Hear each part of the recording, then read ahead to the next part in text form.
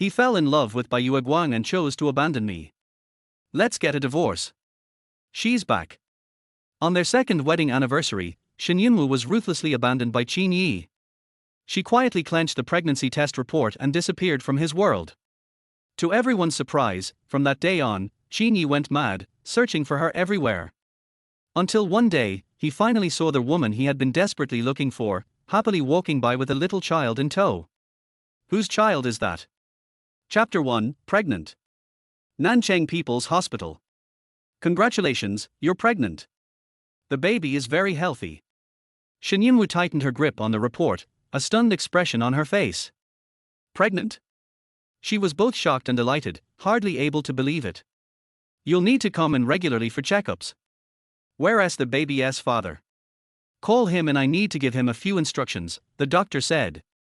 Shen Yunwu snapped out of her daze and offered an awkward smile. My husband didn't he come today? That's not right.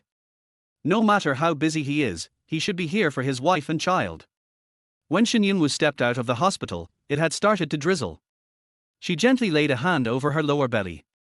There was a little life growing here now. A child belonging to her and Qin Ye. Her phone buzzed. It was a message from her husband, Qin Ye. It's raining. Bring an umbrella to this address. Shen Yunwu glanced at the address, XX Clubhouse. What kind of place was that? Didn't he say he had a meeting today? Still, she didn't question it too much and had the Qin family's driver take her there. You can head back first, she said as she got out of the car. Madam, are you sure? Shouldn't I wait to take you home? Shen Yunwu thought for a moment and shook her head. No need. I'll go home with Mr. Qin later. Since she was here to find Qin Ye, it made sense to return with him. Following her instruction, the driver quickly left. The drizzle had now turned into a heavy downpour. Shen Yunwu walked to the club entrance with her umbrella. It was a high-end billiards club, luxuriously decorated. A staff member stopped her at the door. Sorry, miss, please show your membership card. She hesitated, then stepped aside and sent Qin Ye a message. I'm here. How much longer will you be? I'll wait for you downstairs. After sending it, she stood nearby under the rain, thinking about the pregnancy report. Maybe she should tell him right away? Or wait for his birthday and surprise him? Deep in thought, she had no idea she was being laughed at upstairs. A group of people leaned against the windows, looking down at her figure. Yi, your paper wife really plays the part well. You told her to bring an umbrella, and she actually came. Does she really think you'd get wet without one? Must love you so much she abandoned all logic. Bullshit, came a lazy, cold voice from the corner of the private room. The man was tall and long-legged, with a cool, elegant appearance and pale skin. His slightly upturned eyes made him particularly striking. He wore a grey tailored suit, legs crossed. Raising his hand slightly, he revealed a luxurious watch on his wrist. Give it back. His mischievous friend reluctantly returned the phone. Damn, that was fast. All right, if Chu weren't here, you wouldn't have even had the chance to grab his phone.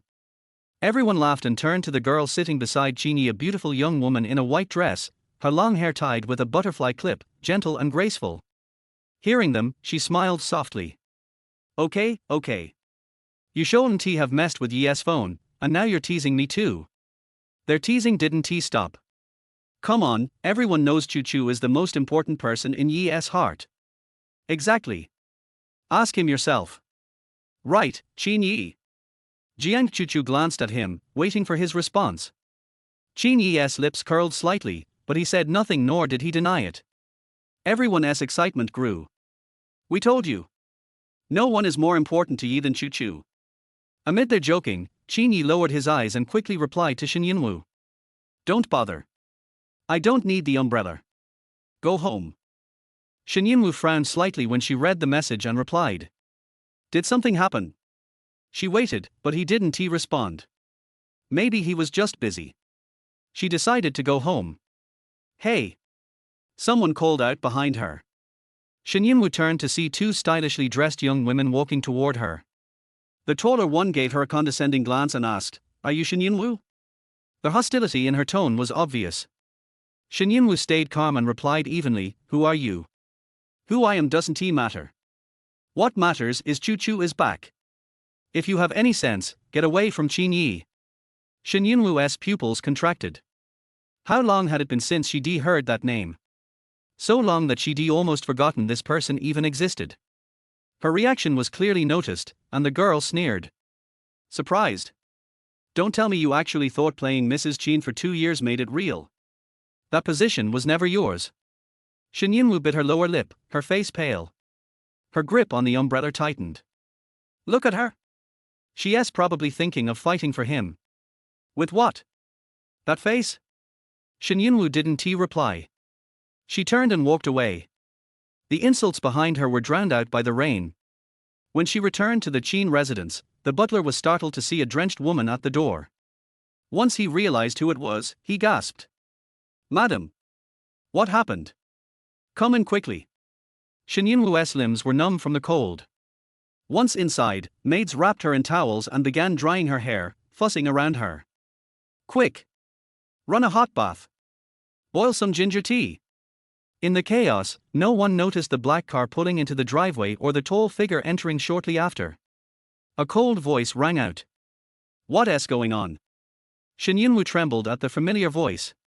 He came back. Shouldn't he still be with Chu? Sir, Madam was caught in the rain. Caught in the rain? Qin Ye's sharp gaze landed on the pale, soaked figure on the couch. He walked over, frowning as he saw her up close. Her hair clung wetly to her skin, lips bloodless. What happened? He snapped. Shen Yunwu composed herself and forced a faint smile. My phone died, and on their way back, I saw a little boy without an umbrella. Qin Ye's expression darkened. Are you stupid? Her smile froze.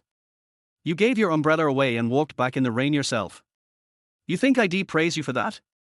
The servants fell silent. Shen Yunwu lowered her eyes, blinking back tears. She said nothing. Only when Qin Ye scooped her into his arms did the first scalding tear fall silently onto her hand. Chapter 2, Let's Get a Divorce. Qin Ye tossed her into the bathroom and left. Shen Yunwu kept her head down. Only after he was gone did she slowly look up and gently wipe the tears from her face. A moment later, she locked the bathroom door from the inside and took out the pregnancy report from her pocket. The paper was soaked from the rain, the text nearly unreadable. She had planned to surprise him with the news. Now, there was no need. After 2 years as Qin Ye's wife, she knew him too well he never let his phone out of his sight. So there was no way he personally sent that message asking her to bring the umbrella, only to tell her to go back. It had to be someone else using his phone, baiting her into showing up to be the joke of the night. She could only imagine while she stood there holding an umbrella like a fool in the rain, a group of people upstairs had probably been laughing at her. Shen Yunwu stared at the report for a long time, then let out a cold, mocking laugh and slowly tore it to pieces. Half an hour later, Shen Yunwu walked out of the bathroom, calm and composed. Qin Ye was sitting on the sofa, long legs resting on the floor, a laptop in front of him. He seemed to still be working. When he saw her come out, he gestured toward a bowl of ginger soup next to him. Drink it. Okay. Shen Yunwu walked over and picked up the soup, but didn't he drink it? Something crossed her mind and she softly called his name. Qin Ye. What? He replied coldly, not even looking up from the screen. She looked at the refined lines of his profile and jaw, her lips parting slightly. Qin Ye seemed impatient and finally lifted his eyes to meet hers. Fresh from the shower, Shen Yunwu's skin was soft and pink, her lips no longer pale, but perhaps because she'd been in the rain, there was a fragile look about her, something broken. Just one glance, and some kind of desire in Qin Ye was stirred. But Shen Yunwu's heart was in turmoil. She was focused on working up the courage to say what she wanted. Just as she finally opened her mouth, Qin Ye suddenly leaned in and kissed her, gripping her chin as if he couldn't help himself. His rough fingertips left red marks on her pale skin. His breath was hot, like fire. Shen Yunwu was nearly breathless from the kiss and tried to push him away when his phone on the table suddenly rang. His movement stopped, the heat between them abruptly dissipating. He reluctantly pecked the corner of her lips, voice husky. Drink the soup. Go to bed early. Then he got up and left with his phone. He went to take the call. The balcony door closed behind him. Shen Yunwu sat there dazed for a while before standing up. She didn't go to the bedroom but instead walked toward the balcony. The glass door was only half closed, allowing the cool night breeze to carry in Qin Ye's low voice. Millimeter, I want tea leave. What are you thinking about? Be good, go to sleep. His tone was as soft as the night wind. Shen Yunwu stood there listening for a while, then let out a quiet laugh. So he could be gentle. Just not to her. She turned and went back to the bedroom, sitting on the edge of the bed with a blank expression. In truth, their marriage had always been a mistake, just a transaction. 2 years ago, the Shen family went bankrupt overnight, and she fell from grace, becoming a laughingstock in Nanchang. The Shen family had made too many enemies in their glory days. After their fall, everyone wanted to kick them while they were down. Someone even boasted, I can pay off the Shen family's debt as long as their daughter sleeps with me. Back when the Shen family still had power, suitors lined up for Shen Yunwu, but she never gave any of them the time of day. People said she was arrogant and fake. Once she lost everything, those same men started mocking her and making offers in secret. At her lowest point, when she was most humiliated, Qin Ye returned.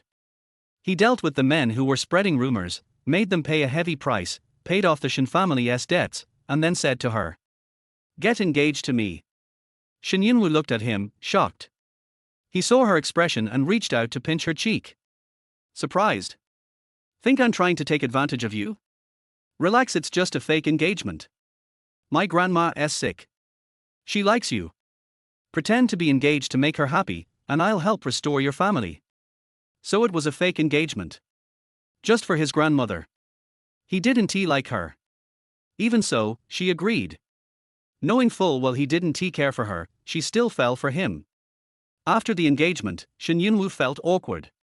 They were childhood friends and had always treated each other platonically.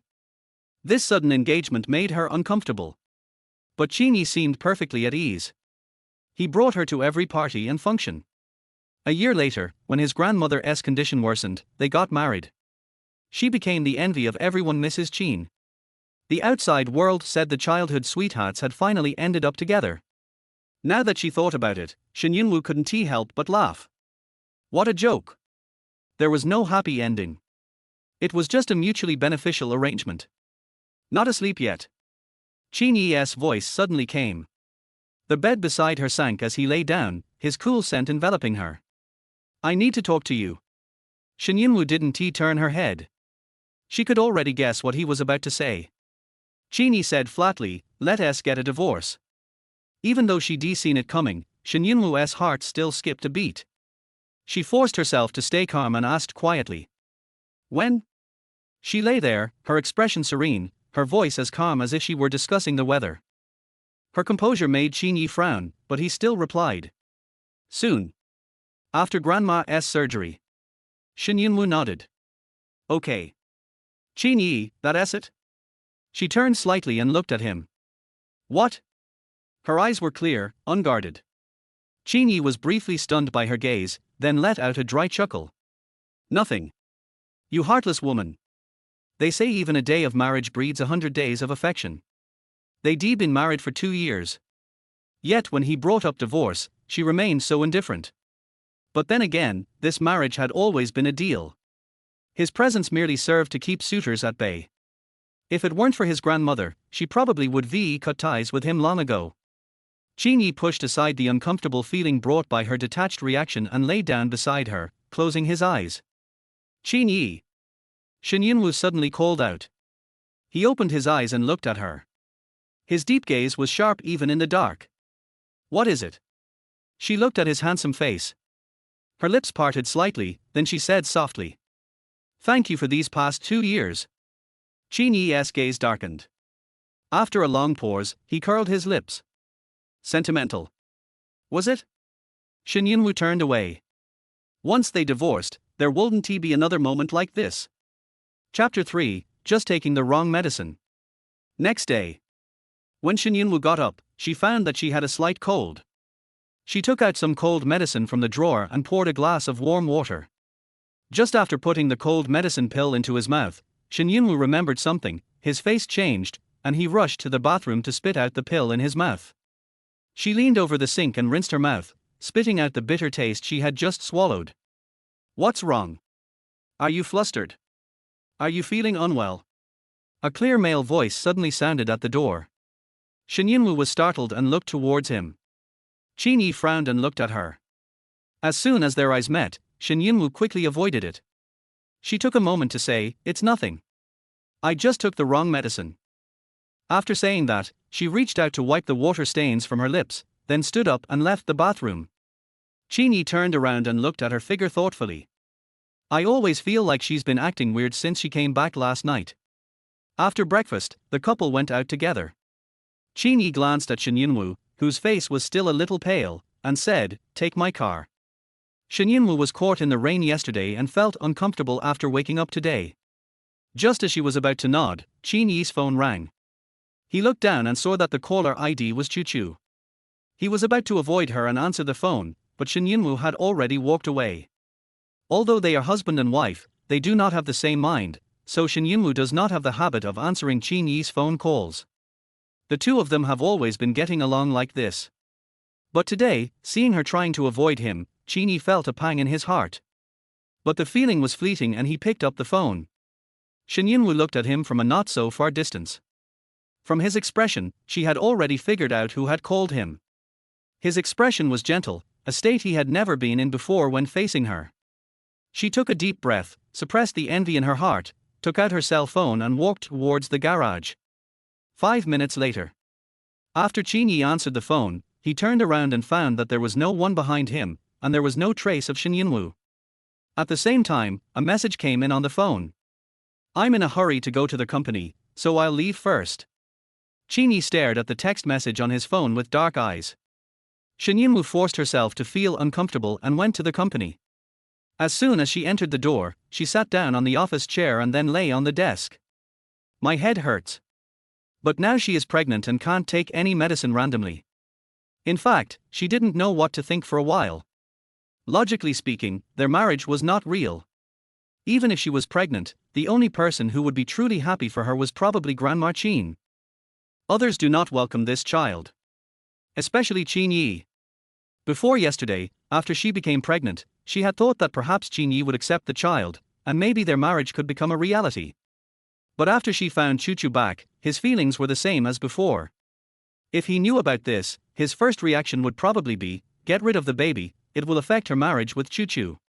Reason told her that she should abort the child as soon as possible, otherwise in the end she might not even have any face left. "Sister Yunwu." A soft female voice sounded. Shen Yunwu came back to his senses, raised his head and saw his assistant Lin Yuyu. Shen Yunwu sat up straight and gave her a standard smile. "Good morning, you're here."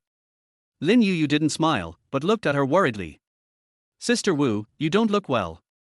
Are you feeling unwell?"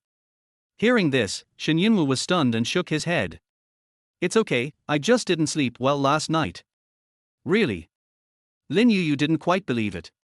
"But you look so pale. Are you really okay? Why don't you take some time off and go to the hospital?"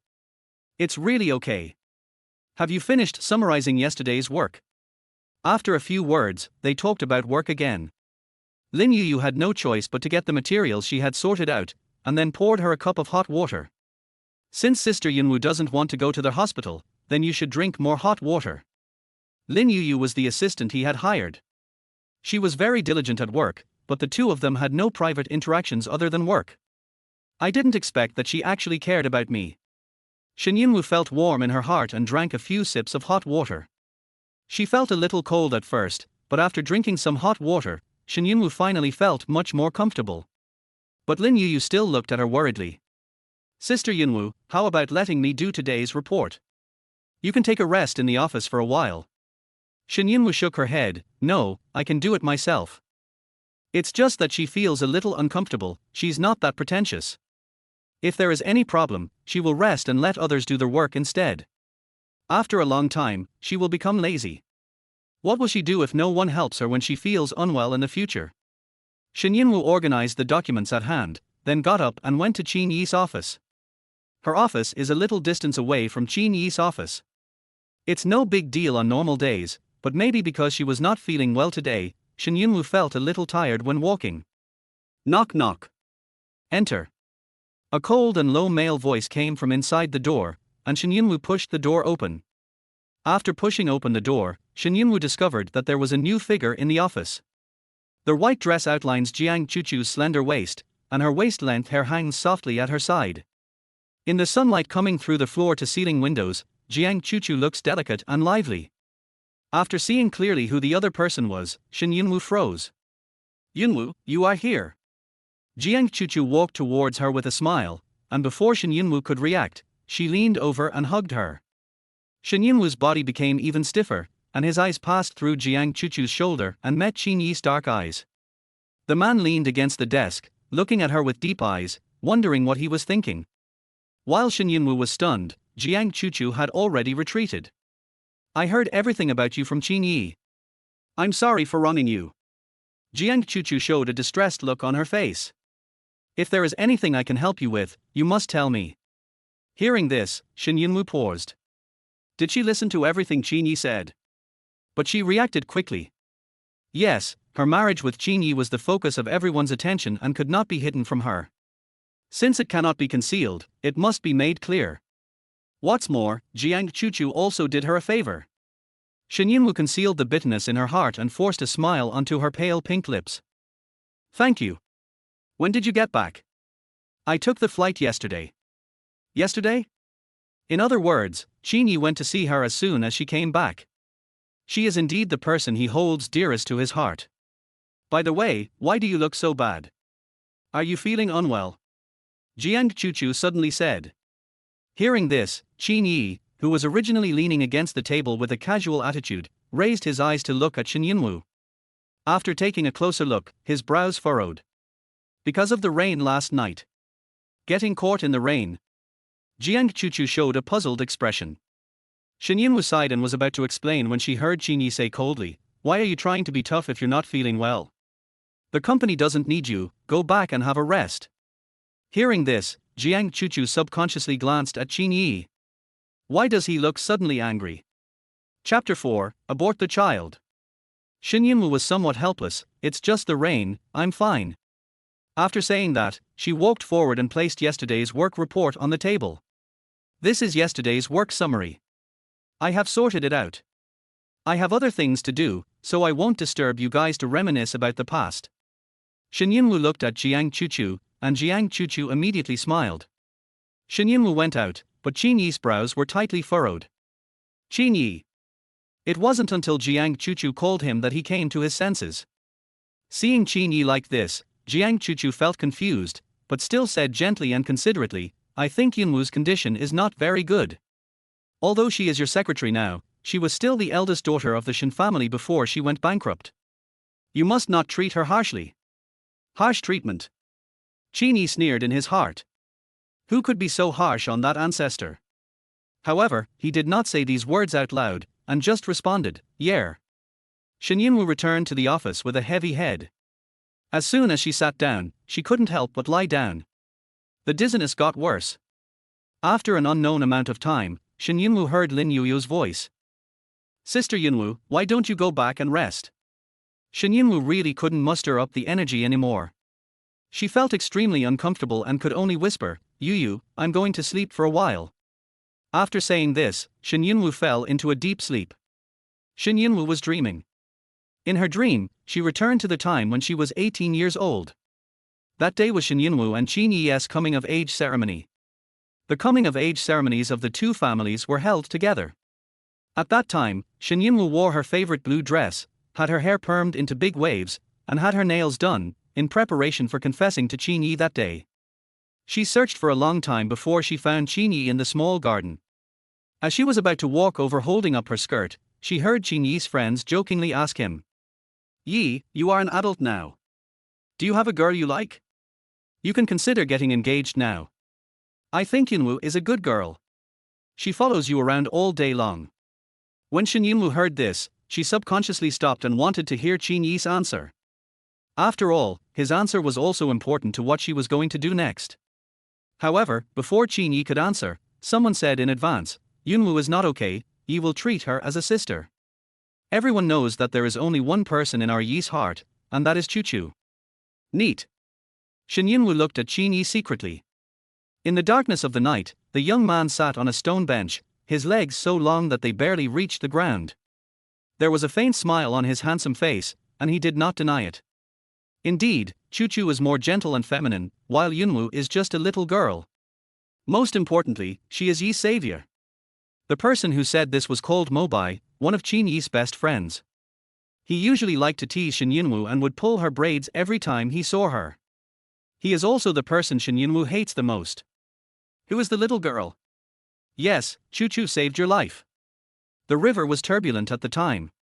If she hadn't jumped in to save you, I'm afraid Qin Ye would no longer exist in this world. The boy nodded and finally uttered a rare hum.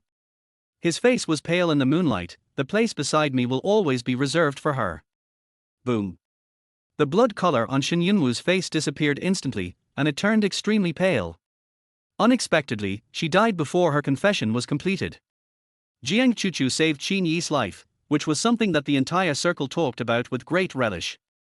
In ancient times, heroes saved beauties, and today, gentle beauties save handsome young men, that is, Jiang Chu and Qin Ye. But Shen Yunwu was not aware of this matter. Because she seemed to have fallen into the water that year. She had a high fever and became seriously ill. After waking up, she had forgotten many things that happened before, and she didn't even know how she fell into the water. Or it was her classmates who said that she accidentally fell into the water because she was playing too much. Shen Yunwu always felt that she had forgotten something, but unfortunately she could not remember it. As time went by, she completely forgot what happened. I didn't expect Qin Ye would be so obsessed with the person who saved his life. If only she had been the one who jumped in to save him. Her emotions in the dream seemed to merge with Shen Yunwu at this moment. His heart felt as if it was being crushed by a huge rock, and his head was splitting with pain. Why wasn't she the one who jumped down to save him? What if? What if? Suddenly, Qin Ye's face appeared in front of him. His eyes were cold and ruthless. Yunwu, abort the child. Then Jiang Chu appeared beside him, clinging to Qin Ye like a vine. Yunwu, if you don't abort the child, are you trying to destroy our relationship? Hearing about the destruction, Qin Ye's eyes became even colder. He took a few steps forward and pinched her chin. Be good, or don't blame me for taking action. The force in his hands was so great that he almost crushed Shen Yunwu's chin. Shen Yunwu struggled and suddenly woke up, his whole body soaked in cold sweat. What came into view was the road outside the window that was constantly moving backwards. Was that just a dream? How can it be so real? Shen Yunwu let out a breath. Yunwu, you're awake. A gentle voice came from the front. Shen Yunwu raised her eyes and saw Jiang Chu's worried face. That's great. I was worried about you getting into trouble all the way.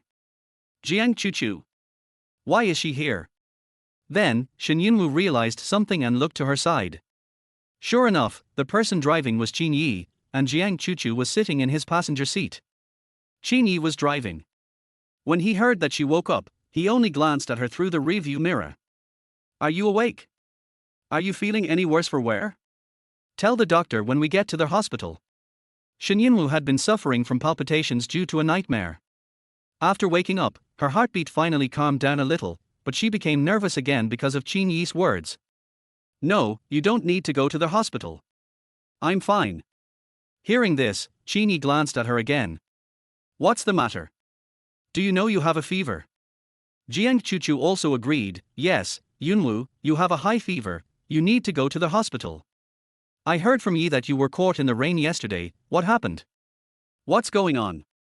Looking at Jiang Chu in front of him, Shen Yunwu's pale lips moved, but in the end no word came out. Jiang Chu must have been present at the fast yesterday. She asked this, was she hinting at something? As she was thinking, Jiang Chu showed a worried look on her face and looked at her apologetically. Was it yesterday? Qin Ye interrupted Jiang Chu and said in a steady voice, anyway, go to the hospital first. You have been sick for the past few days, so take a good rest. You don't have to go to the company for the time being. Jiang Chu was interrupted and looked at Qin Ye in surprise. Shen Yunwu lowered her eyes, and there was a deep chill in her beautiful eyes. She is worthy of being the person he holds in his heart, and he protects her like nothing else. After a long while, she raised her head and said, I'm not going to the hospital. Qin Ye frowned, feeling that she was being particularly willful today. If you are sick, why don't you go to the hospital? What do you want to do? Shen Yunwu pursed her lips and said, I know my own body very well. Chapter 5, Preserving the So-Called Self-Esteem. She can't go to the hospital. Once she goes to the hospital, she will definitely be exposed. It's funny to say it, but she didn't want anyone to know about the child because she wanted to preserve her little self-esteem. Although Shen Yunwu knew that her so-called self-esteem was gone from the day she agreed to a fake marriage with Qin Ye. Now, in front of him, in front of his sweetheart, what self-respect does she have? But even so, Shen Yunwu lowered her eyes. Even so, she still couldn't bring herself to expose all the things that would make people laugh at her. After hearing her words, Qin Ye frowned deeply, turned the car around and stopped abruptly on the side of the road.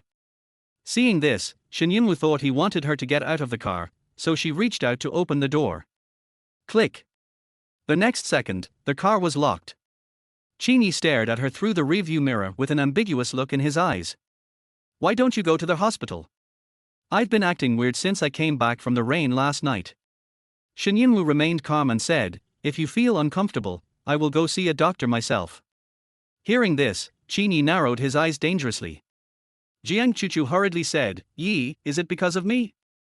Otherwise, I'll get off here first, and then you take Yunwu to the hospital. After all, her condition is serious and can't be delayed any longer. After saying that, Jiang Chuchu leaned towards Qin Ye and wanted to press the door lock switch. Then Shen Yunwu saw Qin Ye stopping her, and their wrists touched each other. Don't talk nonsense. Qin Ye frowned, looked at Shen Yunwu, and then said, don't think too much, it's not your fault. Jiang Chuchu glanced at their hands, her eyes flashing with shyness. Shen Yunwu watched the scene quietly. It was not until Jiang Chuchu looked at her that she looked away in embarrassment. Yunwu, I misunderstood you. I thought you would be angry because of me and Yi. I'm really sorry. Shen Yunwu glanced at her indifferently. If Jiang Chuchu had not helped her and done her a favor, Shen Yunwu would have suspected that she had the attributes of a green tea girl. However, she is still his benefactor after all. Shen Yunwu reluctantly twitched her lips. Fine. Jiang Chuchu smiled and said, you don't want to go to the hospital. Are you afraid of going to the hospital? After my friend returned to China, he opened a small clinic. Why don't you go and have a look? After that, she looked at Qin Ye again. Yi, what do you think? Qin Ye did not agree immediately, but frowned and asked, clinic. Is it reliable? Jiang Chuchu was a little embarrassed. Of course, if it's not reliable, why would I introduce it? Don't you believe me? After thinking for a moment, Qin Ye nodded, then let's go to the clinic. Shen Yunwu frowned. I? The next moment, Qin Ye's car rushed out, leaving her no chance to refuse. And Jiang Chuchu was still saying nice things to her. Yunwu, don't worry. My friend has a very good personality and treats patients with patience and gentleness. I will tell him everything in advance, and we can discuss it when the time comes. Is that okay? Compared with the gentle and considerate Jiang Chuchu, Shen Yunwu is simply the opposite. She refuses to go to the doctor when she is sick and is very unreasonable. What else can she say? Shen Yunwu didn't say anything else and drove out again. After arriving at the clinic, Jiang Chuchu helped Shen Yunwu get out of the car, and said softly, are you still dizzy? If you feel uncomfortable, just lean on my shoulder. Jiang Chuchu spoke in a soft voice, with a faint scent of gardenia on her body, and her movements in supporting her were also very gentle. Shen Yunwu lowered his eyes and thought. Jiang Chuchu is not only beautiful, but also an excellent person. Most importantly, she saved Qin Ye's life. If she were Qin Ye, she would probably like her too. After Jiang Chuchu's friend came, she went up to him and talked to his friend for a long time. The man was wearing a white coat. Finally, his eyes fell on Shen Yunwu's face, then he nodded and walked over. Hello, are you Chuchu's friend? My name is Jiyu Dongcheng. Shen Yunwu nodded at him. Hello. Fever? Jiyu Dongcheng asked softly, trying to put the back of his hand on Shen Yunwu's forehead. The sudden approach made Shen Yunwu subconsciously move aside. Her reaction made Jiyu Dongcheng smile and whispered, just testing the temperature. After that, he did not continue, but took out a thermometer and said, take your temperature first. Shen Yunwu took it. Qin Ye's voice sounded behind him, do you know how to use a thermometer? Shen Yunwu. She ignored him. How could she not know how to use a thermometer? However, due to her illness, she felt a little dizzy, so her movements were slow. After she used it, Jiyu Dongcheng said he would wait for a while. Seeing this, Jiang Chuchu took the opportunity to introduce Qin Ye to Jiyu Dongcheng. Yi, this is Dongcheng, whom I mentioned to you on the phone before. He is very good at medicine, but he likes freedom, so he returned to China to open this clinic. Dongcheng, this is Qin Ye, it's. She paused for a moment before shyly saying, my friend. Friend. This address made Jiyu Dongcheng raise his eyebrows, and then his eyes accidentally swept across Shen Yunwu's face before returning to Qin Ye's face. Hello, I'm Jiyu Dongcheng, nice to meet you. After a long while, Qin Ye raised his hand and shook it lightly with the other party. Qin Ye. I know. Jiyu Dongcheng smiled mysteriously and said something ambiguous. I often hear Chuchu talk about you, and she thinks very highly of you. Dongcheng. Jiang Chuchu seemed to be poked by something, and her fair cheeks turned pink instantly. What? Did I say something wrong? Don't you always praise him in front of everyone? Okay, stop talking. As he spoke, Qin Ye lowered his eyes and glanced at Shen Yunwu. She sat there with her eyelids drooping slightly, a few strands of soft black hair hanging down from her cheeks, covering half of her forehead, while also covering her beautiful eyes and hiding all her emotions. She just sat there quietly, staying out of the matter, like an outsider. Qin Ye's face darkened instantly. 5 minutes later. Jiyu Dongcheng took the thermometer and frowned. The temperature is a bit high, let's give him an injection. Shen Yunwu raised her head and said, no injection. Hearing this, Jiyu Dongcheng glanced at her and then smiled, afraid of pain. Don't worry, I'm very gentle. Jiang Chuchu also nodded in agreement. Yes, Yunwu, health is important. Shen Yunwu shook her head and insisted, I don't want to get an injection, and I don't want to take medicine. Her stubborn look made Qin Ye frown. Then we can only reduce the temperature physically. I'll go get the medicine and stuff. You can first apply a cold compress to your head with a wet towel. Don't let it get burned. When Jiyu Dongcheng went out, Jiang Chuchu said, then I'll go help too. After the two of them left, only Shen Yunwu and Qin Ye were left in the room. Shen Yunwu felt dizzy. She wanted to get a wet towel to cool herself down, but she didn't have the strength at all. At this time, Qin Ye, who had been silent all this time, suddenly pulled his lips and said 2 words. Pretentious. Chapter 6, Wipe the Inside for You. Pretentious? Shen Yunwu paused for a moment, then sneered in his heart. Of course, I can't compare to your Chuchu's understanding. The words just came out of his mouth. Qin Ye was stunned. Shen Yunwu was also stunned. What is she talking about? When Shen Yunwu was regretting what she had said, Qin Ye had already lifted her chin, and when she raised her head, she bumped into his inky black eyes. Qin Ye narrowed his eyes slightly, his gaze as sharp as an eagle. Are you jealous of her? Shen Yunwu's eyebrows twitched and she wanted to slap his hand away anxiously. What are you talking about? However, I had no strength in my hands, and they were limp when I touched him. This action made Qin Ye raise his eyebrows, and he grabbed her wrist in amusement. So weak. You're a fool. Shen Yunwu cursed him, then pulled her hand back, but because she used too much force, her body fell back onto the sofa. And then, I couldn't get up. No strength. Qin Ye stood there, looked at her with complicated eyes, and then said, wait. Then he went to the bathroom, got out a plastic basin filled with water and a towel, and placed them on the chair next to her. Qin Ye soaked the new towel in cold water, took it out and wrung it dry, then wiped Shen Yunwu. What are you doing? Seeing him approaching with the towel in hand, Shen Yunwu subconsciously dodged. Qin Ye held her shoulders, frowning on his handsome face. Don't move, let me cool you down. Shen Yunwu originally wanted to say no, but when the towel touched her skin and the cool feeling instantly hit her, she couldn't refuse. Her body temperature is high now, and it will not be good if it is not cooled down. Anyway, it's physical cooling. After thinking about this, Shen Yunwu let him go. Qin Ye wiped the sweat from her forehead and her cheeks. As he wiped, he thought of something, raised his thin lips, and whispered, Shen Yunwu, you really are my ancestor. These words made Shen Yunwu's eyelids twitch. What? Qin Ye's eyes were as deep as black gemstones, and he sneered, why are you pretending to be stupid?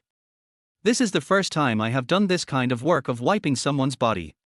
Do you think you are my ancestor? As he spoke, Qin Ye's hand that was originally holding her shoulder moved, and he pulled open her collar, revealing a snow-white area, and reached inside with a wet towel. Shen Yunwu's expression changed slightly and she held his hand. "What are you doing?" "Wipe the inside for you," he answered with a righteous look on his face. Shen Yunwu pulled her collar back anxiously and shyly. No, I can do it myself." Qin Ye frowned as he watched her movements. "Why are you mad at me?"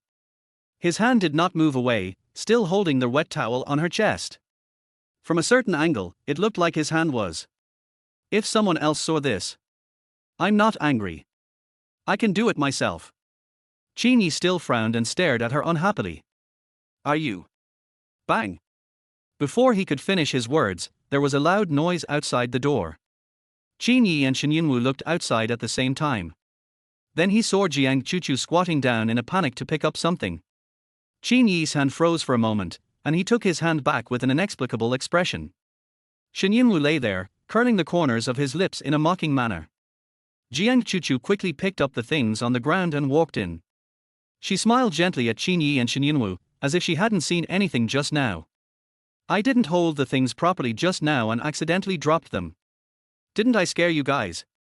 Qin Ye pursed his lips and wanted to say something, but Jiang Chuchu walked up to him and stretched out her hand. "Let me do it." Qin Ye could only hand her the wet towel. "Dongcheng has already told me the specific methods, so leave this to me. Don't worry, Yi, I will take good care of Yunwu." Hearing this, Qin Ye glanced at Shen Yunwu, who was lying there motionless like a corpse, and then nodded. "Yeah." Then he went out. The door was closed. The room was quiet. After a while, Shen Yunwu washed the towel again, then opened the bag and walked towards her. "Yunwu, can I help you wipe your body?"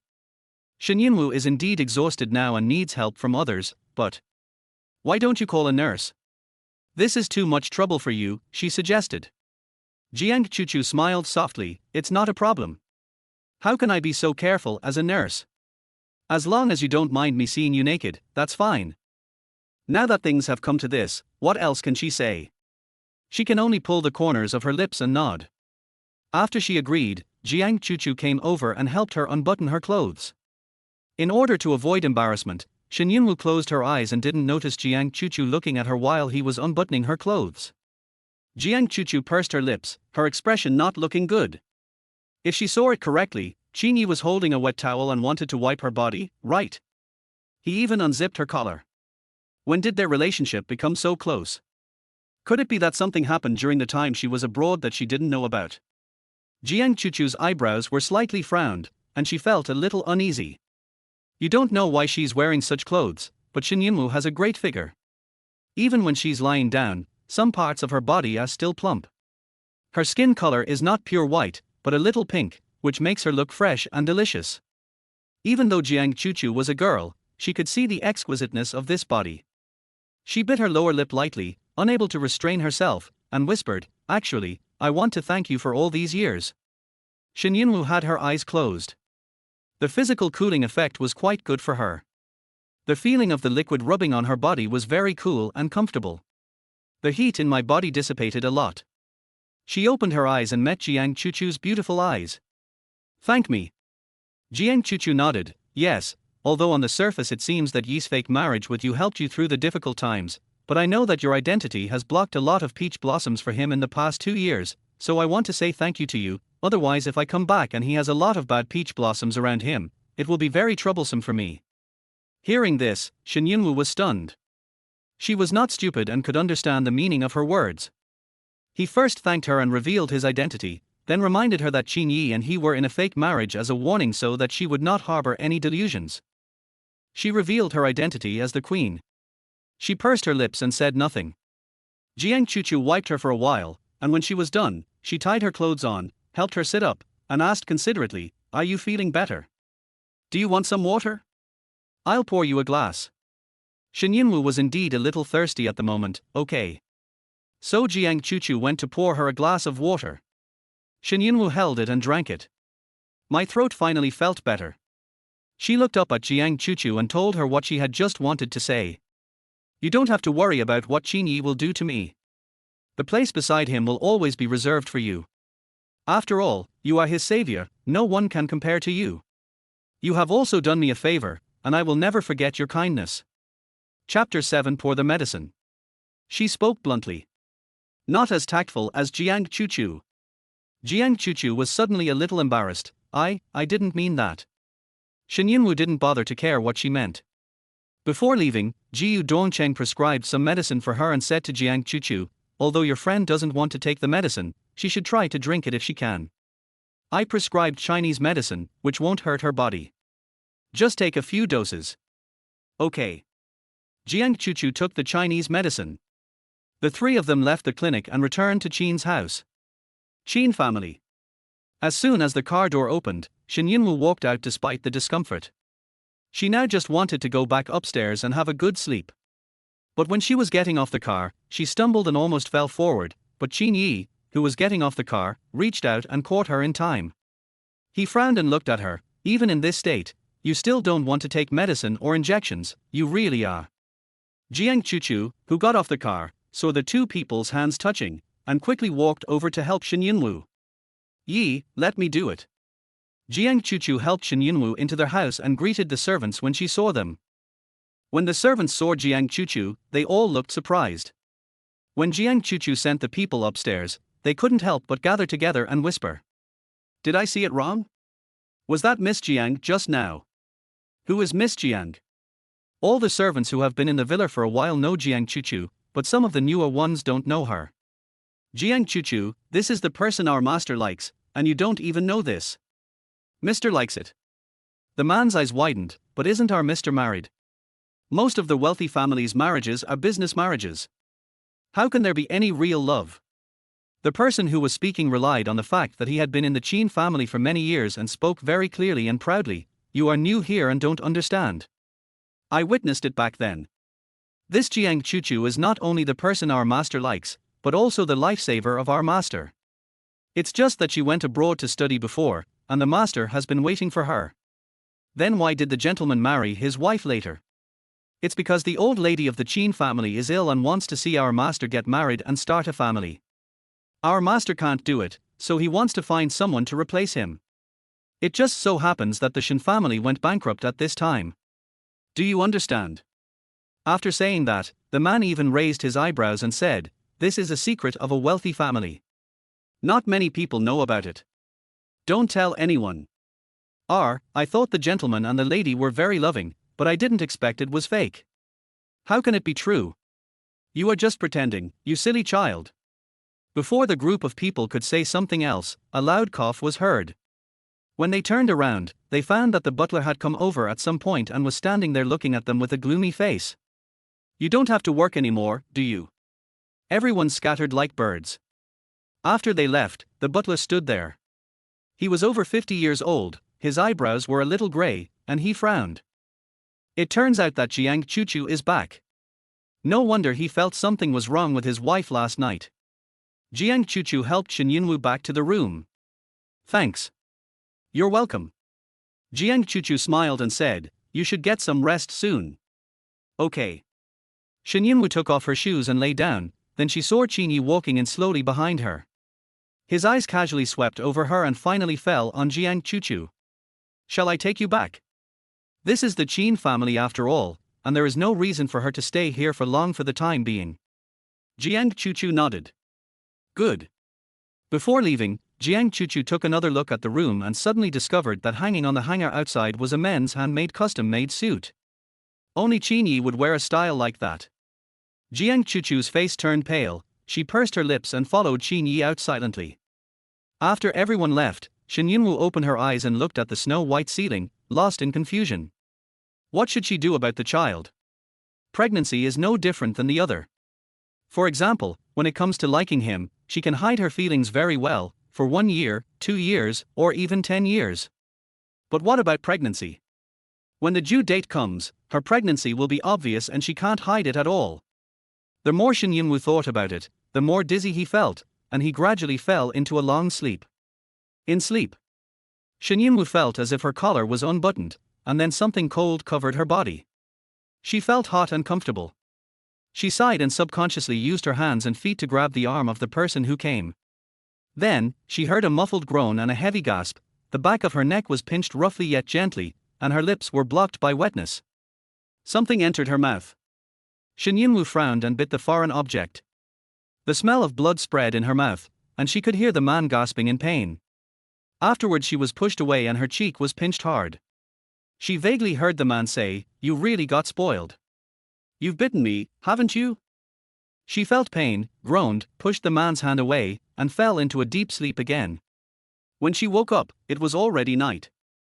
The servant was watching nearby, and when he saw her wake up, he walked over happily. You're awake." The servant came forward and helped her up, and put his hand on her forehead. "Thank God, madam, your fever has finally subsided."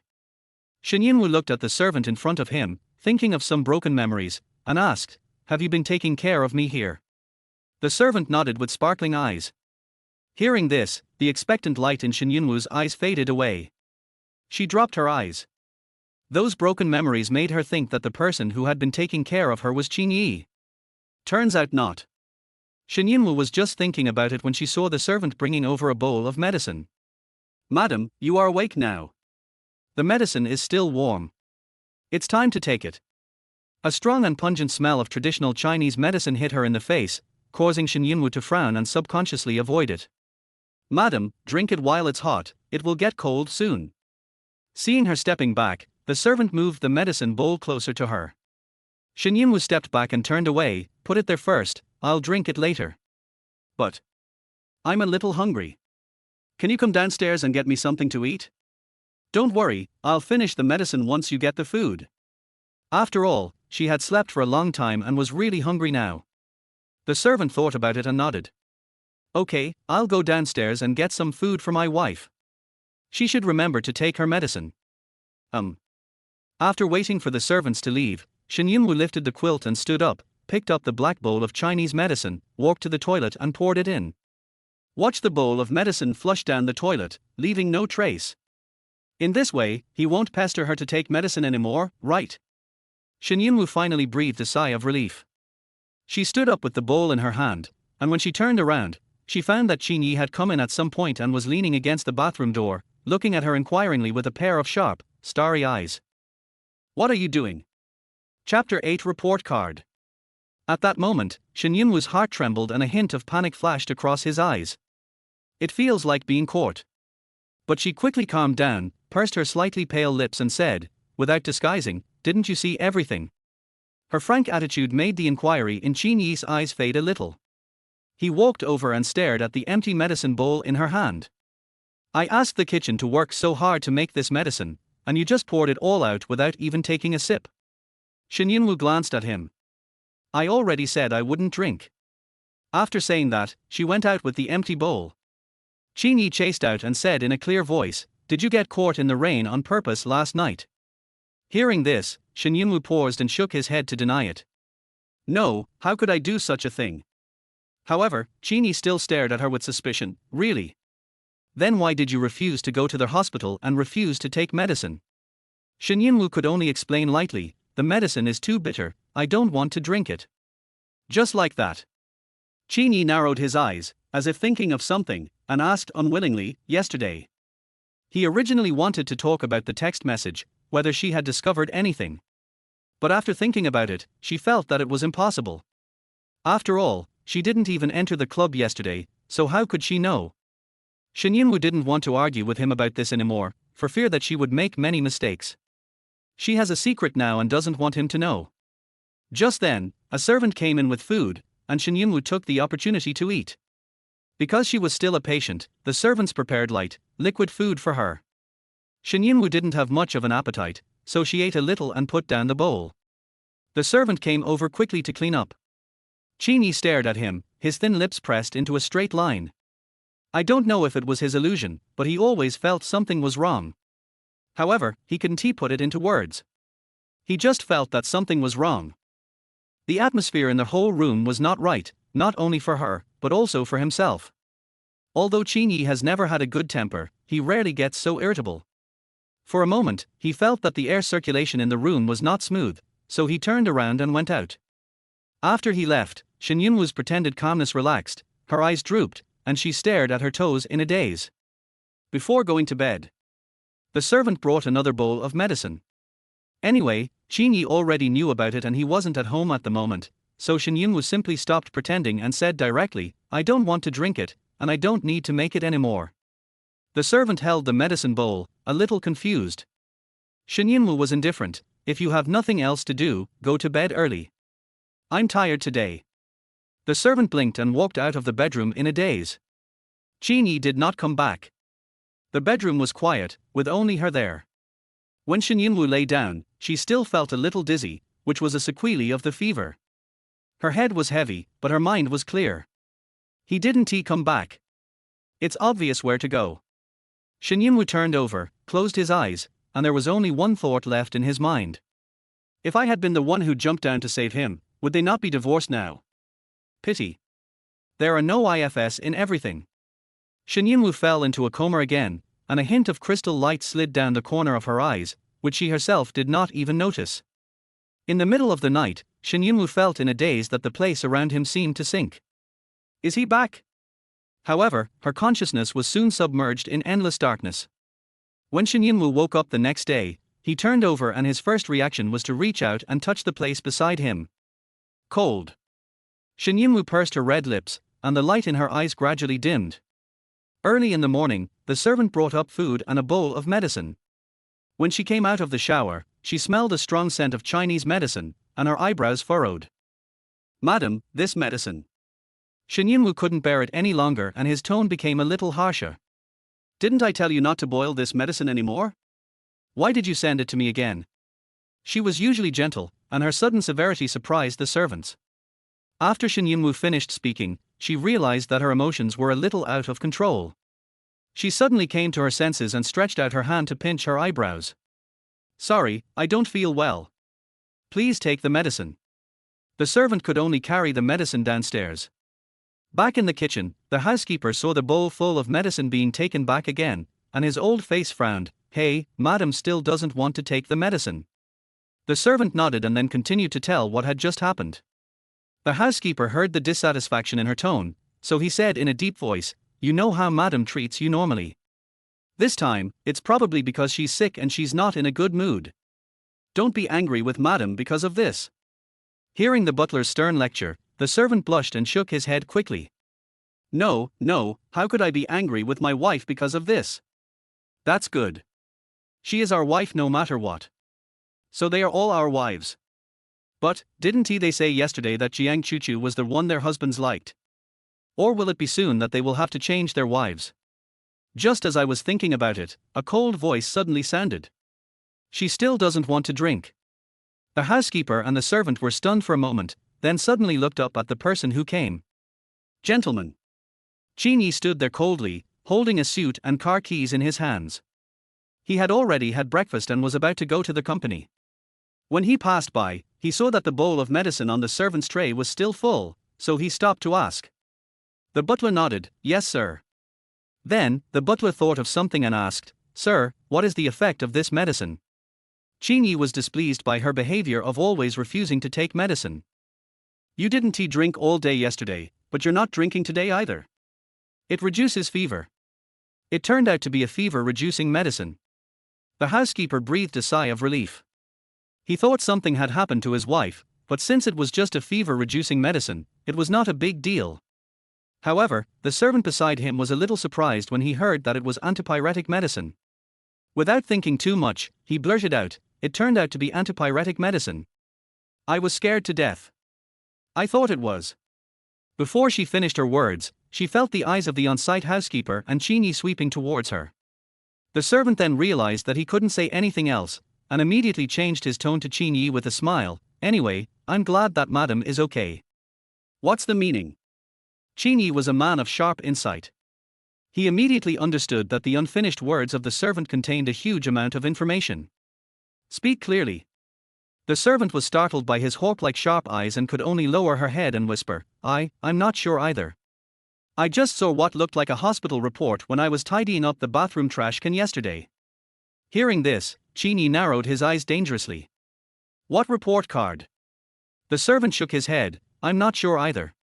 It was torn into pieces and seemed to be wet by the rain. I just happened to see a few words on the report when I was cleaning it up." Qin Ye asked, "Where is it?" Chapter 9. Do you know me well? The servant blanched at the question. Sir, the report has been dealt with. Qin Ye's brows furrowed. What did you say? The servant was frightened by his gloomy aura and almost cried. He could only explain in a panic. I'm sorry, sir, I didn't dispose of it on purpose. It's just that the report was already in a rotten state, and I didn't think much about it at the time, so. She had no desire to explore the things thrown away by the owner.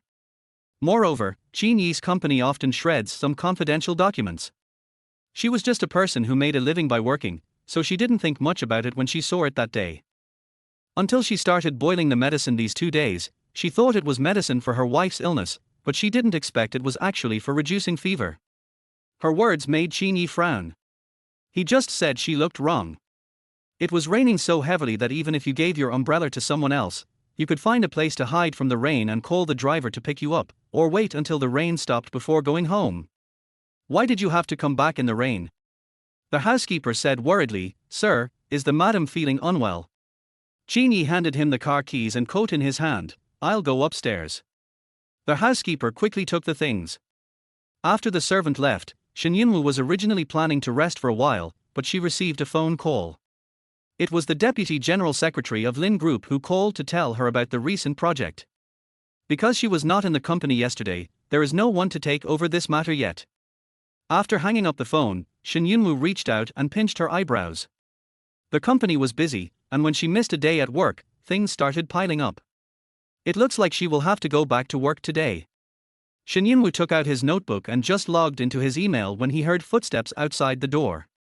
Thinking it was a maid, she ignored it, opened her email, and prepared to deal with her work. Until the footsteps stopped beside him, and a faint and cool breath came. Shen Yunwu then realized something was wrong and raised his head. At first glance, she ran into Qin Ye's dark eyes. Shen Yunwu was startled when she suddenly saw him. Why are you here? Qin Ye pursed his lips slightly. This is my room. His tone was not good, it was cold. Shen Yunwu was slightly startled, and subconsciously asked, Did you get mad outside? Your tone is so bad. What do you mean by being bullied? Qin Ye frowned. Why was the question asked so strangely? Where could he go to be bullied so early in the morning? But he suddenly thought of something, paused, and after a moment of silence, he said, I was at home last night. Sure enough, an expression of surprise appeared on Shen Yunwu's face. Qin Ye stared at her, surprised. I was lying next to you last night and you didn't even know. Shen Yunwu pursed her lips and didn't respond. It turns out that the feeling of sinking beside me in the middle of the night was not an illusion. She was in a daze, and when she woke up she felt his place was cold and thought he had not come back all night. After learning that he was at home, Shen Yunwu felt a little more subtle. I thought you wouldn't come back. This one sentence made the two of them fall into silence. Jiang Chuchu had only been back for 2 days, and their relationship had already become so awkward that it was almost like strangers. No one talked about the embarrassing topic. It seemed that the two of them had tacitly avoided each other. As for why, probably only they knew the answer. After a long time, Qin Ye suddenly asked, Why don't you take the medicine? Why is this question again?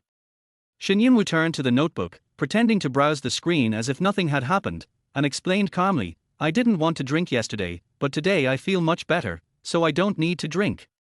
Her calm look made Qin Ye purse his lips. Really? What's the matter with the report? The hand that was scrolling the mouse suddenly stopped after hearing the word, report. Shen Yunwu almost thought he had heard it wrong. But the sound of his breathing close to her told her that he had just said this clearly. Qin Ye saw it. After he said the report, her fingers suddenly paused for a moment. It was this expression that made him squint his eyes. She was hiding something from him. After a moment, Shen Yunwu seemed to have sorted out her emotions. She looked up at him, with confusion in her beautiful eyes. What report card? Qin Ye looked at her without saying a word. She behaved very well. Her eyes, expression, and tone were all normal, just like she usually spoke. If Qin Ye hadn't seen her moves in advance, he would probably have been fooled by her. He fixed his eyes on her, his gaze as sharp as a knife. I am asking you, what report do you mean? Hearing this, Shen Yunwu seemed to be stunned. You are asking me, but I am not sure what report you are talking about. At first, Shen Yunwu was indeed frightened by the report he mentioned. I even wondered, has he seen the report? Did he know that I was pregnant? But soon, Shen Yunwu calmed down again. Since the Shen family went bankrupt, she has worked hard from being a spoiled young lady to becoming the respected secretary Shen. The CEOs of companies that cooperate with Qin Group would greet her politely when they saw her. This is not only because she is Qin Ye's wife, but also because they recognize her abilities. The trials and tribulations of the past 2 years have transformed her into a different person. I am no longer the little girl who panics and loses her composure when things happen. Not to mention that the report sheet had already been torn up by her. Even if it wasn't torn, the words on it would have been washed away by the heavy rain and the paper would be torn. So even if you find it, you won't be able to see anything. After the analysis, Shen Yunwu calmed down completely. Qin Ye's lips curled up slightly. He sat down in front of her and they looked at each other. The two were childhood sweethearts and had known each other for so many years. How could Qin Ye not know how she had changed in the past 2 years? Qin Ye had this in mind when he first asked her to come to the company, hoping that she could grow up and be able to stand on her own. In the past 2 years, she has indeed done it. It's a perfect assistant. She can give a speech calmly in a meeting with hundreds of people, let alone when she is just facing herself. Thinking of this, Qin Ye narrowed his eyes. You don't know. Do you think I don't understand you? Shen Yunwu met his gaze fearlessly. Really? Do you know me well?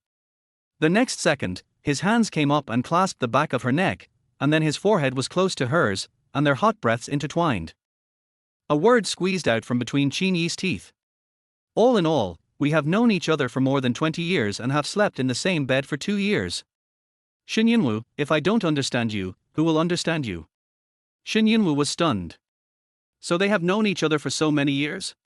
He claimed to understand her, but he never knew that he liked him. Chapter 10, Can Only Be Defeated. After a long time, Shen Yunwu sighed softly in his heart. It's better not to know, so as to save both of them from embarrassment. Just treat everything as a transaction and each party gets what they need. Thinking of this, Shen Yunwu pushed Qin Ye away and said calmly, "It won't be you anyway." Hearing this, Qin Ye frowned. What do you mean it won't be me? Is there someone who knows you better than me? Who is it? Qin Ye didn't notice that his emotions were heightened by her words. Shen Yunwu didn't say anything. Seeing that she ignored him, Qin Ye reached out and held her shoulders, and asked viciously, "Is it a man or a woman?" He squeezed her shoulders a little too hard. Shen Yunwu frowned and pushed him away. "It hurts, don't touch it." Seeing this, Qin Ye eased up a little, but did not give up asking. "It's okay if I don't touch you, but let's make it clear. Who is the person who knows you? And what's the matter with the report?" Shen Yunwu was helpless with him and could only say, "No one understands me, only I understand myself. I just said it casually, okay? As for the report form, I don't know what you are talking about. Is it from the company or somewhere else? You have to explain it clearly before I can answer you, right?" She took the initiative to express her doubts, causing Qin Ye to narrow his eyes. The more this is the case, the more suspicious it is. The maid said that she found a report sheet when she was collecting the garbage. 1. A report card. Shen Yunwu met his eyes calmly. What report? Where is it? It was torn into pieces, but it was put away. It was found in our room. It's not yours. Shen Yunwu, torn into pieces. Now I remember, it's mine.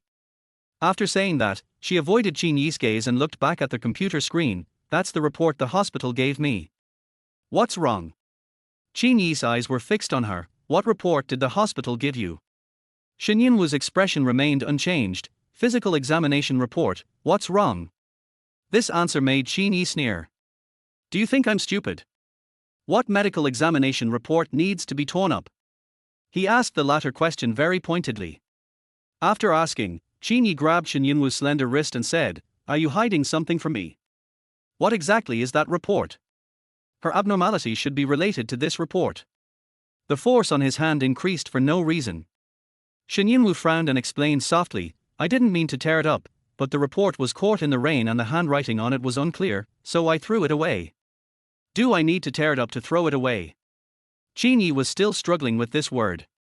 It was obvious that he would keep pestering her if she didn't give him a convincing reason today. Shen Yunwu met his gaze. His eyes were dark and heavy. She sighed and explained again, have you ever thought that it wasn't me who tore it off at all? Qin Ye suddenly realized, what? It was raining heavily that day, and when I took out the report, it had already rotted and stuck to my clothes, so I could only take it out piece by piece. Hearing this, Qin Ye froze. Picture the scene she's talking about in your mind. It is possible indeed.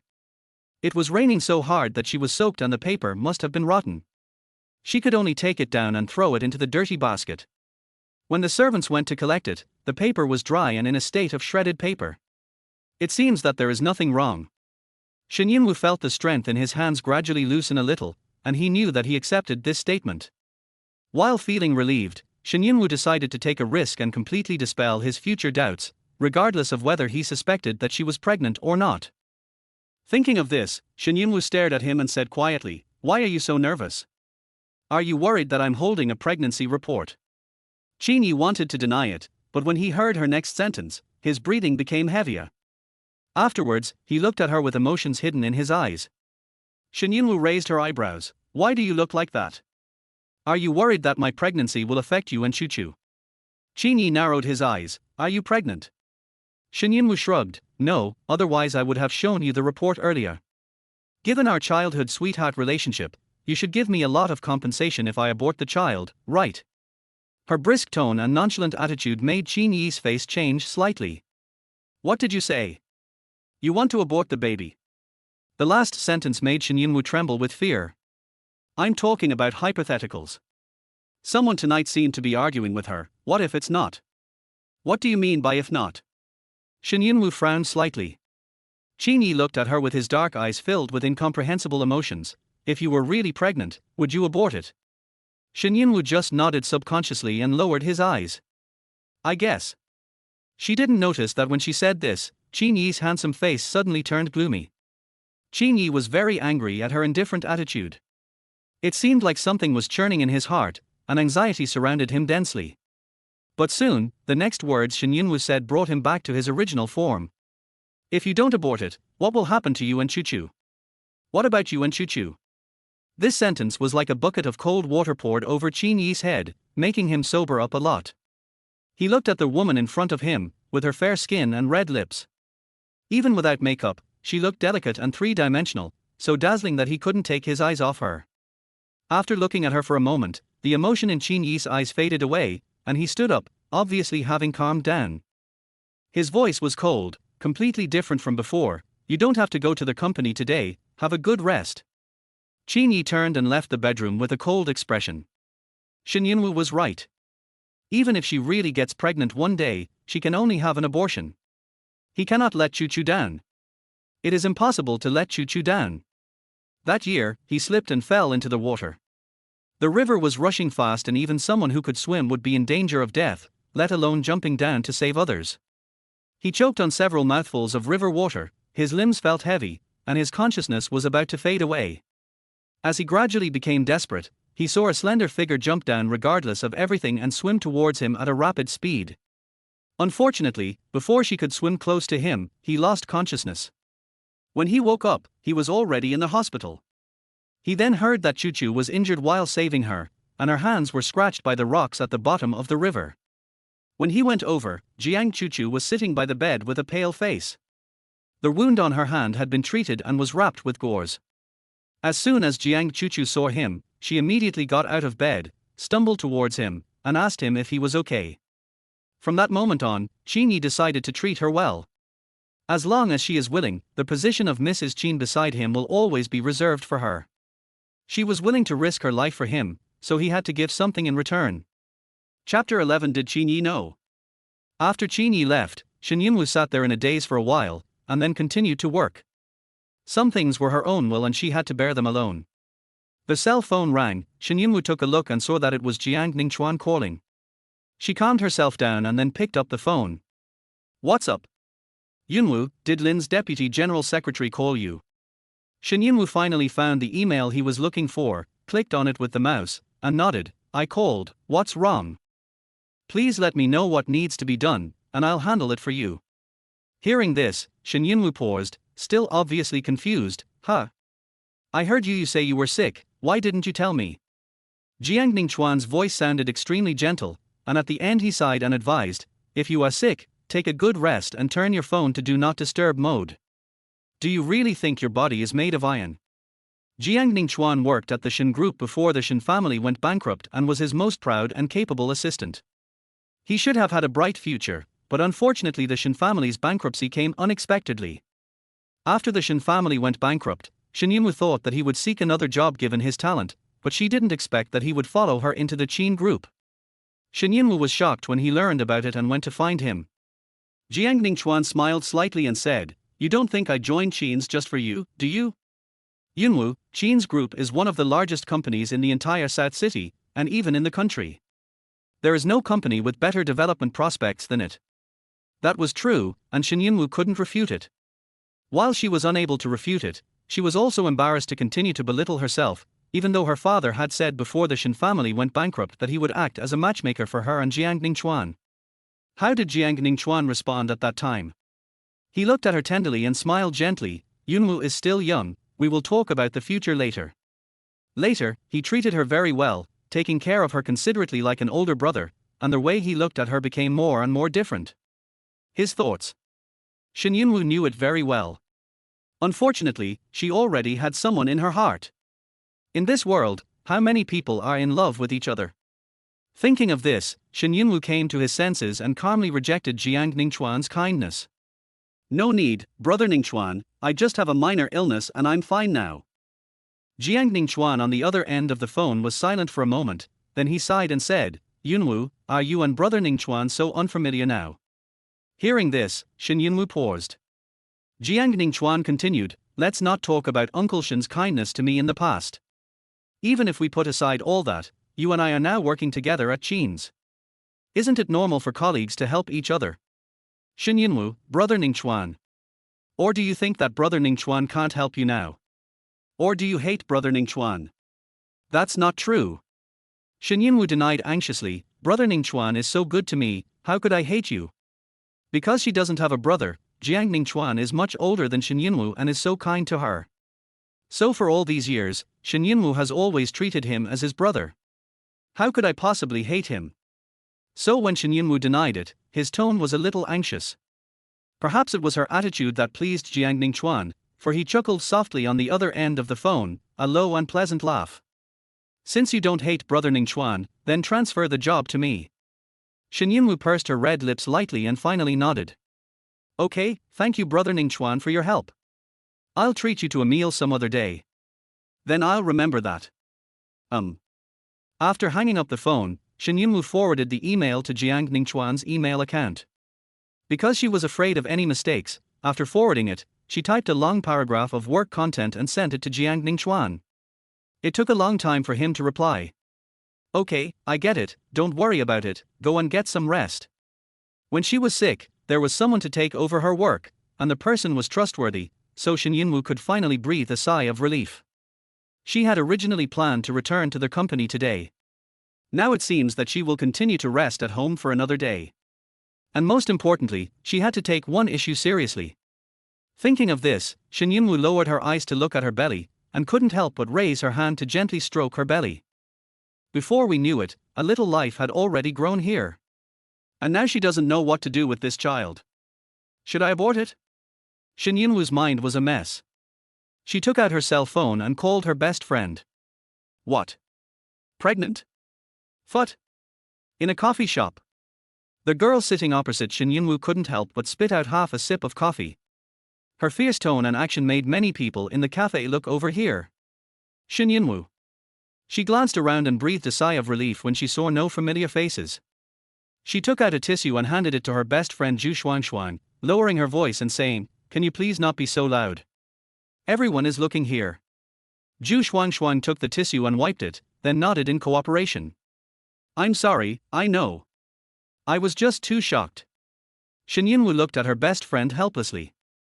Zhu Shuangshuang didn't even drink the coffee. Instead, she lay on the table and stared at Shen Yunwu. Her eyes were round and she asked in a low voice, "How did you get pregnant suddenly? Didn't you and him take any precautions?" "I did." Shen Yunwu took a sip of coffee and said lightly, "It was an accident." "What should we do then? Do you want to give birth to the baby?" This question made Shen Yunwu pause for a long time before he shook his head. Zhu Xuangshuang looked surprised. No, not having a baby. Why? You and him have been married for such a long time, and I see he treats you very well, taking you with him to every occasion. If you hadn't told me that your marriage was fake, I would have thought it was real. Shen Yunwu smiled faintly. Really? This reaction. Zhu Xuangshuang glanced at her for a moment longer, and felt that her reaction was a little too calm. However, as they had been friends for many years, she refrained from saying anything and asked again, Does Qin Ye know? I didn't tell him. You? Zhu Xuangshuang endured it and asked again, When are you going to tell him? Shen Yunwu pursed her lips and said nothing. Zhu Xuangshuang? No, what do you mean? You're not going to tell him about such an important matter, are you? This child is not just yours, he belongs to both of you.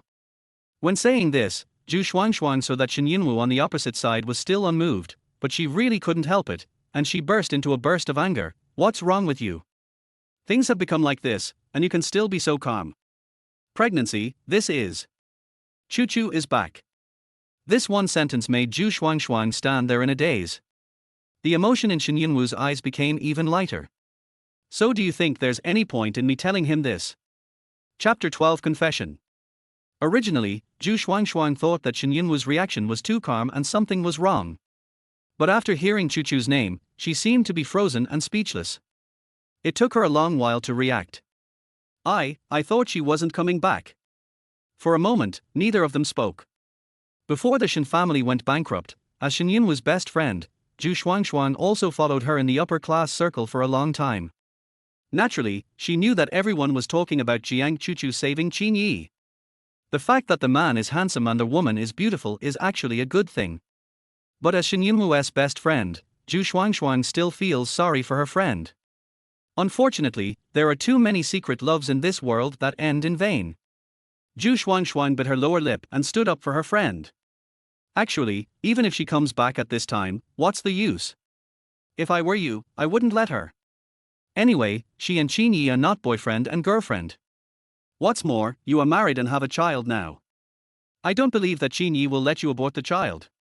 Shen Yunwu, who had remained silent, raised her head and said, Then you may not know Qin Ye very well. Hearing this, Zhu Xuangshuang's eyes widened in disbelief. What do you mean? He asked you to abort it. Shen Yunwu, he will.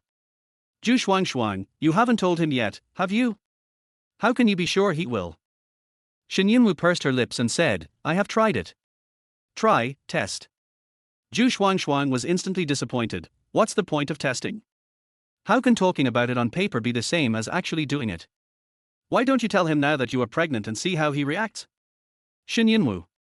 Seeing that she didn't say anything, Zhu Xuangshuang said again, You don't dare to send it, are you afraid? Please, I guarantee with my personality that if Qin Ye knew you were pregnant, he would never let you have an abortion, do you believe it? Shen Yunwu was silent for a moment and shook his head, That's not necessary. After saying that, Shen Yunwu stood up with her bag, Let's go, I'll go check out. Before Zhu Xuangshuang could react, Shen Yunwu had already gone to the front desk. Zhu Xuangshuang was so angry that she had to grab her bag and follow him out. After leaving the coffee shop, Zhu Xuangshuang followed Shen Yunwu, and seeing that she still had no intention of speaking, she couldn't help but grab her. Clouds and mist. Shen Yunwu stopped and looked at her intently. Wake up and believe me for once, okay? This is not a trivial matter at all. If you could have taken back your love for him after all these years, I wouldn't have advised you now. But you like him, don't you? Happiness is in your own hands. Shen Yunwu was a little hesitant after hearing her words.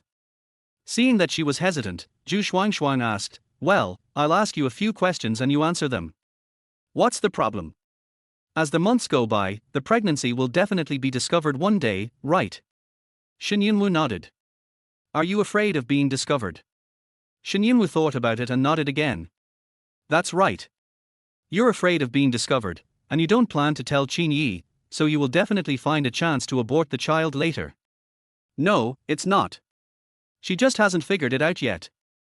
Since you have already made the worst-case scenario plan, what else do you have to be afraid of? Tell him, the worst-case scenario is that the ending will still be the same, right? But Shen Yunwu's pale lips trembled slightly, and her eyelashes trembled slightly, if I don't tell him, maybe we can still be friends in the future. If I tell him. Hearing this, Zhu Xuanxuan fell silent. She underestimated her friend's feelings for Qin Ye. After a long while, Zhu Xuanxuan sighed softly, Yunwu, I know you like him, but have you ever thought about it? If we can't be together, what's the point of being friends? And don't you want to try? Don't you want to know how he feels about you? He treats you so well, anyway, I don't believe he has no feelings for you. Yeah, he was really nice to her. But, it was just a deal. If it weren't for the fact that Grandma Qin liked her and happened to be sick, the two of them would never have gotten married. His feelings for her were just those of ordinary childhood sweethearts. Seeing that she was still hesitant, Zhu Xuanxuan knew that it was useless to persuade her any further. Anyway, I've said everything I need to say. You can think about the rest yourself. After all, the decision is yours, so I can't say anything more. Before leaving, Zhu Xuanxuan couldn't help herself, and ran over to her before she got in the car and said, Shen Yunwu, you have to fight for your own happiness, do you understand? Although still a little confused, Shen Yunwu smiled sincerely and reached out to pinch Zhu Xuanxuan's face. I know, I will think about it carefully. Well, then go back. Remember to call me if you have anything. Good. As soon as Shen Yunwu returned to the Qin family, the housekeeper came up to her with a worried look. Where have you been? Why are you running around when you're not feeling well? What if something happens? The housekeeper's concern warmed Shen Yunwu's heart. I'm fine.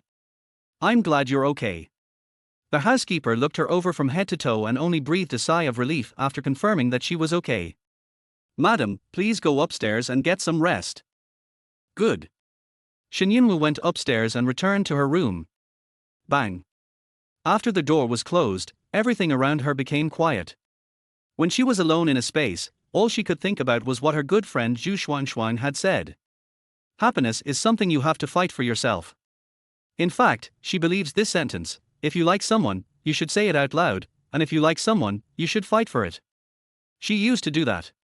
That's why she wanted to confess. But when she was about to confess her love, she heard him say that the place beside him would always be reserved for Jiang Chuchu. Forever. She understood what forever meant, and she also knew that Qin Ye was the kind of person who would keep his word. But Shen Yunwu held the phone tightly. Ever since Zhu Xuanxuan made the suggestion, the greed in her heart had found a place to attach itself to like a vine, absorbing nutrients from the soil diligently and growing rapidly upwards. She actually wanted to listen to Zhu Xuanxuan and give it a try. But if she were asked to tell Qin Ye in person, she definitely wouldn't have the courage to do so. Perhaps, she could choose to send a message to Qin Ye. He must have known it when he saw the text message. After this thought came to mind, Shen Yunwu's heart began to beat wildly, as if he was stimulated by something. Her hand holding the phone also began to tremble. When I tried to unlock the phone with my fingerprint, it failed several times, so I finally had to enter the password. Shen Yunwu clicked into Qin Ye's address book. Perhaps because she was afraid, she usually communicated with Qin Ye through WeChat, but now she clicked on the text message. After clicking in, Shen Yunwu became confused again. How should she tell him? She stared at her phone in a daze for a long time, and finally decided to be direct. Just like Zhu Xuanxuan said, since she had already made the worst-case plan, what was there to be afraid of? She edited the text. I am pregnant. Then close your eyes and hit send. Chapter 13 I will satisfy you. When the message was sent successfully, Shen Yunwu's heart suddenly calmed down. She has done it. All she had to do was wait for a reply. Qin Ye did not reply to her immediately. Shen Yunwu glanced at the time and guessed that he should be at work, in a meeting, or socializing. His phone might even be on silent mode. He would be able to see it when he finished work. The time was unbearable, so she decided to take a nap. Shen Yunwu quickly changed into her pajamas, drew the curtains to quiet the room, then climbed onto the bed and closed her eyes. Bite. At the same time, in an office in a building of Qin Group, Jiang Chuchu, who was originally sitting on the sofa with a calm face, now had her eyelashes trembling. She stared at the text message on the phone in front of her. The content of the message was simple, just 4 words: I'm pregnant. At first, when the text message came in, Jiang Chuchu thought it was a work-related text message from Qin Ye, or some harassing message. I didn't expect it was sent by Shen Yunwu. Jiang Chuchu subconsciously raised her eyes to look at Qin Ye, who was working in the office in front of her. Is he actually together with Shen Yunwu? Facing her gaze, Qin Ye seemed to notice something and looked up at her with confusion in his eyes. Jiang Chuchu was startled, and quickly forced a smile at him, then lowered her head again. Qin Ye then withdrew his gaze. The office was extremely quiet. Because the building was tall enough, even the noise from downstairs could not be heard. Jiang Chuchu lowered her eyes with a gloomy look in her eyes. She did not repeatedly confirm whether the content of the text message was sent by Shen Yunwu, but deleted the text message directly. After deleting it, Jiang Chuchu breathed a sigh of relief, but she fell into deep thought. Her fingertips almost sank into the flesh. Shen Yunwu. What did she mean by sending this text message? Did she want to snatch Qin Ye from me? Thinking of this, Jiang Chuchu bit her lower lip. Fortunately, after she entered the office just now, she asked Qin Ye for his cell phone under other pretexts. Qin Ye just frowned and quickly handed the phone to her. If she hadn't brought her phone today and Qin Ye had seen this text message, the consequences would have been disastrous. A few minutes later, Jiang Chuchu returned the phone to Qin Ye and said softly, "Ye, the phone is in good condition, thank you." Qin Ye took the phone back and nodded slightly. Seeing his indifferent attitude, Jiang Chuchu thought of the text message Shen Yunwu had just sent, and couldn't help but ask, "Don't you always dislike others touching your phone? Why are you willing to lend it to me?" Hearing this, Qin Ye glanced at her, as if he was a little helpless. "Of course you are different from others." This one sentence made Jiang Chuchu instantly satisfied, and her heart seemed to be filled with honey, sweet and delicious. Yeah, she is different. Maybe she was thinking too much. Even if Shen Yunwu was really pregnant, it was not certain whether the baby in her belly was Qin Ye's. How could Qin Ye touch her? While thinking, Qin Ye said in a deep voice, "Chuchu, you saved me, so if you have any request, just ask, and I will satisfy you." When this matter was mentioned, the smile on Jiang Chuchu's lips faded a little, and she nodded. "Thank you, Yi." As Jiang Chuchu lowered her eyes, darkness appeared in her eyes again, and she felt a little crazy in her heart. It's the life-saving grace again. He always mentions the life-saving grace. If it weren't for the life-saving grace, would she be nothing in his heart? Thinking of what happened that year, Jiang Chuchu felt a little uneasy. Although many years have passed, the scene of that day seems to have happened just yesterday. The river was rushing at that time and Jiang Chuchu was completely frightened. She stood by the river and watched Qin Ye being swept into the river, her head buzzing. By the time she reacted and turned around to call for help, a slender figure ran towards her recklessly. When passing by each other, Jiang Chuchu forgot to even call for help. She just stopped and turned back subconsciously. At a glance, I saw the girl dive into the river. Without any hesitation or delay. It had been many years since the incident happened, but when Jiang Chuchu thought back on it, she still felt shocked. She was too brave, which caused Jiang Chuchu to dislike her for a long time afterwards. How? Seeing that she seemed to be lost in thought, Qin Ye asked. Hearing this, Jiang Chuchu came back to her senses, smiled slightly and shook her head. Nothing. She shouldn't think about the past anymore. Now, she is Qin Ye's savior. This thing will never change. Jiang Chuchu stayed in Qin Ye's office for a while. Qin Ye was very busy at work and had little time to pay attention to her, so Jiang Chuchu had to take the initiative to speak after a while. Yi, you are busy with work. I will go back today and come to see you another day. Qin Ye was so busy that he didn't even raise his head, his eyes were still on the monitor screen of his laptop, and he just replied, "Okay." Jiang Chuchu prepared to leave. At this time, Qin Ye seemed to think of something and raised his eyes. "Wait. What's wrong?" Qin Ye looked at her steadily. "Who sent the message just now?" Hearing this, Jiang Chuchu paused. When the message rang just now, he didn't ask. Jiang Chuchu was probably frightened by the content of the text message, so she deleted it without thinking too much. I didn't expect him to ask. It was a spam message. I didn't want to bother you, so I deleted it without telling you. After saying this, Qin Ye remained silent. Seeing him silent, Jiang Chuchu couldn't help but panic.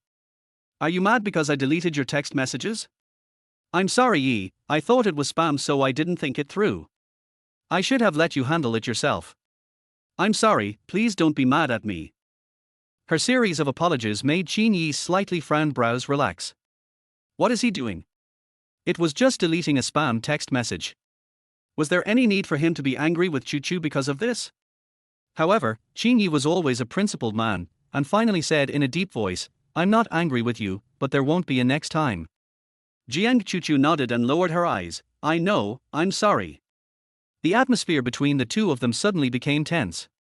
Qin Ye was silent for a moment, then said, "I'll ask the driver to take you back." Good. Soon the driver came up to pick up Jiang Chu. After leaving the office, Jiang Chu entered the elevator, but she couldn't help but clench her hands into fists. On the surface, Qin Ye seemed to have no objection to her taking his phone.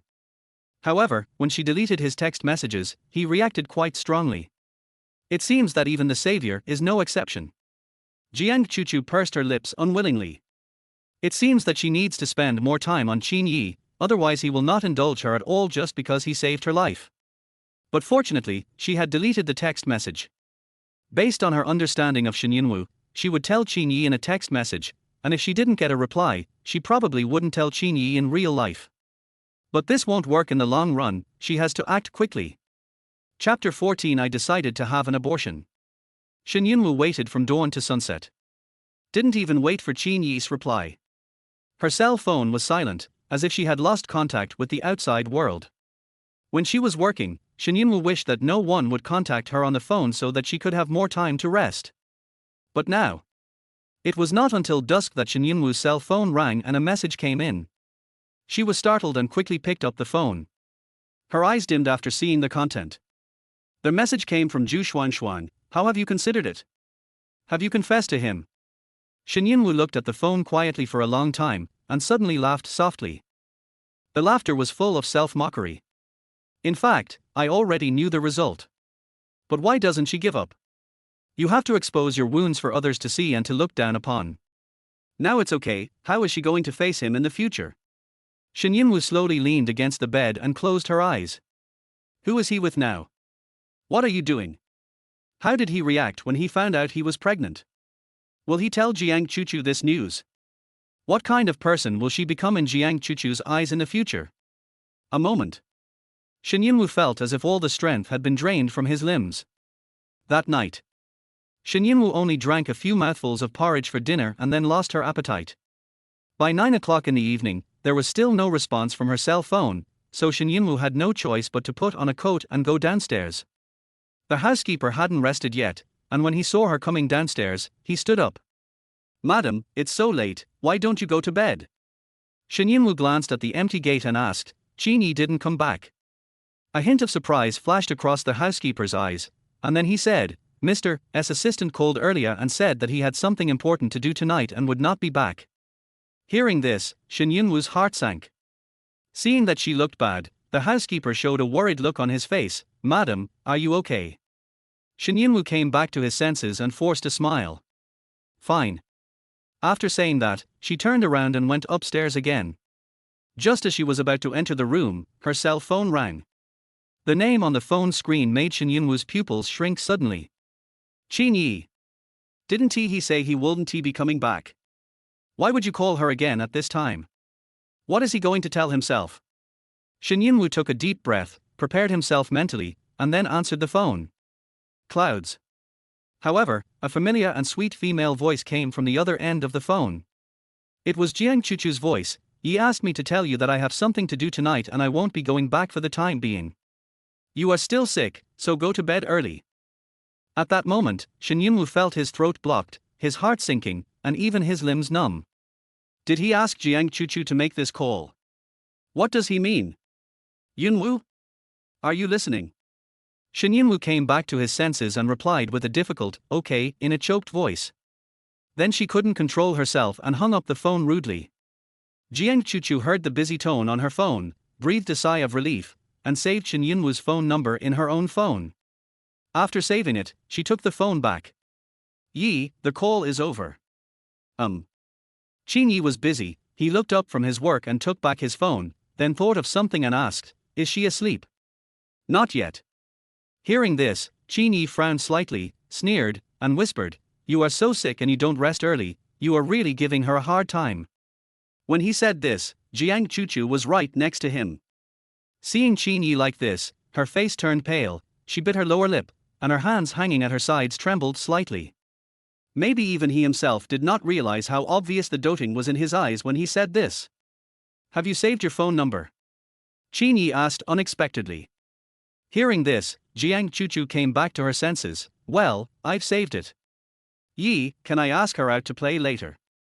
"Well, it saves her from having to focus on work all day long." Jiang Chuchu could only smile awkwardly. When she turned her back, a gloomy look flashed in her eyes, even though she was always weak. Tilde. Next day, when Shen Yunwu woke up, she found that her eyes were a little swollen. In order to prevent others from noticing anything unusual, she applied ice to reduce the swelling. She glanced at her phone and saw that several people had sent her messages.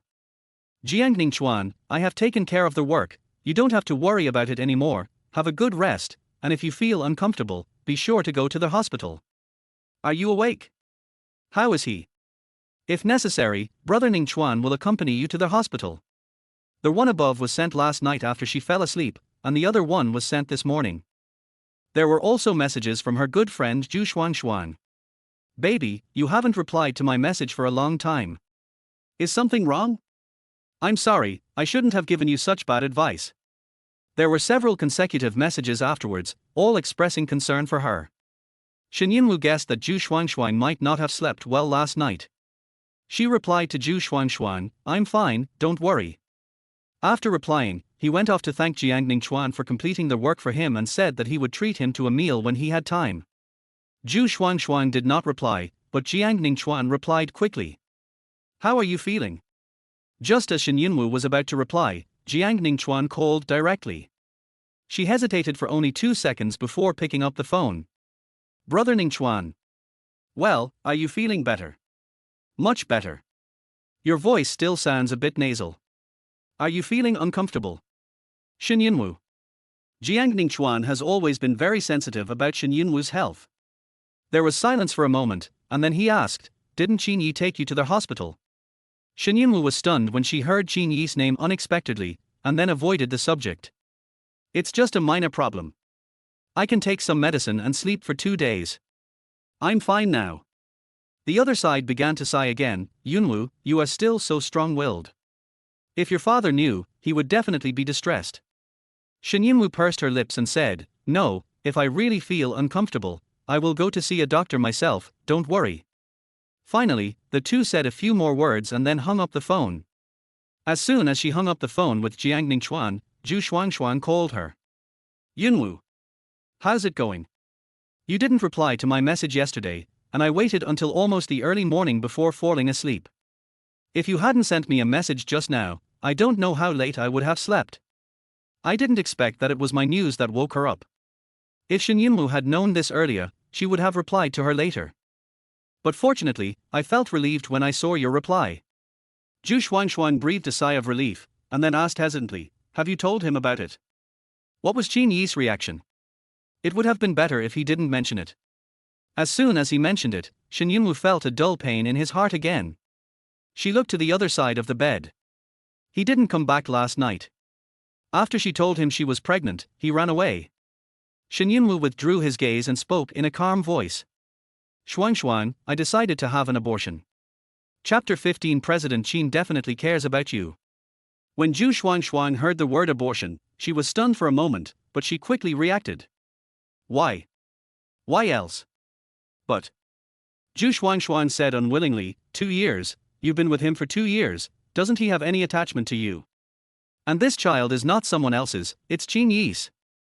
As a husband and a father, doesn't he have any mercy?" Shen Yunwu was silent. If she still had any fantasies about Qin Ye before sending the message, then her fantasy is now dead. What's the popular saying on the internet? "Oh, by the way, your child is only a child when he loves you. When someone doesn't love you, you are nothing, not to mention your child, even you are nothing." Zhu Xuanshuan continued, "Even if there were no these 2 years, you grew up together in the past. Don't you have the affection of childhood sweethearts? Yunwu, did you fail to explain it clearly to him? Otherwise." "Xuanshuan." Shen Yunwu interrupted her calmly, "Don't say anything. Talking more about this matter would only make her more embarrassed. Once is enough. If it happens many times, then what is it, begging? Then she would rather not have it. Shen Yunwu hung up the phone with Zhu Xuanshuang, then got up, packed up, and went to work in high spirits. She drove to the company by herself. The first thing she did after arriving at her workplace was to check her previous work. After confirming that there was no problem, she took out her mobile phone to make an appointment online. If she decides to have an abortion, she needs to do it as soon as possible and get things done. This week's appointments are full, so Shen Yunwu can only make an appointment for next week. When it came time to confirm the appointment, Shen Yunwu couldn't help but stop moving her fingertips. There seemed to be a voice in her heart asking her, "Do you really want to abort this child? Are you willing to do so?" Then another voice replied, "So what if you are reluctant? Will you be responsible if the child is born without a father? Everything will work out when the time comes. You're just pregnant now. Even if you want to give birth, it will take 10 months. Why are you so nervous? Can you solve the problem by avoiding it? Even if we don't fight now, we will still have to fight in the future. But this child is not only Qin Ye's child, he is also your child, with your blood flowing in his veins, isn't he? So what? You don't understand the pain of a single-parent family." At this moment, Shen Yunwu was torn between his conscience and his desires. There were always two little voices pulling each other. One asked her to stay, and the other asked her to beat him, which made her headache so severe that it almost exploded. "Sister Yunwu, this is the draft of the project from IC Company. Please check if there is anything that needs to be revised." Just at this time, Lin Yuyu walked over here. Shen Yunwu quickly closed the phone interface and put it on his desk. Lin Yuyu was a little surprised by her hasty action, but as a subordinate, it was not appropriate for her to ask about her superior's private affairs, so she could only suppress her curiosity and hand the plan over to her. After Shen Yunwu took it, she saw Lin Yuyu still standing there, so she asked, "What's wrong? Is there anything else?" Lin Yuyu glanced at her and asked weakly, "Sister Yunwu, are you okay? You fainted the past 2 days, and I was scared to death." Speaking of this, Shen Yunwu became a little curious. "You asked him to come over that day?" Lin Yuyu nodded, "Yes, when I came to find you, you didn't wake up no matter how I called you, so I went to find Mr. Qin." No wonder she woke up in Qin Ye's car. "Sister Yunwu, you don't know how nervous Mr. Qin was when I told him that day that you might be unconscious." When Lin Yuyu said this, Shen Yunwu couldn't figure out what she was thinking. Was she trying to please him? So she also carefully replied, "Really? How nervous are you?" Lin Yuyu's smile was a bit shy. "Anyway, I've been at Qin's for so many years, and except for yesterday, I've never seen President Qin show such an expression. At that time, there were senior executives around him reporting to him. I heard that after you fainted, even the senior executives ignored them and ran over directly, then carried you into the car. They looked very nervous." At the end, Lin Yuyu blinked at her and said, "Boss Qin must care about you a lot." "Yeah." Shen Yunwu looked at her and said inexplicably, "Didn't you see any other women around him yesterday?" In one sentence, Lin Yuyu's thoughts on supporting the office couple were immediately extinguished. She stood there for a long time, not knowing what to say to ease the embarrassment. Because of Mr. Qin's behavior, she forgot that there was another woman beside him. However, Lin Yuyu didn't think much about it. Now that Shen Yunwu said that, it seemed that something was indeed wrong. Because the woman stayed in his office. And recently there have been some rumors in the company because of that woman. Seeing her standing there woodenly, Shen Yunwu raised her hand and pinched her aching forehead, and said softly, "Go to work." "Oh well." After Lin Yuyu left, Shen Yunwu took out his mobile phone again and clicked on the screen to confirm the appointment. There's nothing to be sad about, she thought. At noon, Jiang Ningchuan sent her a message inviting her to have lunch together. Shen Yunwu was in a mess and wanted to refuse, but when she thought about the work he had handled for her yesterday, she agreed. When it was time to get off work, Shen Yunwu went to the downstairs gate to wait for Jiang Ningchuan. He said he would drive her and she had no objection. While waiting, Shen Yunwu opened his mobile phone to check his afternoon work schedule, and suddenly heard the people in front of him talking. "That's our CEO Qin's car, right? Why did you come to the company at this time?" Hearing this, Shen Yunwu subconsciously raised her eyes and saw the black Cayenne at a glance. Shen Yunwu's mind moved slightly, he was the only one who could drive this car. The Cayenne was driving quite fast, but the window was open. When the car drove past, Shen Yunwu saw Jiang Chuchu sitting in the passenger seat. She was wearing a light blue work dress, with her long hair draped over her shoulders. She looked out the window and her eyes met those of Shen Yunwu, who was standing among the crowd of employees. Jiang Chuchu paused for a moment, then smiled at her. Qin Ye, who was sitting in the driver's seat, was staring intently and did not notice this scene. It was not until the car drove into the company that the Qin employees in front began to discuss. Who is that girl? She can sit in the passenger seat of Mr. Qin. I heard that they worked overtime until very late last night and came out together. I also heard from others that the girl is the one that our President Qin likes. She just returned to China recently. The girl you like? But isn't our President Qin married to Secretary Shen? Are you stupid? How can you take a wealthy marriage seriously? It's being said everywhere that President Qin and Secretary Shen's marriage is fake, otherwise they wouldn't have been married until now, and Secretary Shen is still just Secretary Shen, and there's no sign of pregnancy. Chapter 16. Are you protecting me now? Wow, now that you mention it I think it's possible. That's right. How can a rich man's wife work as a secretary in a company? But I don't understand, why do we have to have a fake marriage? I guess there's a reason. I heard that Secretary Shen and President Qin grew up together. When the Shen family went bankrupt, President Qin stayed with her, probably because he wanted to help her. Now, no one dares to bully Secretary Shen. Is that so? Then our President Qin is really a good man. I also heard that our President Qin has been waiting for Jiang Chuchu who went abroad. A man who is both loyal and affectionate, TSK, it can only be our President Qin. When those people were talking, Shen Yunwu stood behind and listened without avoiding them. Her expression was calm, as if she was not the subject of discussion among them.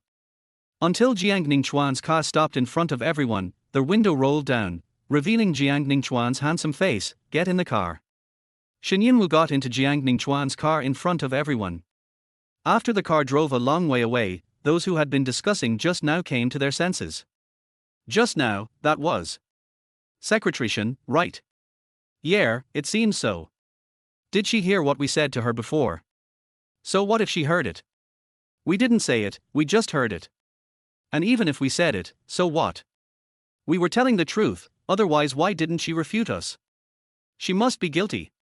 The main thing is that she doesn't know how to refute us, right?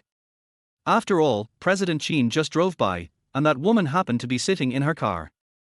Everyone was still talking as they watched the car going away. Shen Yunwu raised the car window with an indifferent expression, and then looked at the trees and buildings outside the window that were constantly receding, and his heart sank. What echoes in my ears is still the heated discussions of those people. And the black KN that flashed by just now. What's wrong? Are you distracted? Jiang Ningchuan noticed her emotions and asked. Hearing this, Shen Yunwu came back to his senses and forced a smile. Nothing, maybe it's the sequelae of the illness. Jiang Ningchuan could only sigh. How long do you want to keep this secret from me? These words made Shen Yunwu's body stiffen. What's the meaning? What did she hide from him? Could it be that Jiang Ningchuan knew that she was pregnant? But who told him?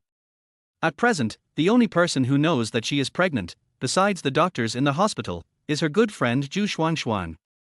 Of course, as soon as this thought came up, it was immediately denied by Shen Yunwu. Because of her relationship, Xuanshuan also knew Jiang Ningchuan, and they kept in touch and had a good relationship. Both she and Xuanshuan regarded him as their elder brother.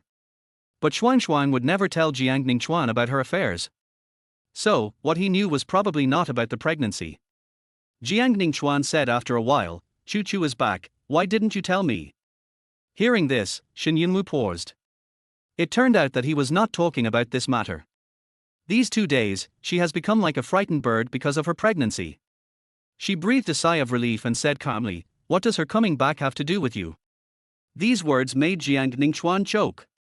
He looked at Shen Yunwu helplessly. If Jiang Ningchuan didn't know her personality, he would probably think she was being harsh on him. It has nothing to do with me, but what about you? It has nothing to do with you either. Shen Yunwu was silent. Jiang Ningchuan said, when you wanted to be with him before, I felt that it was not okay. You knew he had said that, but you still. Jiang Ningchuan didn't say the rest, but his tone made his emotions very clear. He is disappointed with his friend. Shen Yunwu could only be thankful that he didn't know about her pregnancy, otherwise his tone would be even worse than it was now.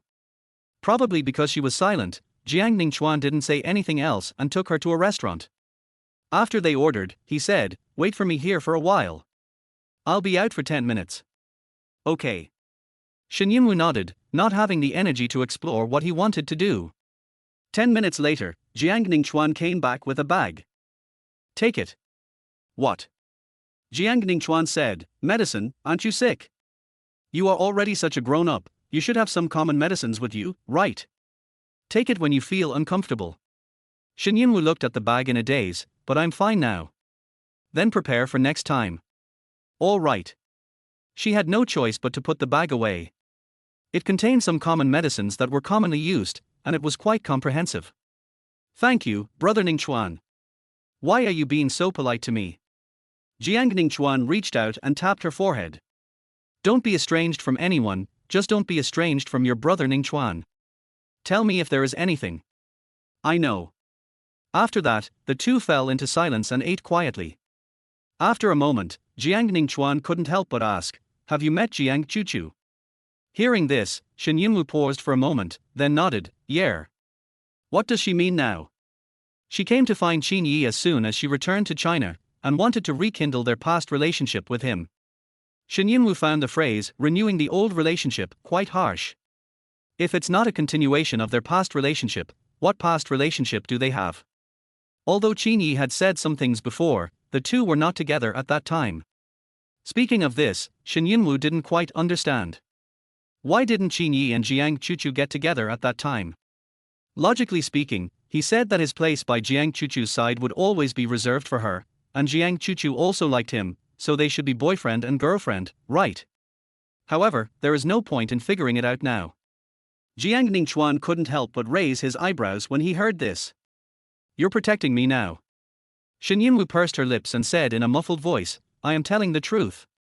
He brought people to the company and let them gossip about you, and you're still protecting him." When saying this, Jiang Ningchuan's brows could hardly relax. What did he hear in the tea room this morning when he was at work? "Have you heard? Mr. Qin's real girlfriend is back." "Official girlfriend? Isn't our President Qin married? Where does the official girlfriend come from? The marriage must be fake. If they were really married, how could they bear to let their wife be a secretary? It's so hard. Now this is real. I heard that she saved our President Qin's life. And her family background is good. She just came back from studying abroad. She is really a good match for our President Qin. If President Qin is with her, what about Secretary Shen in our company? This is such a funny question. What else can we do? A sparrow cannot turn into a phoenix by flying onto a tree branch, so of course it can only go back to its own nest." Perhaps this sentence hit the funny spot of that group of people, and they all laughed happily in the tea room. Jiang Ningchuan, who was standing outside, clenched the ceramic cup in his hand with a gloomy look in his eyes. Is Yunwu's sudden illness related to her? Otherwise, how could it be such a coincidence? Chapter 17 His News. Jiang Ningchuan came back to his senses. He glanced at the girl in front of him. She was dressed simply, with her long hair casually tucked behind her ears. She didn't even put on any makeup today, so she looked a bit morbidly beautiful. It makes people feel pity. Jiang Ningchuan is a self-aware man. He always knew that he was not as good as Qin Ye and was not worthy to be compared with him. When the Shen family went bankrupt, he traveled to many places, but unfortunately he was too insignificant and could not help at all. Even the CEO of a company told him directly, "Jiang Ningchuan, you are excellent, and I am optimistic about your ability, but the Shen family has fallen now. Smart people should know how to make choices. You can come to my company." At that time, many people not only did not want to help, but even wanted to poach him. The Shen family will never rise again. Even if someone is willing to help them now, the Shen family will no longer maintain its former glory. So I advise you to think carefully about your future. After all, you are not a member of the Shen family, nor are you the son-in-law of the Shen family. There is no need to rush around like this. Jiang Ningchuan felt utterly disappointed, and on their way back he was seriously thinking about this matter. He called Shen Yunwu, asked her where she was, and went to pick her up. As a result, when he arrived, the second son of the Chen group was verbally humiliating her with his friends. Mission, when the Shen family was prosperous in the past, you were dismissive of my pursuit. Now that the Shen family has fallen, I wonder if you still have such pride. As for the current Shen family, it's not impossible for me to help you, but there must be some price to pay, right? For example, sleep with me for one night. As soon as he finished speaking, all his friends burst into laughter. Jiang Ningchuan almost rushed up and fought with the other party. All those future thoughts he had considered for himself when he came here also disappeared in an instant, and at that moment only one thought remained. He couldn't abandon the Shen family at this critical moment and go find his own future. He couldn't go up and fight with the two sons of the Chen family because he was not qualified, so he could only pull Shen Yunwu away.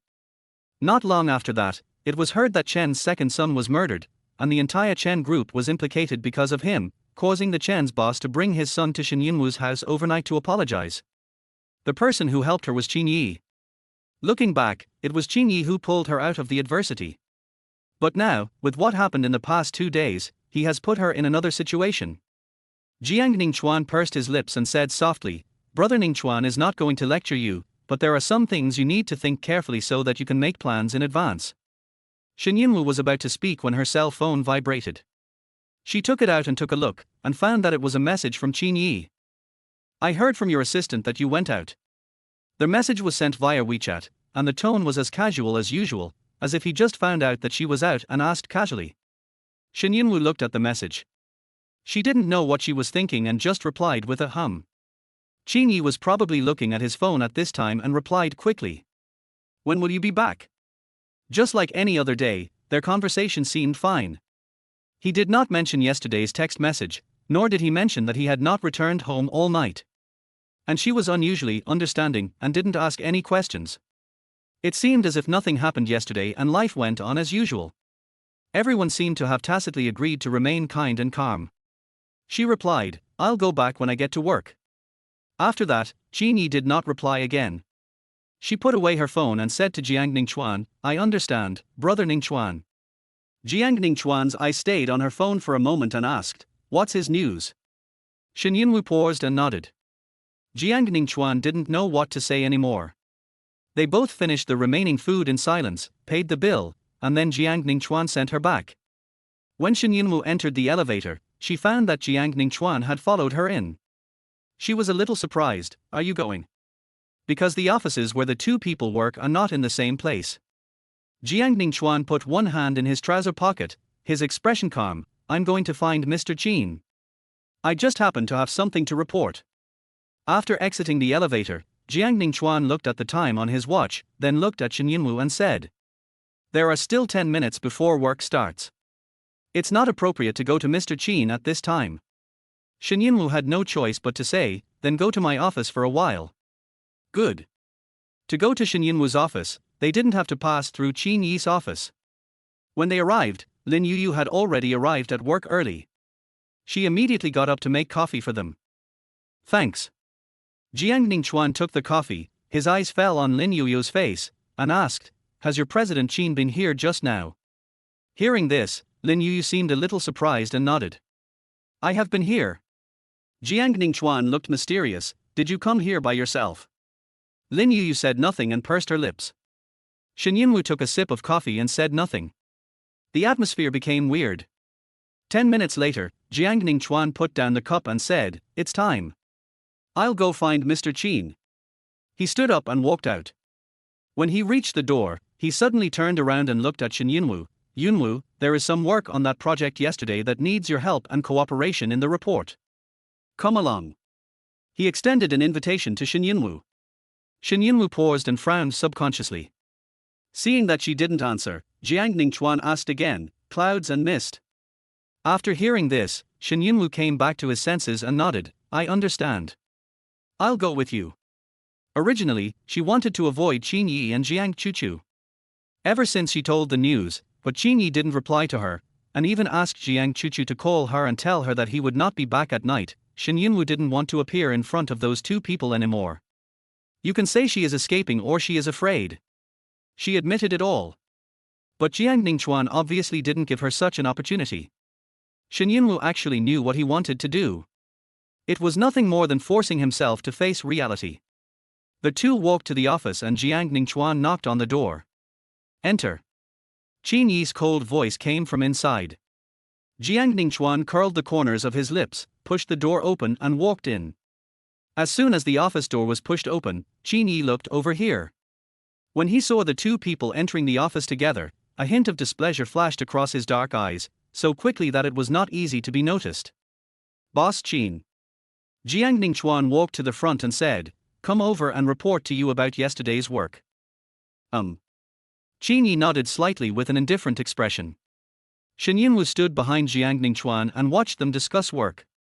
Qin Ye at work is completely different from him in private. At work, he is cold, rational and unkind. Just like now, he clasped his hands together and placed them on his knees with an expressionless face, listening indifferently and calmly to Jiang Ningchuan's work report. But from time to time, his eyes would bypass Jiang Ningchuan and fall on her face. I don't know if it was Shen Yunwu's illusion. Qin Ye looked at her with a cold look. Chapter 18, Be decent when separating. Faced with such a look from him, Shen Yunwu was a little at a loss. Moreover, when she went out at noon, didn't he come to the company with Jiang Chuchu? Why wasn't Jiang Chuchu in the office? While she was thinking, Jiang Ningchuan asked her something, and Shen Yunwu came back to her senses and responded quickly. After the report was completed, Jiang Ningchuan prepared to leave. Qin Ye nodded indifferently. As soon as Jiang Ningchuan walked away, Qin Ye's sight fell on Shen Yunwu without reservation. Before, she was standing behind Jiang Ningchuan, which shielded her. There is really no way to avoid it now.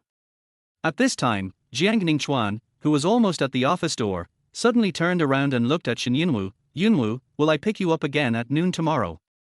Hearing this, Shen Yunwu set out on an expedition. Qin Ye also realized something and raised his eyebrows. "Boss Qin, do you mind if I say a few words to Secretary Shen?" Shen Yunwu frowned. What is he going to do? But before she could react, Qin Ye had already pulled his lower lip and said in a cold voice, "It's better not to, after all, it's working hours now." Oh. Jiang Ningchuan seemed a little surprised by this answer, but he did not refute. "In that case, I will come to see her after get off work." After saying that, Jiang Ningchuan left.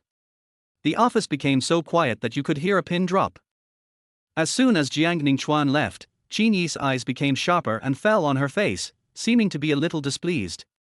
"You went out with him at noon?" Shen Yunwu nodded. There was nothing to deny. After all, there was nothing innocent between her and Jiang Ningchuan. Hearing this, Qin Ye frowned. "What are you doing going out with him?" "We had dinner and talked about yesterday's work." Originally, when he heard about eating, Qin Ye's brows were frowned even more tightly, but the following sentence about work made his frown relax a little. That's right, after all, they both work at Qin's now, so it's normal for them to talk about work. However, Qin Ye still felt unhappy in his heart, and pursed his lips. "Shen Yunwu, you are still talking about work during dinner. If you don't know, you might think I am bullying you."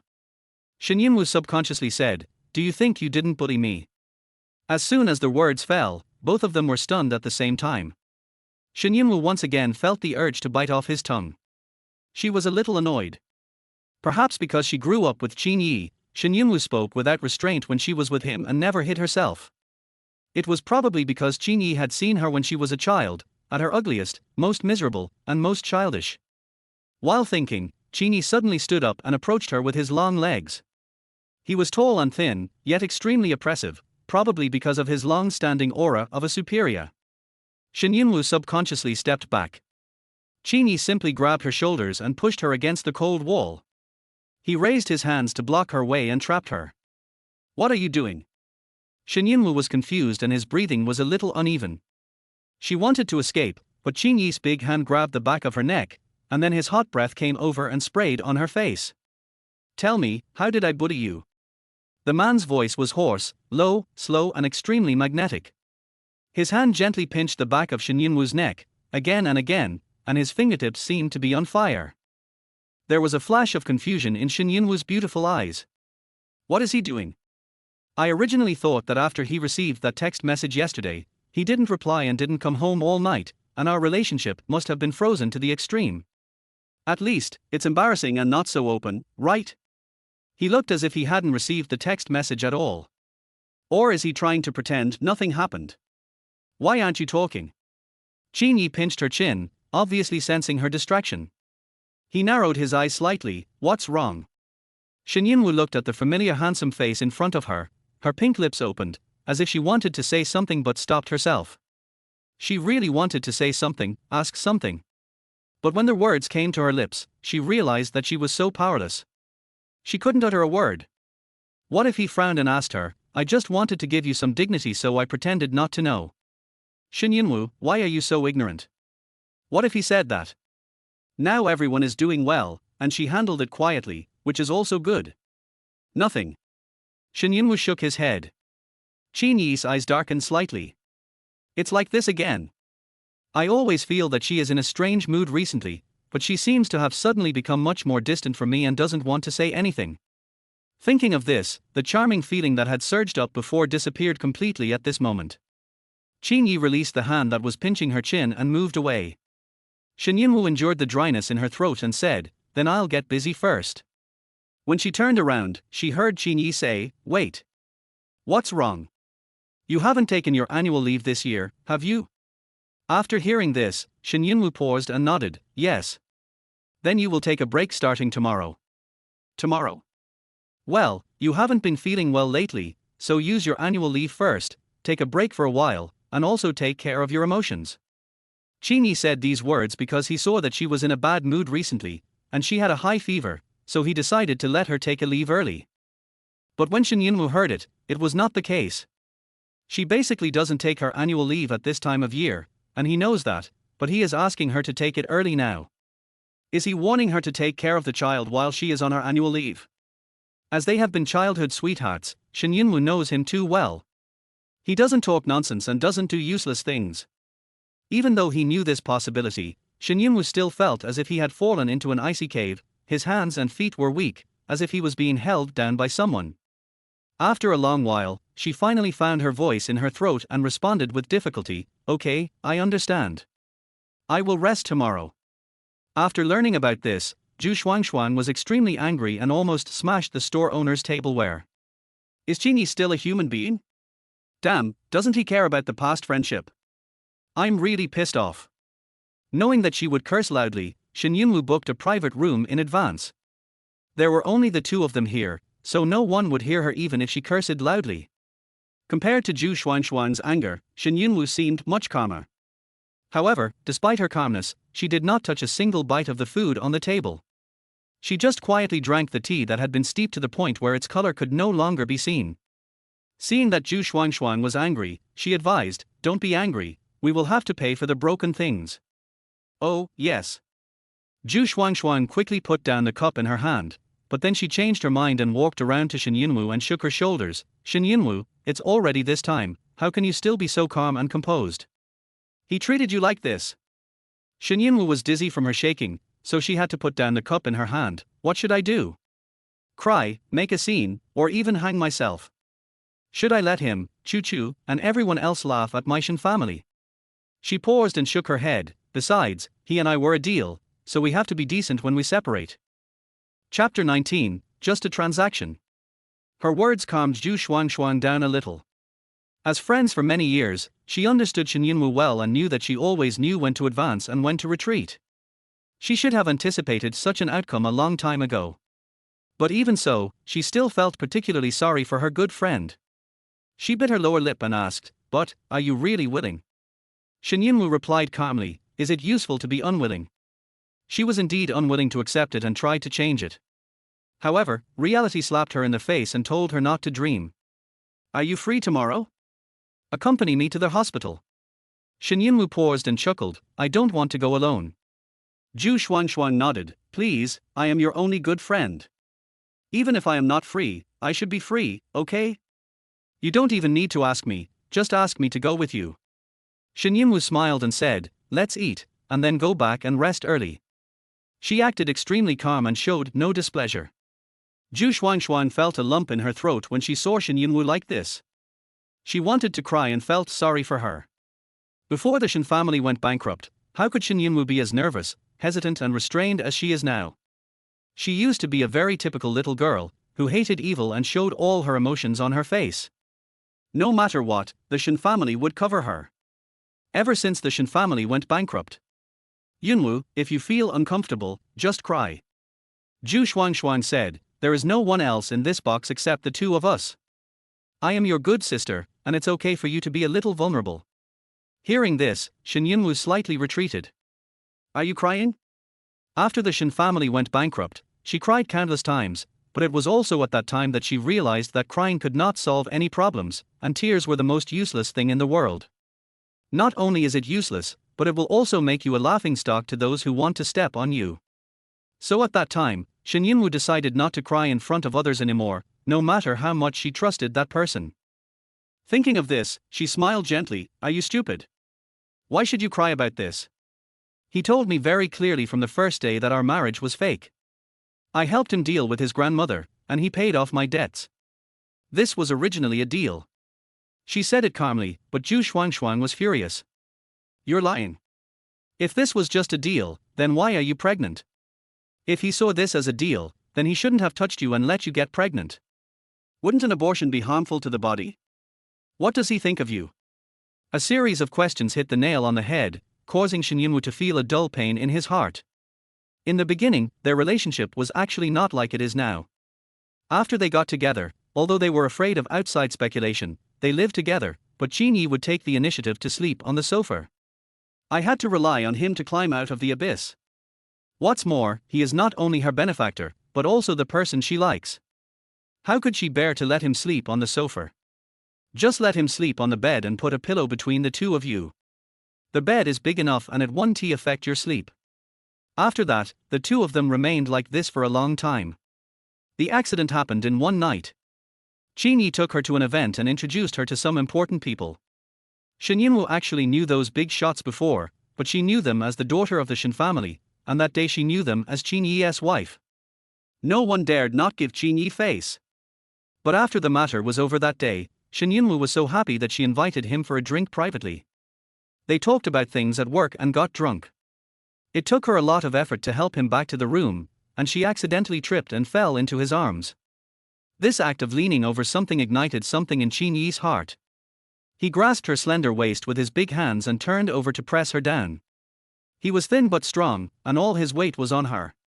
Shen Yunwu didn't know if it was the effect of the alcohol, but she immediately felt like her face was burning and wanted to push him away. However, just when she wanted to push him away, the man's warm lips covered hers. Shen Yunwu was stunned. When she wanted to push him away, she felt something warm in her mouth. Immediately, her brain seemed to be shocked by something and she was unable to move. By the time she realized what was happening, she had already responded.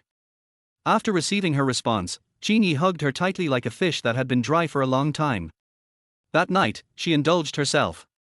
When she woke up in Qin Ye's arms, what she saw was Qin Ye's tightly knitted brows and the frown between his eyebrows. When he saw that she woke up, his thin lips moved slightly, as if he wanted to say something. Seeing this, Shen Yunwu rushed in front of him and said, "We all drank too much last night. This was just an accident." Hearing this, Qin Ye's dark eyes flashed with a strange emotion, and he repeated her words, "Accident." Shen Yunwu nodded. Yes, it was an accident. It could only be an accident. She and he were originally just a deal. If any other ties had happened, it would definitely destroy their current relationship. He might think that she had other thoughts and would not let her stay with him anymore. After she said it was an accident, the expression on Qin Ye's face turned ugly for a moment. After a long time, he seemed to calm down his emotions, pursed his lips, and said coldly, "Girls are still at a disadvantage, what do you want?" Shen Yunwu pretended to be relaxed and said, "Why should I ask for something? Do you think I am at a disadvantage in this matter? We are adult men and women, and this is just a physiological need." These words made Qin Ye's face even uglier, and he squinted his narrow, dark eyes and looked at her. "Is it just a physiological need?" Shen Yunwu shrugged and said nonchalantly, "What else? Is there anything else? Don't think too much. If you really feel that you owe me, then just give me the money." That day, she used her own way to make Qin Ye think that this was still a transaction, and carefully concealed her love for him. She said she wanted 10 million. Qin Ye didn't know if he thought she was asking for too much, but he looked particularly ugly that day. Shen Yunwu had known him for so many years, but she had never seen him look so ugly. But in the end he gave her the 10 million. Then the two of them were in a cold war for a long time. Basically, whenever Qin Ye saw her, he would have a gloomy face. He would go to work early during the day to avoid her, and would deliberately stay in the company to work overtime at night, so the two of them basically never met. It wasn't until Grandma Qin's birthday that their relationship eased. Thinking of this, Shen Yunwu sighed lightly. That's it, let's resolve the matter as soon as possible. After that was resolved, it was time for her to leave. After Grandma Qin's surgery is over, she can divorce him. At that time, the sky will be high and the sea will be vast, and she can go anywhere. She directly gave the Human Resources Department a request for annual leave, and the department quickly agreed. Next day, Shen Yunwu got up early, met Zhu Xuangshuang, and went straight to the hospital. Chapter 20 Encounter. After arriving at the hospital, Zhu Xuangshuang looked around with a strange expression and asked her in a low voice, "Why don't we go to a big hospital? Will a small hospital cause harm to your body?" Shen Yunwu said calmly, "It's inconvenient." There was someone at the big hospital who knew Grandma Qin and worked there. She hadn't considered that she was pregnant that day, so she went there for a checkup. Now that she has to deal with it, she naturally can't go to that hospital again. In case of being discovered, then tell Grandma Qin. So in order to be safe, Shen Yunwu decided to just get it treated in this small hospital. Zhu Xuangshuang went to register and pay for her, and she had to do a checkup first. While waiting for the inspection, the two sat on the chairs and waited. Zhu Xuangshuang turned her head from time to time to look at Shen Yunwu, and then looked at her again after a while. Within a few minutes, she looked at her more than 10 times. Shen Yunwu really couldn't bear it any longer. "What are you looking at me for?" Zhu Xuang's eyes were slightly red. "I was wondering, when did you become so cold?" Hearing this, Shen Yunwu was stunned. Has she become indifferent? "This child is yours too." Zhu Xuangshuang said this in a very low voice later. Shen Yunwu was touched by what she said, and her hand unconsciously touched her lower abdomen. Yes, this child is also hers. She felt even more reluctant, but at the moment she seemed to have no better solution. Seeing her lost in thought, Zhu Xuangshuang immediately seized the opportunity and said, "Yunwu, you don't want this to happen, right? Let's think of other ways, okay? Any other solution?" Shen Yunwu's eyes were confused. She felt as if she was stuck in a dead end. Did she have any other options? Yes. Zhu Xuangshuang held her shoulders tightly. "Let's find a way. There must be a way. I know you are more reluctant to give up this child than anyone else, but you have to. Anyway, we just found out now. Let's think about it again. Don't be anxious, so as not to regret it later, okay?" Just as Shen Yunwu was about to nod, someone called her name from inside. Because we arrived early, there were fewer people. Shen Yunwu subconsciously stood up and walked inside. "I'll go check first." It was just an inspection, and the result had not yet been decided. Zhu Xuangshuang was not in a hurry. "Okay, then you check first." The hospital was cold everywhere. Most of the people who come to this hospital come for abortion. So after receiving the pregnancy report, the doctor raised his glasses and looked at her. "Are you sure you want to have an abortion?" Shen Yunwu, who was already in a somewhat delicate mood, paused after hearing her question. The doctor was used to her hesitant look in such a hospital, so he explained to her the abortion process, the items that required payment, and the examinations without any expression. "If you've made up your mind, go pay the fee and move on to the next one." "Thanks." Shen Yunwu stood up and walked outside. Zhu Xuangshuang had been waiting for her outside the door. When she saw her come out, she hurried over to meet her. "What do you mean?"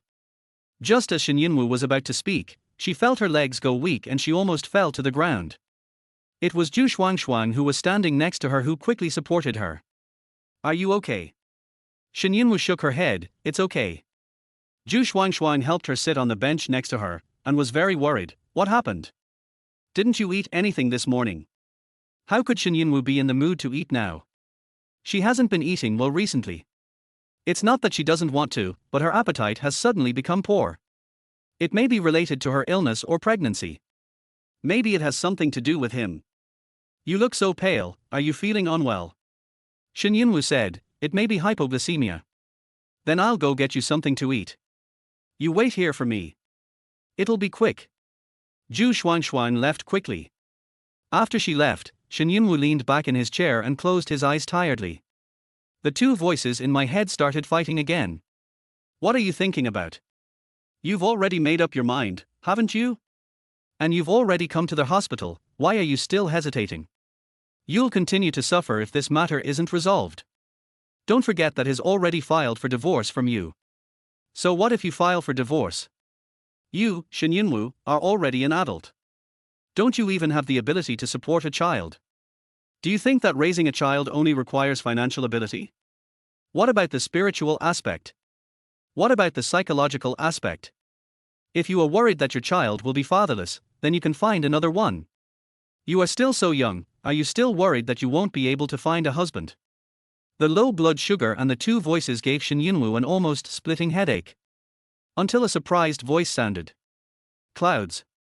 Yunwu, is that you? At first, the voice didn't sound real and Shen Yunwu thought he had heard it wrong. But gradually, the sound became clearer, and she opened her eyes and looked towards the source of the sound.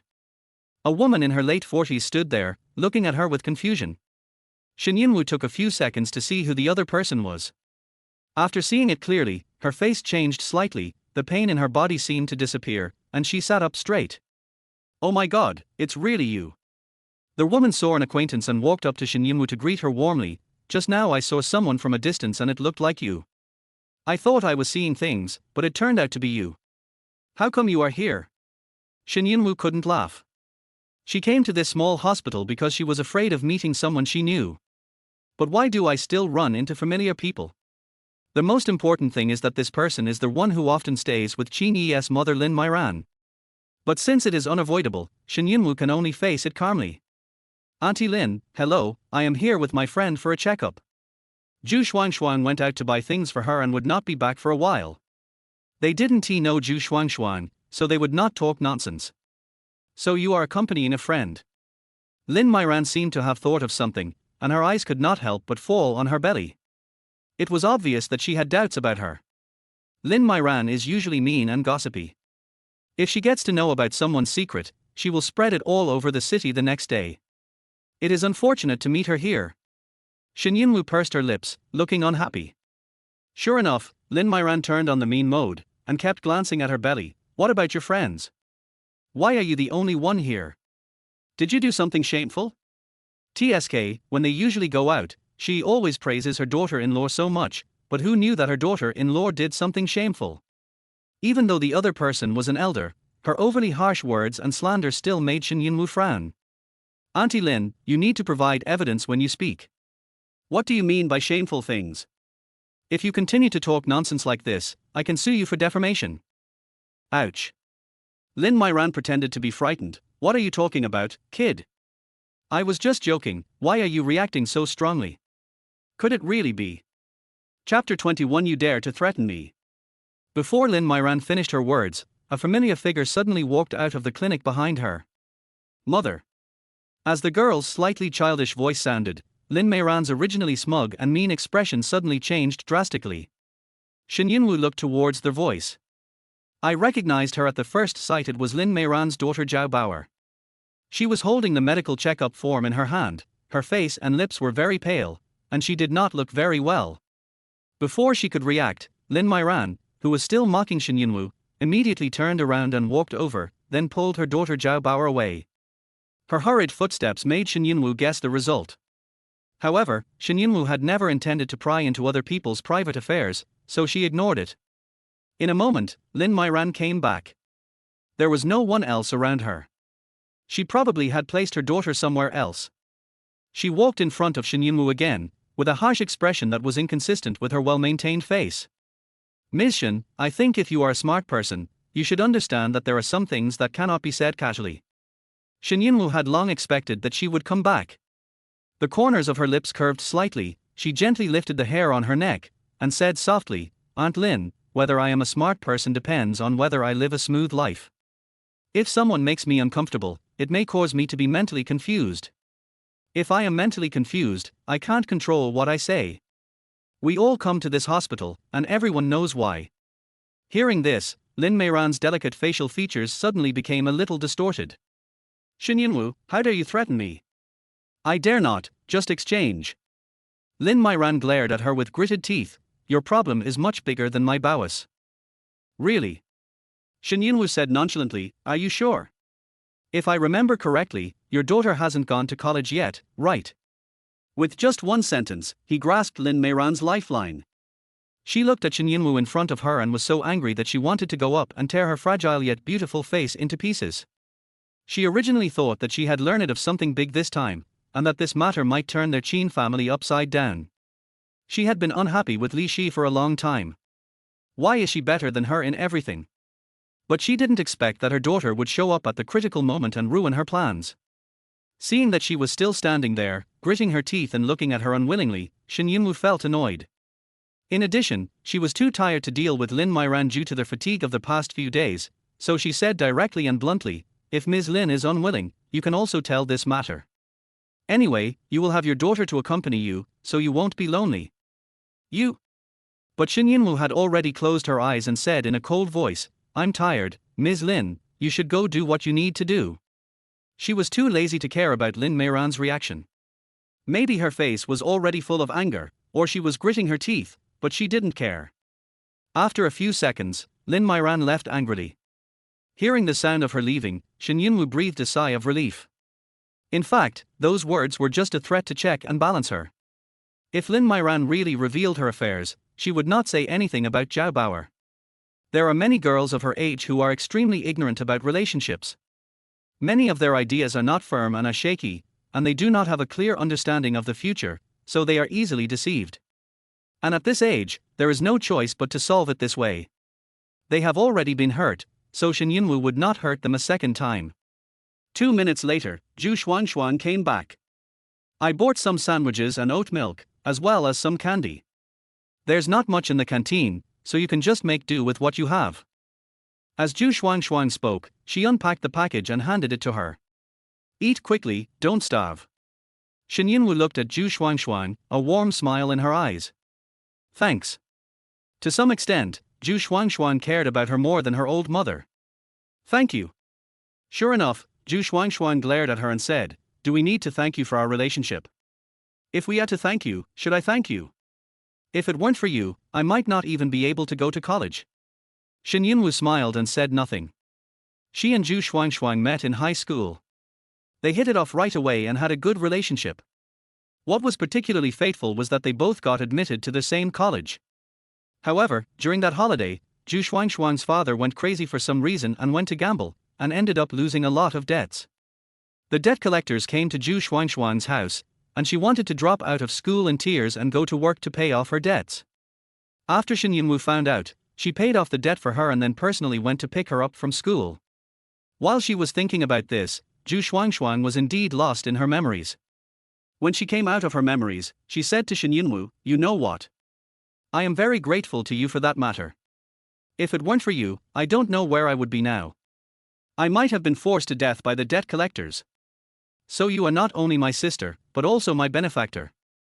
I will never forget you in my life." I should have been happy to hear her pour out her heart to me. But when she heard her say, "I will never forget it for the rest of my life," Shen Yunwu thought of Qin Ye. Does he have the same idea as Zhu Xuangshuang, that he will never forget Jiang Chuchu for the rest of his life? Thinking of this, Shen Yunwu looked at Zhu Xuangshuang and asked, "If I were a man, would you marry me?" Zhu Xuangshuang didn't notice the deep meaning of her question, and just quickly replied according to her mind, "Baby, what are you talking about? Of course, if you were a man, I would definitely pursue you. Unfortunately, you are a woman, so I can only be good sisters with you." "I see." Shen Yunwu lowered his eyes, and the light in his eyes dimmed. So, Qin Ye thought so too. Everyone has a special fondness for those who help them, let alone those who save their lives. What's wrong? Zhu Xuangshuang became nervous when she saw that she was in a bad mood, but after she asked, she suddenly remembered something and her face suddenly changed. "I'm sorry, baby, I didn't mean that." As a good friend of Shen Yunwu, how could Zhu Xuangshuang not know about the past of Qin Ye and Jiang Chuchu? She often complained about it. How can a life-saving favor be confused with love between a man and a woman? It's really outrageous. She said this and thought this in her heart. But when Shen Yunwu asked her this just now, she didn't think much about it and just answered, "Who knows?" Zhu Xuangshuang could only desperately explain, "Baby, please don't think too much. I said that because I think you are a good person, so I said that if you were a man I would also want to marry you, but. Yeah. Shen Yunwu nodded sadly. He probably also thinks Jiang Chuchu is a very good person. Zhu Xuanxuan. Forget it, let her get hit to death. The more you describe it, the worse it gets. Chapter 22, Unable to Defend. Shen Yunwu had no appetite, but at Zhu Xuanxuan's urging, she forced herself to finish the milk and ate a few bites of the sandwich. Seeing that she really couldn't eat any more, Zhu Xuanxuan stopped forcing her. She came back and sat down after packing her things. How are you? Much better. Zhu Xuanxuan coughed lightly and asked tentatively, then, shall we go back today? Shen Yunwu didn't say anything. Zhu Xuanxuan held her hand and said firmly, let's go. All right. Shen Yunwu is now like being in a fog and really needs someone to push her, no matter which decision it is. She stood up and left with Zhu Xuanxuan. When passing a corner, Shen Yunwu heard an argument. But Mom, I like him. The girl's voice sounded very sad. Shut up. She was responded to by a woman's furious and harsh voice. What nonsense are you talking about? What did I teach you before? You were deceived by him, do you understand? Mother. After this incident, you are not allowed to associate with her anymore. A poor guy like him is not worthy of you. If people know about this, you will never be able to find a good partner in the future. Do you understand? Under the woman's threat, the girl lowered her head and said nothing more, her bangs covering her eyes. Shen Yunwu took just one glance and then looked away. Zhu Xuanxuan also obviously saw that scene. After leaving the hospital, she couldn't help but sigh, that girl looks like she's still studying. Oh, how silly. Shen Yunwu didn't say anything. Instead, her cell phone vibrated. Hearing the sound, Zhu Xuanxuan came over immediately. Your phone is ringing, is it Qin Ye calling you? Does he regret it? However, what appeared on the screen was an unfamiliar number. Zhu Xuanxuan asked, who is it? For some reason, Shen Yunwu looked at this unfamiliar number and had a vague guess in his mind. She hesitated for only a few seconds before answering the phone. Is it Shen Yunwu? A slightly aggressive female voice came from the other end of the phone. Shen Yunwu was not familiar with this female voice. Who are you? I'm Chuchu's friend. I know something and want to meet you. I'll send you the address via text message later. At this point, the other party paused and smiled. Shen Yunwu, will you come? Without waiting for Shen Yunwu to answer, the other party hung up the phone. Toot. Because she didn't turn on the radio, Zhu Xuanxuan couldn't hear what the woman on the other end said, so she could only ask after she hung up, who is it? What did you say? Shen Yunwu had nothing to hide from Zhu Xuanxuan. After a moment of silence, he said, Chuchu's friend. Hearing this, Zhu Xuanxuan was stunned for a moment, then gritted her teeth. What do you mean? What does her friend want from you? He said he knew something and wanted to see me. As soon as she finished speaking, her cell phone dinged. It was the girl who called just now. She had sent me the address, which was a cafe in the city center. Zhu Xuanxuan's eyebrows were furrowed.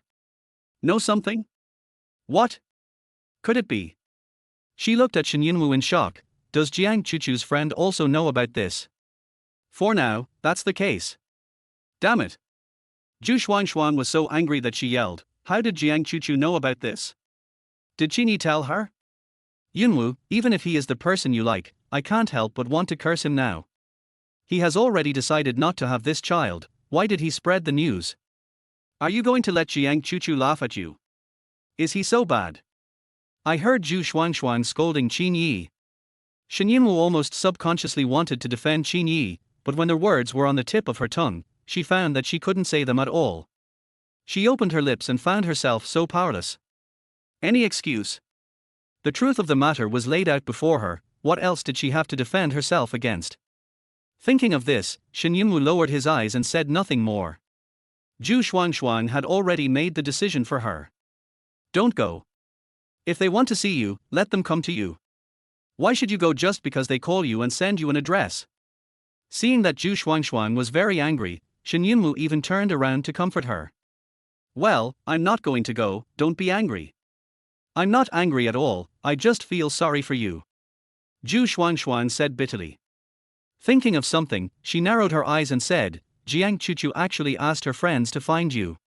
It seems that she is anxious. She is afraid that you will not abort the child and snatch Qin Ye from her, right? TSK, it seems that she also knows that she is not 100% sure. Shen Yunwu put away his phone and ignored the text message.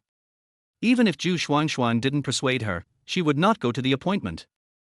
This matter was between her and Qin Ye and had nothing to do with anyone else. Whether it is Jiang Chuchu's friends or herself. After saying goodbye to Zhu Shuangshuang, Shen Yunwu returned home. Her annual leave is quite long and she has a lot of time, so Shen Yunwu plans to take advantage of these few days to sort out her thoughts. What on earth does she want? A coffee shop in the city center. Jiang Chuchu picked up the coffee cup and wanted to drink it, but before she could drink it, she put it back in a hurry and looked up at her friend opposite her. She won't not come, will she? My friend laughed contemptuously. There's no way she won't come, unless she doesn't want to resolve this matter. She will definitely be scared. Let's just wait here peacefully. When she's about to arrive, you go hide inside and don't show up for the time being. Her friend made plans for her. Jiang Chuchu bit her lower lip lightly. How are you going to tell her? I don't think she thought this way. When you talk to her later, be nicer. If she needs compensation, I can also. Her friend looked at her in disbelief. Chuchu, don't be too kind, okay? What do you mean this is not her idea? Doesn't she want to get pregnant? Doesn't she want Qin Ye to touch her? It must be this bitch who seduced Qin Ye. You can't be soft-hearted, otherwise you will be a big trouble in the future. Jiang Chuchu sighed. I know you are doing this for my own good, but her family is bankrupt, and she is quite pitiful. If you can give her some money, you should give her some money. She has helped Qin Ye a lot in the past 2 years. Another friend echoed, our Chuchu is kind, unlike that bitch, who knew Qin Ye was yours, but still made up a pregnancy.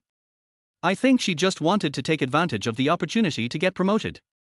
We warned her last time. That is. When she comes, we must warn her again to let her know how powerful we are. Unfortunately, they waited for nearly half an hour but did not see Shen Yunwu. I didn't expect this bitch to not come. I'll call her and ask her what she wants to do. Jiang Chuchu's fingertips curled slightly as she listened to her friend's words. Chapter 23. What do you want? Jiang Chuchu has been feeling uneasy ever since she deleted the text message from Qin Ye's phone that day. She actually guessed that since Shen Yunwu told Qin Ye via text message, she probably didn't have the courage to tell Qin Ye the news in person. But she was still worried and planned to ask Qin Ye out that day. As a result, he had to work overtime that night and couldn't go out. But Jiang Chuchu was still worried, so she accompanied him to get off work overtime in the company, and when he got off work, she took him to party with his friends. He went there and ended up drinking too much and passing out. During this period, she also called Shen Yunwu, but the other party hung up in a tantrum. This made Jiang Chuchu secretly happy. Shen Yunwu's reaction showed that she had begun to feel disappointed. She only needed to reveal the news that Qin Ye asked her to have an abortion, and Jiang Chuchu would compensate her, and she should stop having such delusions. But she couldn't be allowed to speak for herself, lest Qin Ye find out later and put the blame on her. So, she accidentally revealed it to her friends and asked them to stand up for her. Sure enough, her friend agreed. But who knew that Shen Yunwu would not come? What does she want to do? Did she really want to use this child to threaten Qin Ye? Although Jiang Chuchu didn't think that this child would change Qin Ye, she still had to deal with it as soon as possible. Thinking of this, she said, actually, she doesn't want to come over. We can go find her. Looking for her? She's done something like this, why are you still looking for her? That's right, Chuchu. A shameless woman like this should definitely be allowed to come here by herself. Jiang Chuchu smiled awkwardly, things have to be resolved. Seeing that Jiang Chuchu's smile was very forced, the two friends had to change their words. Okay, let's go find her then. Shen Yunwu returned home and locked herself in her room.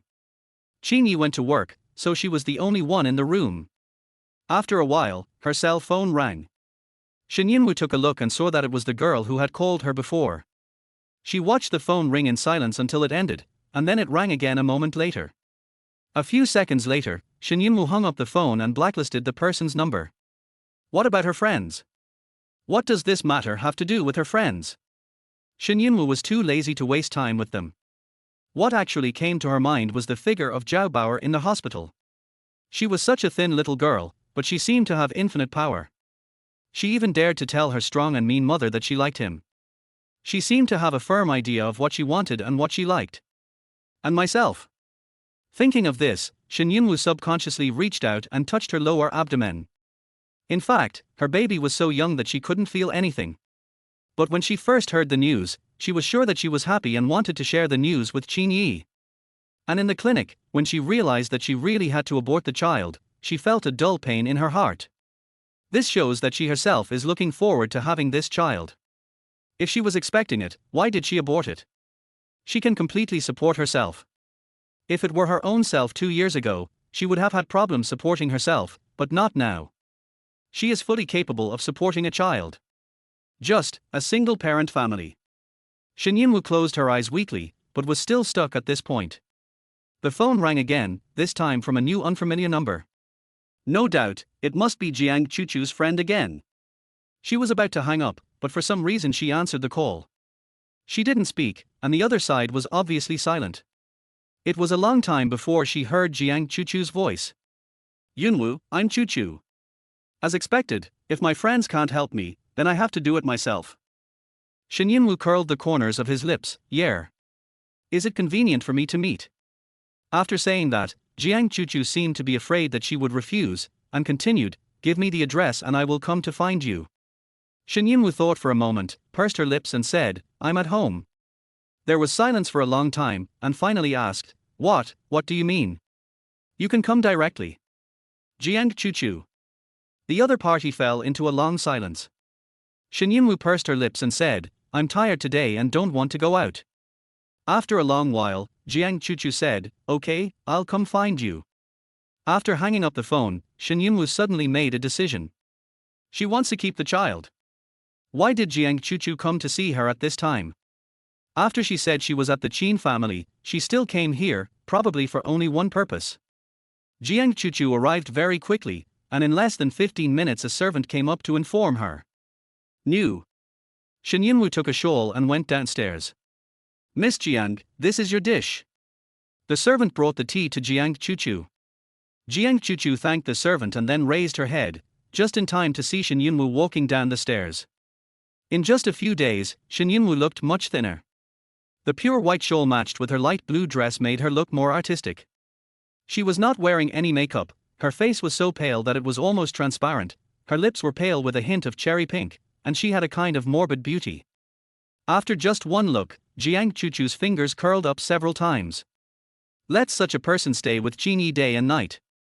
Just as she was thinking, the servant's call of Madam brought Jiang Chuchu back to her senses. Then she saw the servant bring her a cup of hot cocoa and said to her with a smile, Madam, today's hot cocoa should taste good and the temperature is just right. After hearing this, Shen Yunwu picked it up, took a sip, and then expressed his praise. It's really good. Thank you for the compliment. I'll get busy now. Go ahead. After receiving Shen Yunwu's praise, the servant happily left with the tray. Apart from serving Jiang Chuchu a cup of tea at the beginning, she never paid any attention to her again. Then he looked at where he was sitting, as well as Shen Yunwu's position and what she was wearing. Jiang Chuchu suddenly came to her senses. Now in everyone's eyes, she, Shen Yunwu, is Mrs. Qin. These things should obviously belong to her, but now. Jiang Chuchu's face suddenly became so ugly that she felt a little embarrassed. If she had not gone abroad, would she be the one being called Mrs. Qin now? Thinking of this, Jiang Chuchu forced a smile. The servants at home respect you very much. Hearing this, Shen Yunwu looked at her strangely and nodded, well, they are all very nice people. Except for some servants in the house who were found by the housekeeper, the rest were basically selected by Shen Yunwu himself. Jiang Chuchu's smile became even more forced. Then I have to thank you in advance. Thank me. Yes, you have trained the servants so well, it will be convenient for me in the future. Hearing this, Shen Yunwu paused while drinking hot cocoa and raised her delicate eyebrows slightly. Chapter 24 Hint. Here we go again. This sentence pattern again. In the past, Shen Yunwu thought Jiang Chuchu was a particularly gentle and lovely person, because she always behaved like this in front of the public, generous and decent. But in the few days since she returned to China, she said this twice. Last time it was Qin Ye, this time it was the family's servant. Both times, seemingly thanking her, were actually asserting sovereignty over her. But Jiang Chuchu actually does not have this sovereignty. If she and Qin Ye were in a boyfriend-girlfriend relationship before, then it would be reasonable for her to say these things now. But they were not boyfriend and girlfriend before, so she didn't understand what kind of attitude Jiang Chuchu had in saying these words to her. What's more, if they were boyfriend and girlfriend at the beginning, no matter how much Shen Yunwu liked Qin Ye, she would not agree to his fake marriage. However, Jiang Chuchu also helped her. So, Shen Yunwu could only purse her lips and bear it, and finally suppressed the discomfort in her chest. She smiled faintly and said nothing. Shen Yunwu didn't show any discomfort, and her attitude of not reacting made Jiang Chuchu feel a little frustrated, as if she had thrown a punch but ended up hitting cotton. But she knew she couldn't delay any longer, so she could only smile and say, "Let's go to the small garden to talk, okay?" Perhaps because Jiang Chuchu was frightened by Shen Yunwu's complete disregard for her friend, she lowered her voice and said, "There are too many people here, it's not a good place to talk." Shen Yunwu nodded. Good. She stood up and walked outside. If possible, Shen Yunwu really didn't want to say a few more words to her. But in this world, the hardest thing to repay is probably favors. Small garden. Shen Yunwu took Jiang Chuchu to a remote, secluded and deserted place. Jiang Chuchu looked around and finally relaxed the tension she had felt since entering the Qin family. There should be no problem talking here. But she was still a little worried. There shouldn't be anyone eavesdropping here, right? Shen Yunwu paused, then shook her head. The servants rarely come here. The garden hall usually comes in the morning to water, prune and cultivate. It's almost noon. That's good. Jiang Chuchu breathed a sigh of relief and then smiled kindly at Shen Yunwu. Then she took out an envelope from her pocket and handed it to Shen Yunwu. "This is for you." Shen Yunwu glanced at the envelope and didn't take it. Seeing that she was standing still, Jiang Chuchu walked up and put the envelope in her hand. It was a very thin envelope, and Shen Yunwu felt that he already knew what was inside. She pinched the envelope between her fingertips, her heart sinking. She looked at Jiang Chuchu in front of her and smiled. "What does this mean?" Jiang Chuchu coughed lightly, with a guilty look in her eyes. "Yunwu, you are so smart, you must know what this means, so I won't say it so bluntly." Really? Shen Yunwu seemed to have an obsession in her heart, biting her lower lip with her white teeth. "If you don't tell me directly, I may not really understand what this means." Hearing this, Jiang Chuchu's face looked a little ugly. In fact, she didn't want to tell Shen Yunwu directly about her pregnancy. Qin Ye doesn't know about this yet. She came to Shen Yunwu to solve the problem now, but she could only hint at it and not say it directly. She didn't trust Shen Yunwu. What if she carried a recording device with her? If she recorded her words and sent the recording to Qin Ye later, the beautiful image she created would collapse in an instant. This won't work. Before coming, Jiang Chuchu was still thinking that Shen Yunwu should be easy to deal with. But now she doesn't think so. If Shen Yunwu was easy to deal with, how could she get pregnant? Thinking of this, Jiang Chuchu walked forward and opened the envelope for her. A check for 5 million was presented to the two men. Jiang Chuchu said softly, "You have worked very hard in the past 2 years and have helped Yi a lot in the company. He also praised you to me, saying that you are capable and hardworking. I think it is not easy for you to go from being a daughter of the Shen family to what you are today. Although this amount is a little, it is also my heartfelt gift. You can use it to buy what you like, and also buy some delicious food and drinks to nourish your body." When talking about nourishing the body, Jiang Chuchu deliberately held Shen Yunwu's wrist tightly and gently pressed her palm with her fingertips. Shen Yunwu raised her eyes and met Jiang Chuchu's eyes. She nodded at herself and sighed softly, as if she was regretting something, and even reached out and patted her shoulder gently. He looked as if he could obviously not say any more. When Shen Yunwu saw her like this, she suddenly felt a lump in her chest. Yesterday in the office, Qin Ye asked her to take a vacation, saying the same thing as Jiang Chuchu, hinting that she should take care of her health. It seems that they really care about their self-esteem and use this suggestive method. Shen Yunwu's cherry-pink lips moved. What should I say? Thank them. Thank them for thinking so much about her health, giving her vacation, sending her money, and helping her take care of her health. If she doesn't accept it, wouldn't she be letting down the other person's kindness? Shen Yunwu suddenly found it extremely ridiculous. She was alone there struggling and suffering, while others had already decided her future path. Jiang Chuchu saw the sudden grief and anger in her eyes. Just as she was about to speak, she saw Shen Yunwu in front of her push the check back. Clouds and mist. She doesn't want a check. Why? Jiang Chuchu was obviously a little panicked. Perhaps, you think this amount is too little, Yunwu, I can only give you this much at present, but if you think it's too little, I can also. No need. Shen Yunwu interrupted her coldly and shook her head, I don't want money. Jiang Chuchu stood there in a daze. No money. So what does she want to do? Qin Ye. There was a gleam of ruthlessness in Jiang Chuchu's eyes. She was just like her friend said. After being Mrs. Qin for so long, didn't she want to give up this position? Shen Yunwu nodded and said again affirmatively, I don't want money. Before coming to see Jiang Chuchu, Shen Yunwu had made a decision that she had not expected. She wants to keep the child. Give birth to your own child and raise it yourself. She won't depend on anyone. This child has nothing to do with anyone else except hers. Since she has already made this decision, how could she possibly take Jiang Chuchu's money? Not to mention Jiang Chuchu, even if Qin Ye gave her money now, she would not take it. If you take it, the bond will be deep. What if he snatches the child from me after a long time? What if Jiang Chuchu can't tolerate this child? So, whether it is Jiang Chuchu or Qin Ye, she won't take any money from anyone. Chapter 25 No husband and wife relationship. Obviously, Jiang Chuchu was very panicked when she heard that she didn't want money. After she returned home, she discovered that Qin Ye's attitude towards Shen Yunwu was very subtle. Qin Ye doesn't know Shen Yunwu is pregnant yet. If he knew, Jiang Chuchu was not sure what choice Qin Ye would make. In fact, her sixth sense told her that if Qin Ye knew that Shen Yunwu was pregnant, he would never let her go so easily. So when facing Shen Yunwu, Jiang Chuchu could only barely keep her smile. Yunwu, are you worried about what others will say about you? No, this money is my personal money, no one else knows about it. And I am also concerned about you, after all, your current situation.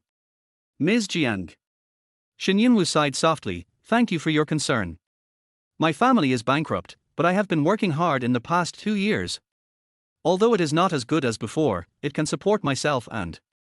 When he said this, Shen Yunwu paused, and the corners of his lips curled up slightly, it's not a problem, and you have helped me a lot in the past, I can't take your money anymore. It's okay, I gave this money voluntarily. Ms. Jiang, this is really not possible. Shen Yunwu returned the envelope to Jiang Chuchu, then took a step back to keep a distance from her. Jiang Chuchu suddenly took a step back from her, reacting to what had just been said. She refused to take her money, and there was a pause in her speech. Although it was not said explicitly, Jiang Chuchu heard it clearly. She means that she has no problem supporting herself and the child, which means that she wants to give birth to the child. When he thought of this possibility, the color on Jiang Chuchu's face instantly disappeared. Even though she had a good reputation, it was difficult for her to maintain the smile on her lips at this moment, and the look in her eyes was cold. Are you serious about what you said? Shen Yunwu raised her eyes. Jiang Chuchu's reaction was huge. But this did not affect her decision. She pursed her lips and nodded. Well, sorry, I had already made the decision before you got here. Hearing this, Jiang Chuchu couldn't help but sneer. Why? I don't understand what the point of doing this is. The sneer surprised Shen Yunwu a little. A trace of confusion flashed across her beautiful eyes, but she was soon relieved. Things had developed to this point, and it was certain that Jiang Chuchu must be feeling uncomfortable. Maybe it doesn't make sense to you, but this is my own body, so it's up to me to decide. You? Jiang Chuchu was speechless and could only step forward and hold her shoulders. Why don't you think about it again, Yunwu? I'm not doubting you, nor am I targeting you, but there are some things you need to know what the consequences will be after you do them. I know, and I've thought about it. Shen Yunwu looked at her steadily and repeated, I have made up my mind. The determination in her eyes made Jiang Chuchu's hands gradually loosen. Finally, she lowered her eyes weakly, turned and left the small garden, her steps hurried and no longer gentle. Shen Yunwu glanced at the check envelope that fell to the ground, twitched the corners of his lips in self-mockery, and bent down to pick it up. When she returned to the living room, the servant told her that Jiang Chuchu had left. Shen Yunwu, who had wanted to return the envelope to her, had to give up. She won't want money. Since Jiang Chuchu didn't take it away, I'll give the check to Qin Ye when I come back in the evening and ask Qin Ye to pass it on. Shen Yunwu quickly made a decision in his mind. When going upstairs to his room, Shen Yunwu found that he felt much more relaxed, as if something that had been bothering him for a long time had suddenly been resolved.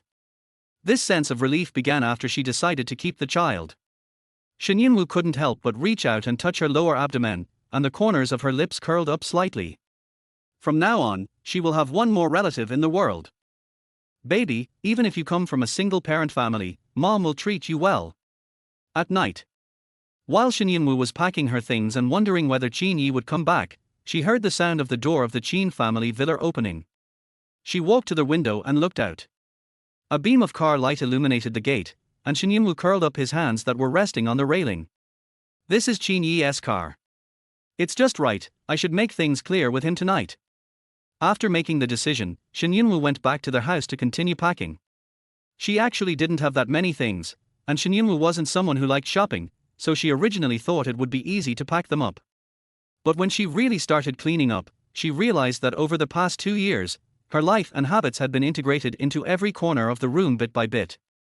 There are all kinds of small items in the wardrobe, bed, dressing table, sink, and even on the sofa and coffee table, as well as some ornaments on the shelves. It's really hard to clean it up. So in the end, Shen Yunwu simply packed her clothes and daily necessities. Snap. There was the sound of a doorknob turning outside. Shen Yunwu paused, and then he heard steady footsteps. She didn't look back. Although she knew that Qin Ye had helped her a lot, and she might never be able to repay the favor in her lifetime, no matter how angry she was, she couldn't give him the cold shoulder. But he and Jiang Chuchu combined to hint at her in various ways, which still made her feel embarrassed. Shen Yunwu could feel the footsteps getting closer and closer to her. Suddenly, the footsteps stopped. Shen Yunwu took a deep breath and suppressed his emotions. What needs to be faced must always be faced. Qin Ye frowned as he looked at the scene in front of him, almost thinking that he had come to the wrong place.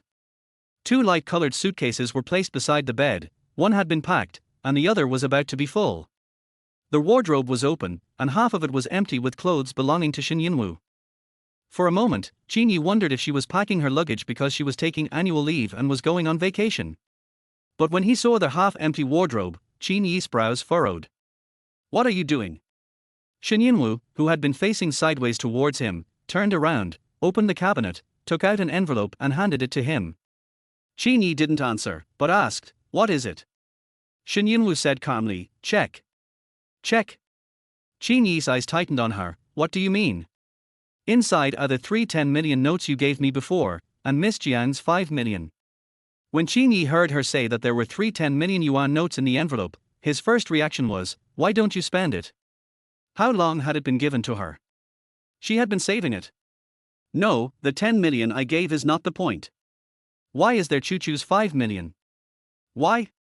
This question made Shen Yunwu want to ask him why. Why did you have to tell Jiang Chuchu about my pregnancy? After 2 years of marriage, even if there is no husband-wife relationship, there must be some friendship, right? But he didn't even give her a bit of face. Unfortunately, Shen Yunwu did not answer his question in the end. Instead, she said coldly, "Starting tonight, I will move to the guest room upstairs. After Grandma has finished the surgery and signed the divorce agreement, I will leave directly." Chapter 26. Don't you want a divorce? Her words were like a blow to their head, and it took Qin Ye a long time to recover. When he came to his senses, he saw Shen Yunwu's mocking and painful eyes. Without waiting for him to take a closer look, Shen Yunwu lowered her head and continued packing. She was much faster than before. She didn't even fold the clothes carefully. She just folded them twice and then crumpled them together and put them into the suitcase. When she turned around, Qin Ye suddenly grabbed Shen Yunwu's slender wrist, and his cold voice came from above her head, "Why are you moving today? Are you in such a hurry?" There was even a hint of sarcasm in his tone. "Let me guess why you're so anxious. Is it because of the lunch you had with your brother Ningchuan this afternoon?" Hearing this, Shen Yunwu suddenly raised her head and looked at him in disbelief. "You don't have to mock me like this. Don't you know the relationship between me and brother Ningchuan best?" After she finished speaking, she tried hard to shake off Qin Ye's hand. However, Qin Ye's hands were so strong that he held her tightly the moment she tried to push away, not letting her get away at all. He pursed his lips, and the straight corners of his lips clearly proved that he was in a bad mood at the moment. "What?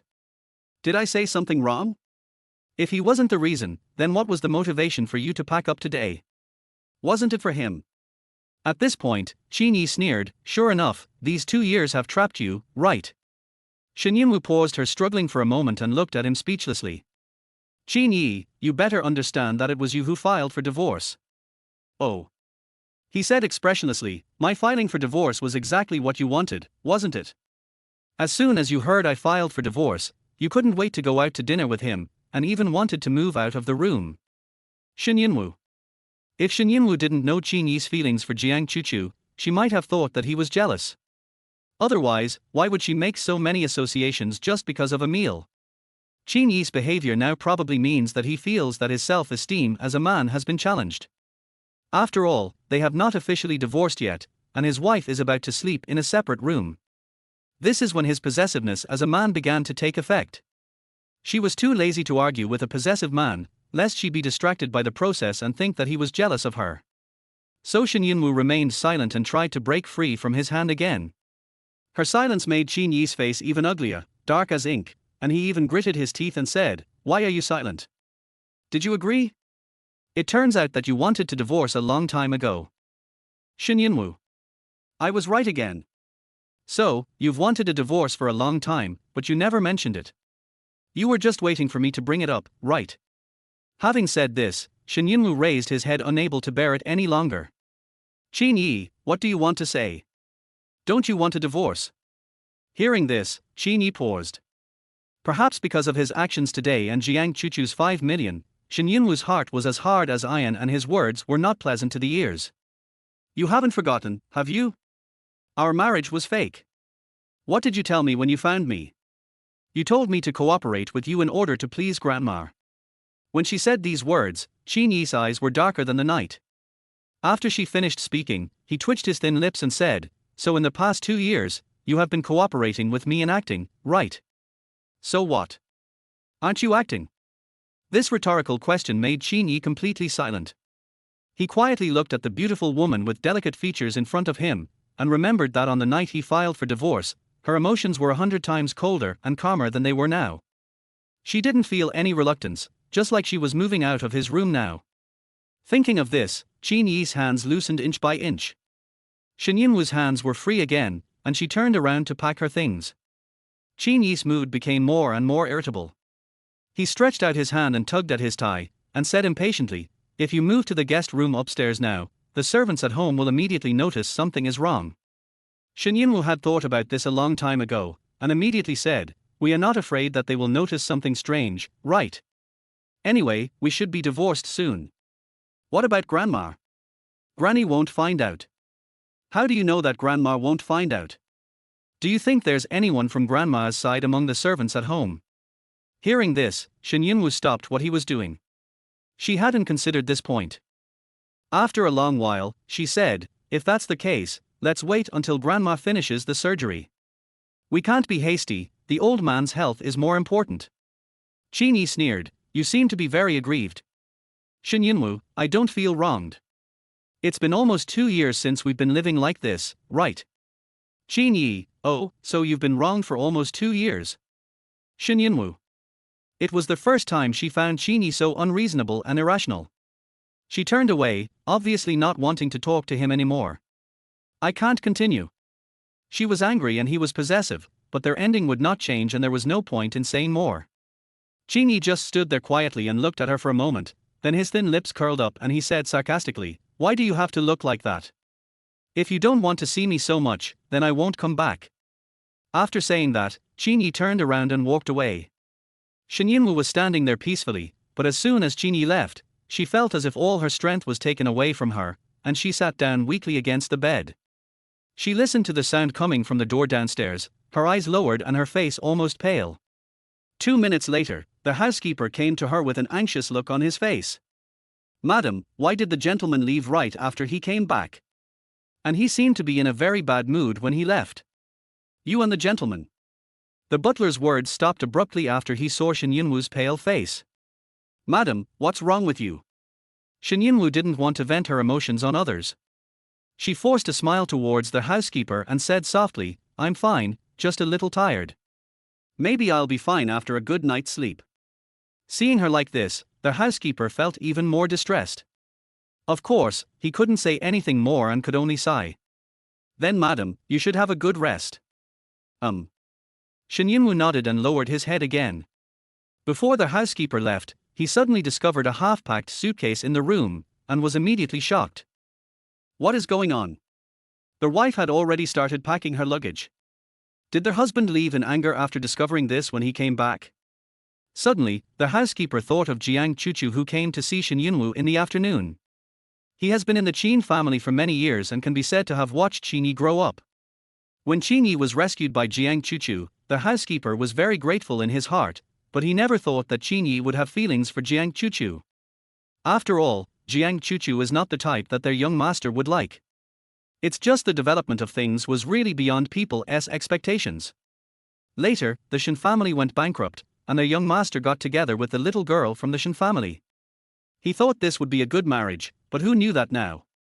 It's really fate. Chapter 27. Who is reluctant?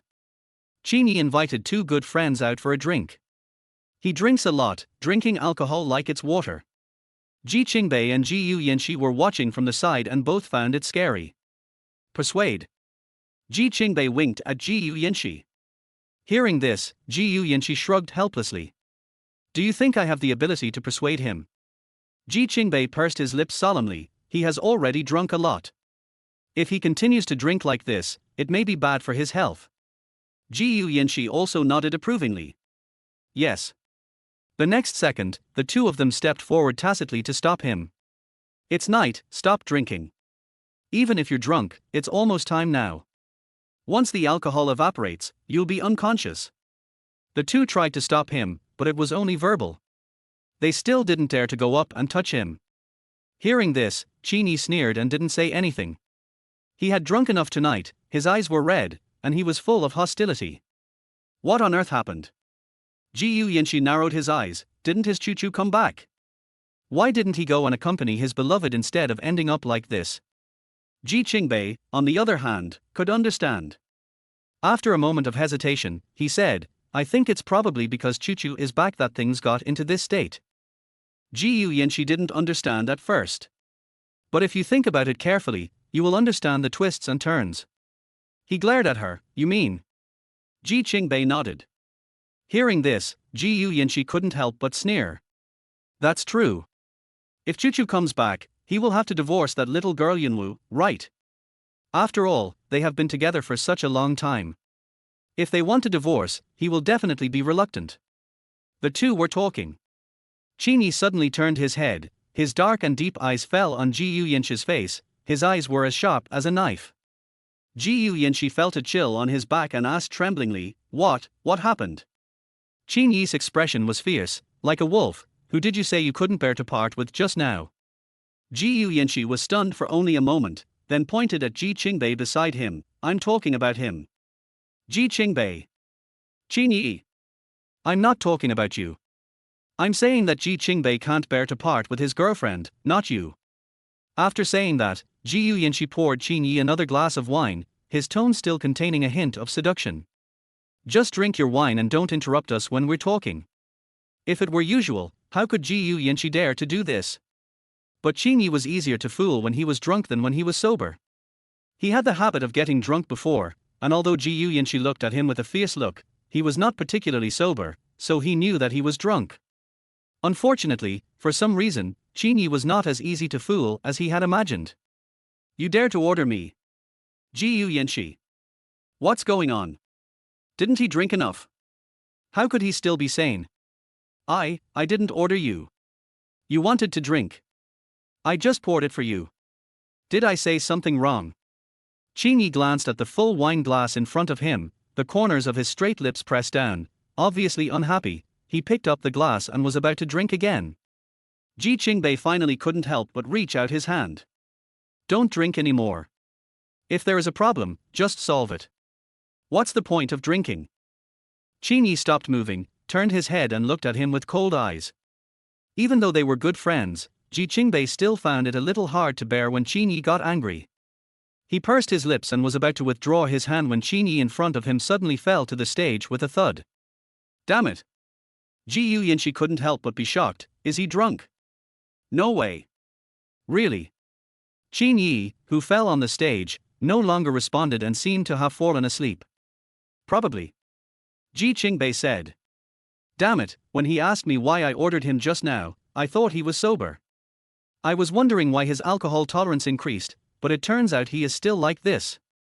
After that, Ji Yuyanshi took advantage of Qin Ye's drunkenness to do evil and avenge the intimidation he had just received. Ji Qingbei couldn't stand it and said, if you don't want him to wake up and kill you, stop now. So Ji Yuyanshi quickly stopped. What should we do now? Send him home or? After saying that, Ji Yuyanshi thought of something, his eyes lit up slightly, and he snatched the phone from Qin Ye's arms. Hey, we didn't have the chance to get his phone when he was awake before. Let me see what secrets are in his phone and whether he has any chats with my goddess Chuchu. Jiang Chuchu is Ji Yuyanshi's goddess, the kind who only cares about her appearance and personality, but everyone knows the subtle connection between Jiang Chuchu and Qin Ye, so Ji Yuyanshi never dares to have any delusional thoughts. He originally wanted to secretly look at the chat history between the two, but as soon as he opened it, the phone screen was blocked by a pair of large hands. Ji Yuyanshi raised his head and saw Ji Qingbei's calm eyes. Even though we are brothers, you can't look into other people's privacy like this. There was a hint of warning in his words. Ji Yuyanshi suddenly became scared. I know.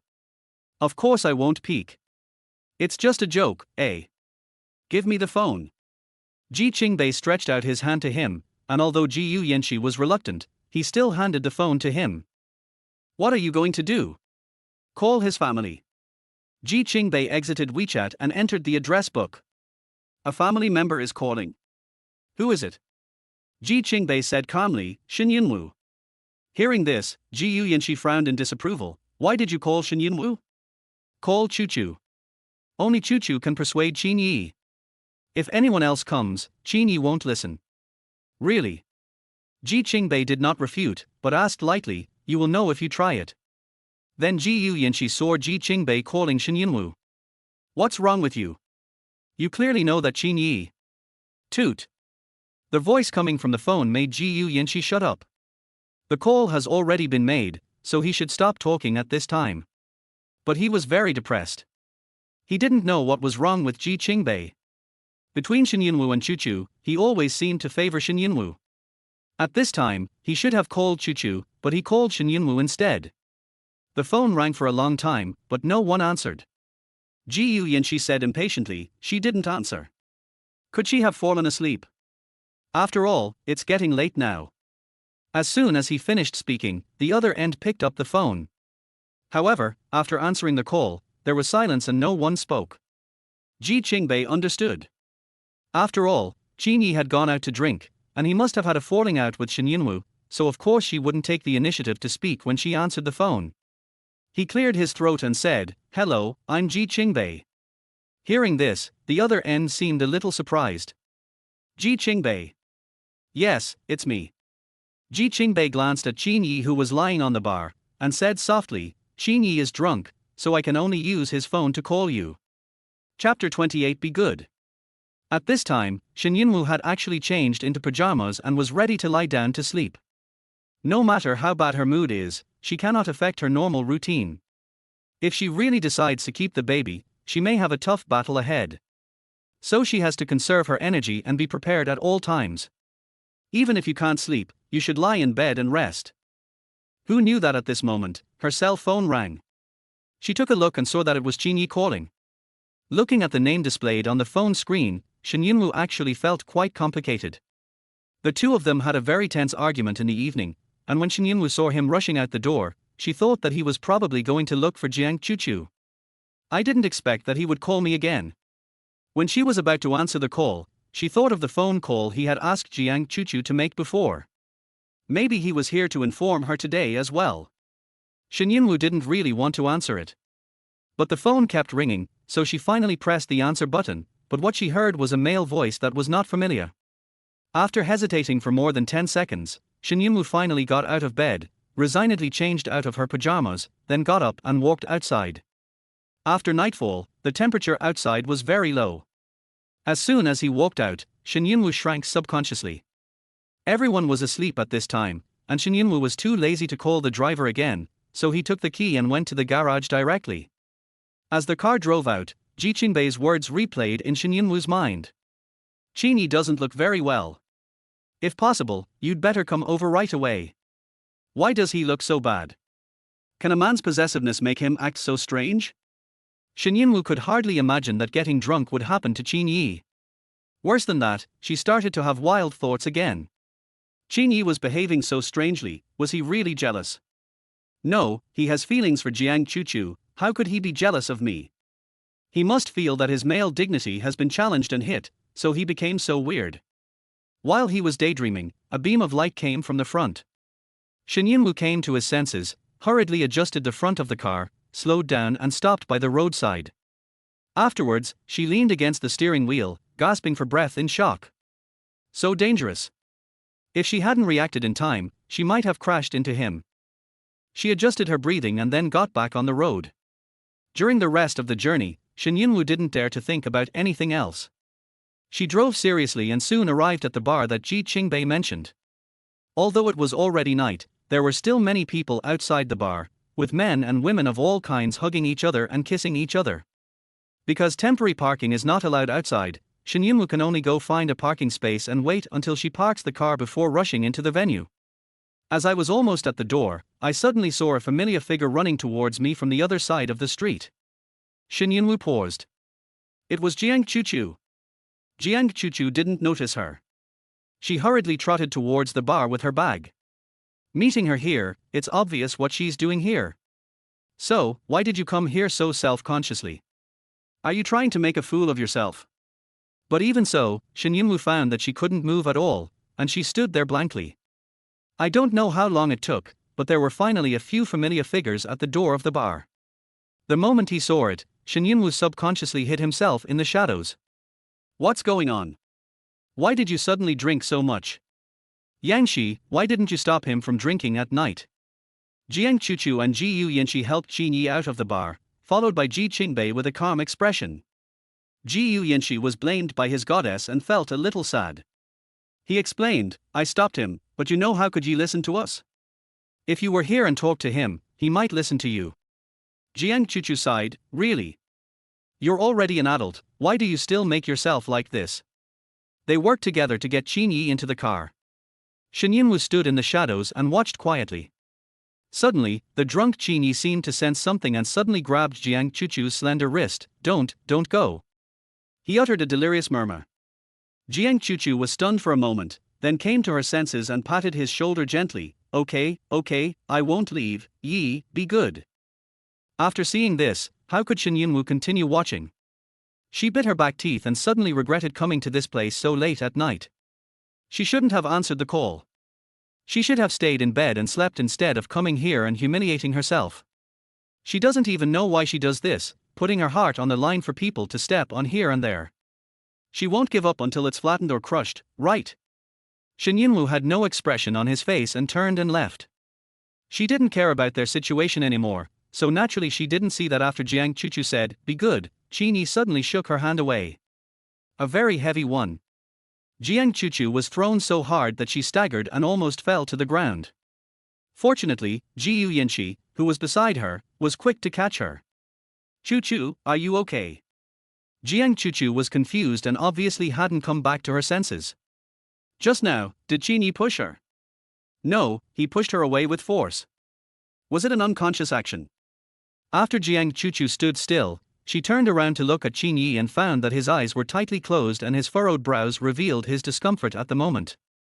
On top of that, he reeked of alcohol. Although what happened just now made her lose face in front of the two men and even made her look a little embarrassed, she still brushed her hair and forced a smile. How much did he drink tonight? He has started to not recognize me. As a result, just as she finished her words, she heard Qin Ye said unhappily, Ji Qingbei, send me back. The three people around him were silent for a moment. Jiang Chuchu, who had previously thought that Qin Ye was drunk and didn't recognize him and had shaken off her hand, could no longer bear the embarrassment on her face. Ji Yuyanshi didn't expect it either. Seeing his goddess like this, he could only comfort her in a low voice, Chuchu, don't think too much. He was just drunk and didn't recognize you, but he must remember you. After saying that, Qin Ye frowned and said, Ji Qingbei. Ji Qingbei stepped forward and said to Ji Yuyanshi, leave him to me, you send Chuchu back. Ji Yuyanshi looked at him, he is drunk after all, can you do it alone? Just as Ji Qingbei was about to speak, he heard Jiang Chuchu say, send him to me. Hearing this, the two men paused and then looked at her. Jiang Chuchu met their gazes and smiled slightly, he is so drunk, he needs someone to take care of him. Send him to me and I will take care of him. Chapter 29 I really don't understand you. Ji Yuyanshi nodded immediately. You're right. It's really not good for him to be so drunk without anyone to take care of him. So we send it to my place. Ji Qingbei suddenly interrupted, his voice steady, you just heard it, he called my name, if I don't keep my promise, he might cause trouble for me after he wakes up. Ji Qingbei and Qin Ye have been friends for many years. He knew Qin Ye much earlier than Ji Yuyanshi and Jiang Chuchu. In addition, he has a calm temperament and doesn't talk nonsense during conversations. He is silent most of the time, but once he opens his mouth, it is difficult for people to refuse him. Just like now. Jiang Chuchu looked at Ji Qingbei in front of her. Although he was calm, for some reason, she always felt that Ji Qingbei didn't seem to like her very much. But, he and Yi are good friends. Maybe it was just her illusion. Ji Yuyanshi was a little speechless and spoke for Jiang Chuchu. I'm drunk at night, and I might not even remember what I said tomorrow. Qingbei, why do you take it so seriously? After saying that, he looked at Jiang Chuchu with a smile, besides, you are a grown man, and you are definitely not as careful as Chuchu in taking care of people. It is better to send Yi to Chuchu. Ji Qingbei said nothing, his dark eyes fixed on Ji Yuyanshi. I said, send him to my place. If you are worried, you can stay with me to take care of him. Ji Yuyanshi, Qingbei, why are you? Forget it, Yanshi. Let's just listen to Qingbei and send Yi to him. Jiang Chuchu interrupted Ji Yuyanshi with a smile, Qingbei has always been steady. He should be more reliable than me in taking care of Yi. I was just thinking about it wrongly. After saying this, Jiang Chuchu gave Ji Qingbei a kind smile, but she was actually very angry. Ji Qingbei is one of Yi's rare good friends, and she doesn't want to offend him. Offending his friends would only make her future life difficult, and she would not do such a thing that would not be worth the loss. Afterwards, everyone sent Qin Ye to Ji Qingbei's home. After finally settling Qin Ye down, Ji Qingbei said, it's the middle of the night, it's not appropriate for a girl like you to stay with 3 men. Yanshi, take her back. Ji Yuyanshi was confused, but didn't you say before that we could stay and take care of you? Before he could finish, Jiang Chuchu said, Yanshi, let's go. Qingbei is right. It's not appropriate for a girl like me to stay here. Ji Yuyanshi. He scratched his head and went to send Jiang Chuchu home in silence. After a whole night of tossing and turning, it was almost 2 o'clock in the morning when he came back from sending people. Ji Yuyanshi fell directly on the sofa. When he saw Ji Qingbei coming out, he asked, how is Yi? Is he okay? Ji Qingbei took a bottle of iced mineral water from the refrigerator, unscrewed it and took a sip, then put the bottle down and said, I'm fine. I've been sleeping the whole time. That's good. Hearing this, Ji Yuyanshi breathed a sigh of relief. But soon, he thought of something and pouted, Qingbei, I really don't understand you tonight. You know that Chuchu likes Yi and Yi likes Chuchu, so why don't you let Chuchu take him to her? Ji Qingbei glanced at him. If you're not crazy, you wouldn't send a married man to a single woman's home. So what? You know about Yi's situation. He and Shen Yunwu are not a real couple. Ji Qingbei asked with a calm look in his eyes. How do you know? Ji Yuyanshi sneered, how could I not know? Let's not talk about the distant past, just say tonight, you called her, right? You said you was drunk, right? You also asked her to come over, right? But what? Did she come? I didn't even see her shadow. Speaking of this, Ji Qingbei's eyes darkened slightly. When he made this suggestion, the other party's attitude did not seem like he didn't want to come out, so how come there was no one to be seen? And in fact, while Ji Yuyanshi was sending Jiang Chuchu home, Ji Qingbei called Shen Yunwu, and she didn't answer until about 2 or 3 minutes later. Then her voice was very cold, completely different from the state she had in the previous phone call. What's the matter? Ji Qingbei was surprised by the difference in her attitude before and after. He seemed to have caught something in his mind, so he asked, "You came here? Did you see it?" There was silence for a while, and then he said, "I didn't go out. Since you are with him, please take good care of him." After saying that, the person on the other end hung up the phone. At first, Ji Qingbei thought this woman was really cruel. But after a while, he finally came to his senses from Shen Yunwu's words and then made some calculations. If she really didn't come out, then when she heard his question, she should have asked what she saw, instead of remaining silent and then saying nonchalantly that she didn't go out. Ji Qingbei came back to his senses and heard Ji Yuyanqi still complaining. How can a cruel woman like her compare to Chu? Chu is Yi's savior. She almost lost her life to save him. She still has scars on her hands from the injuries she suffered. If I were Yi, I would definitely marry her. You confuse favor with affection. Is it not possible? Chu is so beautiful, every man likes her, not to mention she saved your life, so what if we are mixed up? Ji Qingbei was too lazy to talk nonsense with him and got up and went into their house. A long night passed. When he woke up the next day, Qin Ye felt a dull pain in his head, and even his thoughts seemed to become slow. He looked at the unfamiliar environment and sat up. Woke up. Ji Qingbei brought a glass of warm water and placed it in front of him. Wake up. When he saw Ji Qingbei, a hint of disappointment flashed across Qin Ye's eyes, but at the same time he felt relieved. He pursed his thin lips, then raised his head and drank the glass of warm water. After drinking, he held the cup in his hand with a frown on his face. After a moment, he looked at Ji Qingbei. Last night. Forgot? You were drunk, so Yangshi and I brought you here. This answer obviously made Qin Ye frown in dissatisfaction, but he did not speak. He didn't say anything, and Ji Qingbei didn't say anything either. They just looked at him leisurely. As his good friend, he wanted to see how long Qin Ye could hold it in. Sure enough, Qin Ye looked up at Ji Qingbei without waiting for him to say anything. His eyes were full of mystery, and he opened his thin lips slightly, and then. Ji Qingbei said seriously, "Then? There is nothing then." Hearing this, Qin Ye's eyes darkened slightly. At this time, Ji Qingbei suddenly seemed to remember something and said, "Oh, she's here." She. Qin Ye pricked up his ears, and his eyes, which had been gloomy before, became brighter. "Well, I said I would take care of you, but you asked me to take you back, so I brought you here." Qin Ye frowned. "Why didn't I know you were so obedient before?" "You have to be obedient." Ji Qingbei sighed. "After all, sending a grown man like you to someone else's house will affect the girl's reputation." Hearing this, Qin Ye finally realized that something was wrong. Who is she you are talking about? Chapter 30, Raising a Child for Fun. What do you think? Ji Qingbei did not answer but asked instead. The two of them looked at each other in the air, and after staring at each other for a moment, Ji Qingbei suddenly asked, "Why, are you disappointed when you heard that the person who came was not her?" They both knew who she was. After a moment of silence, Qin Ye suddenly sneered, "Who is disappointed? What is there to be disappointed about? She can come or not." "Oh." Ji Qingbei raised his eyebrows. "Since you don't care, I won't say anything." After that, he really stopped talking. Qin Ye frowned tightly and stared at Ji Qingbei unhappily. "Just tell me what you know, why keep it a secret? Am I keeping you in suspense?" Ji Qingbei looked surprised. "I thought you didn't want to know, so I didn't tell you because I was afraid you would get bored." "So, do you really want to know?" Qin Ye. Damn, why does he know Ji Qingbei?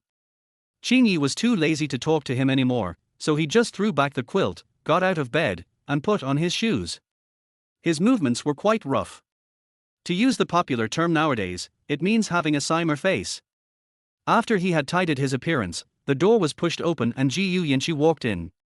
Seeing that Qin Ye had woken up, he immediately came up to him, greeted him, and then told him that Chu had rushed over last night and was even extremely worried about him. Qin Ye's expression softened a little when he heard Chu's name. "Yi, Chu just called me and asked me how you were doing. She asked you to tell her when you wake up. She has been worried about you." "Okay." Qin Ye took out his cell phone and opened the address book, only to find a call record with Shen Yunwu. His pupils shrank slightly and his voice became a little hoarse. "Did you call her? Or did she call me? Who is it?" Ji Yuyanqi subconsciously glanced at his phone screen, and after seeing the name, he suddenly realized, You mean Shen Yunwu? Qingbei called her and told her that you were drunk. Hearing this, Qin Ye glanced at Ji Qingbei, who shrugged but smiled without saying anything. Ji Yuyanshi is different from Ji Qingbei. He is the type who will speak out everything even if no one asks him. So Qin Ye doesn't even need to ask him, he just talks a lot. Yi, first of all, I'm not trying to sow discord, but Shen Yunwu is too much. You were so drunk, and Qingbei called her in person, but she didn't even show up. Unlike Chuchu, when I called her and told you about what happened, she immediately got anxious and rushed over. After saying this, Ji Yuyanshi originally thought that Qin Ye would be happy, but who knew that he kept his thin lips pressed flat, obviously looking unhappy. What happened? Qin Ye suddenly laughed at himself, it's okay. Oh. Ji Yuyanshi touched the back of his head, a little puzzled, I bought breakfast, do you want to eat it? You go and eat. Qin Ye no longer had any appetite as he was completely pissed off by that woman Shen Yunwu. Afterwards, Ji Yuyanshi asked Ji Qingbei again, and got the same answer. He walked out confused, and before closing the door, he said, why are you acting so weird so early in the morning? After the room became quiet, Qin Ye felt even more irritated and reached out to tug at his tie, which was already not neat. Ji Qingbei watched from the side for a long time before speaking. Although it's just my guess, I still want to redress someone's grievances. Hearing this, Qin Ye looked at him and asked, what is that? Shen Yunwu. Ji Qingbei said her name and explained in a clear voice, although she didn't show up last night, I called her again later and her response was very strange. Ji Qingbei told Qin Ye what happened last night. Qin Ye remained silent after hearing this. Seeing his silence, Ji Qingbei continued, is there a possibility that she came but happened to run into us and shoot you outside the hotel, so she didn't come out? These words struck Qin Ye's heart. He narrowed his narrow eyes and denied it after a moment. Impossible. Ji Qingbei raised his eyebrows, oh. She has no grudge against Chuchu, so why doesn't she come out when she sees Chuchu? At this point, Qin Ye laughed at himself, she simply doesn't want to see me and doesn't want to care about me. Ji Qingbei stopped talking, pursed his thin lips, and no one knew what he was thinking. The two were silent for a long time. Qin Ye's phone rang. It was Jiang Chuchu calling. Ji Qingbei was standing next to them and saw it too. Before Qin Ye went out to answer the phone, Ji Qingbei sighed and said something. You still haven't figured out what you want. After he finished speaking, Qin Ye paused. When he turned around, Ji Qingbei had already pushed the door open and left, leaving Qin Ye standing there alone, holding the ringing phone in a daze. Have you really decided? Zhu Shuang, who was still worried about Shen Yunwu yesterday, did not expect to receive new good news today. Yeah. Shen Yunwu nodded with a smile on her lips. Now she is like seeing the moon through the clouds. Indeed, people need to make good decisions so as not to be confused. When she didn't know what to do before, she felt that her future was a blank white space with no end in sight. But when she actually made the decision, she found that many things suddenly became clear. For example, she could think very clearly about what she should do next and what she should do in the future. Because she is working towards this goal. That's great. Zhu Shuang smiled and held her hand. Yunwu, I'm really happy for you. What name are you going to give the child? Hearing this, Shen Yunwu's lips twitched. How old are you now? How is it possible that you are thinking so far ahead? That's not that far away. Just think of a name now so you can use it directly after the baby is born.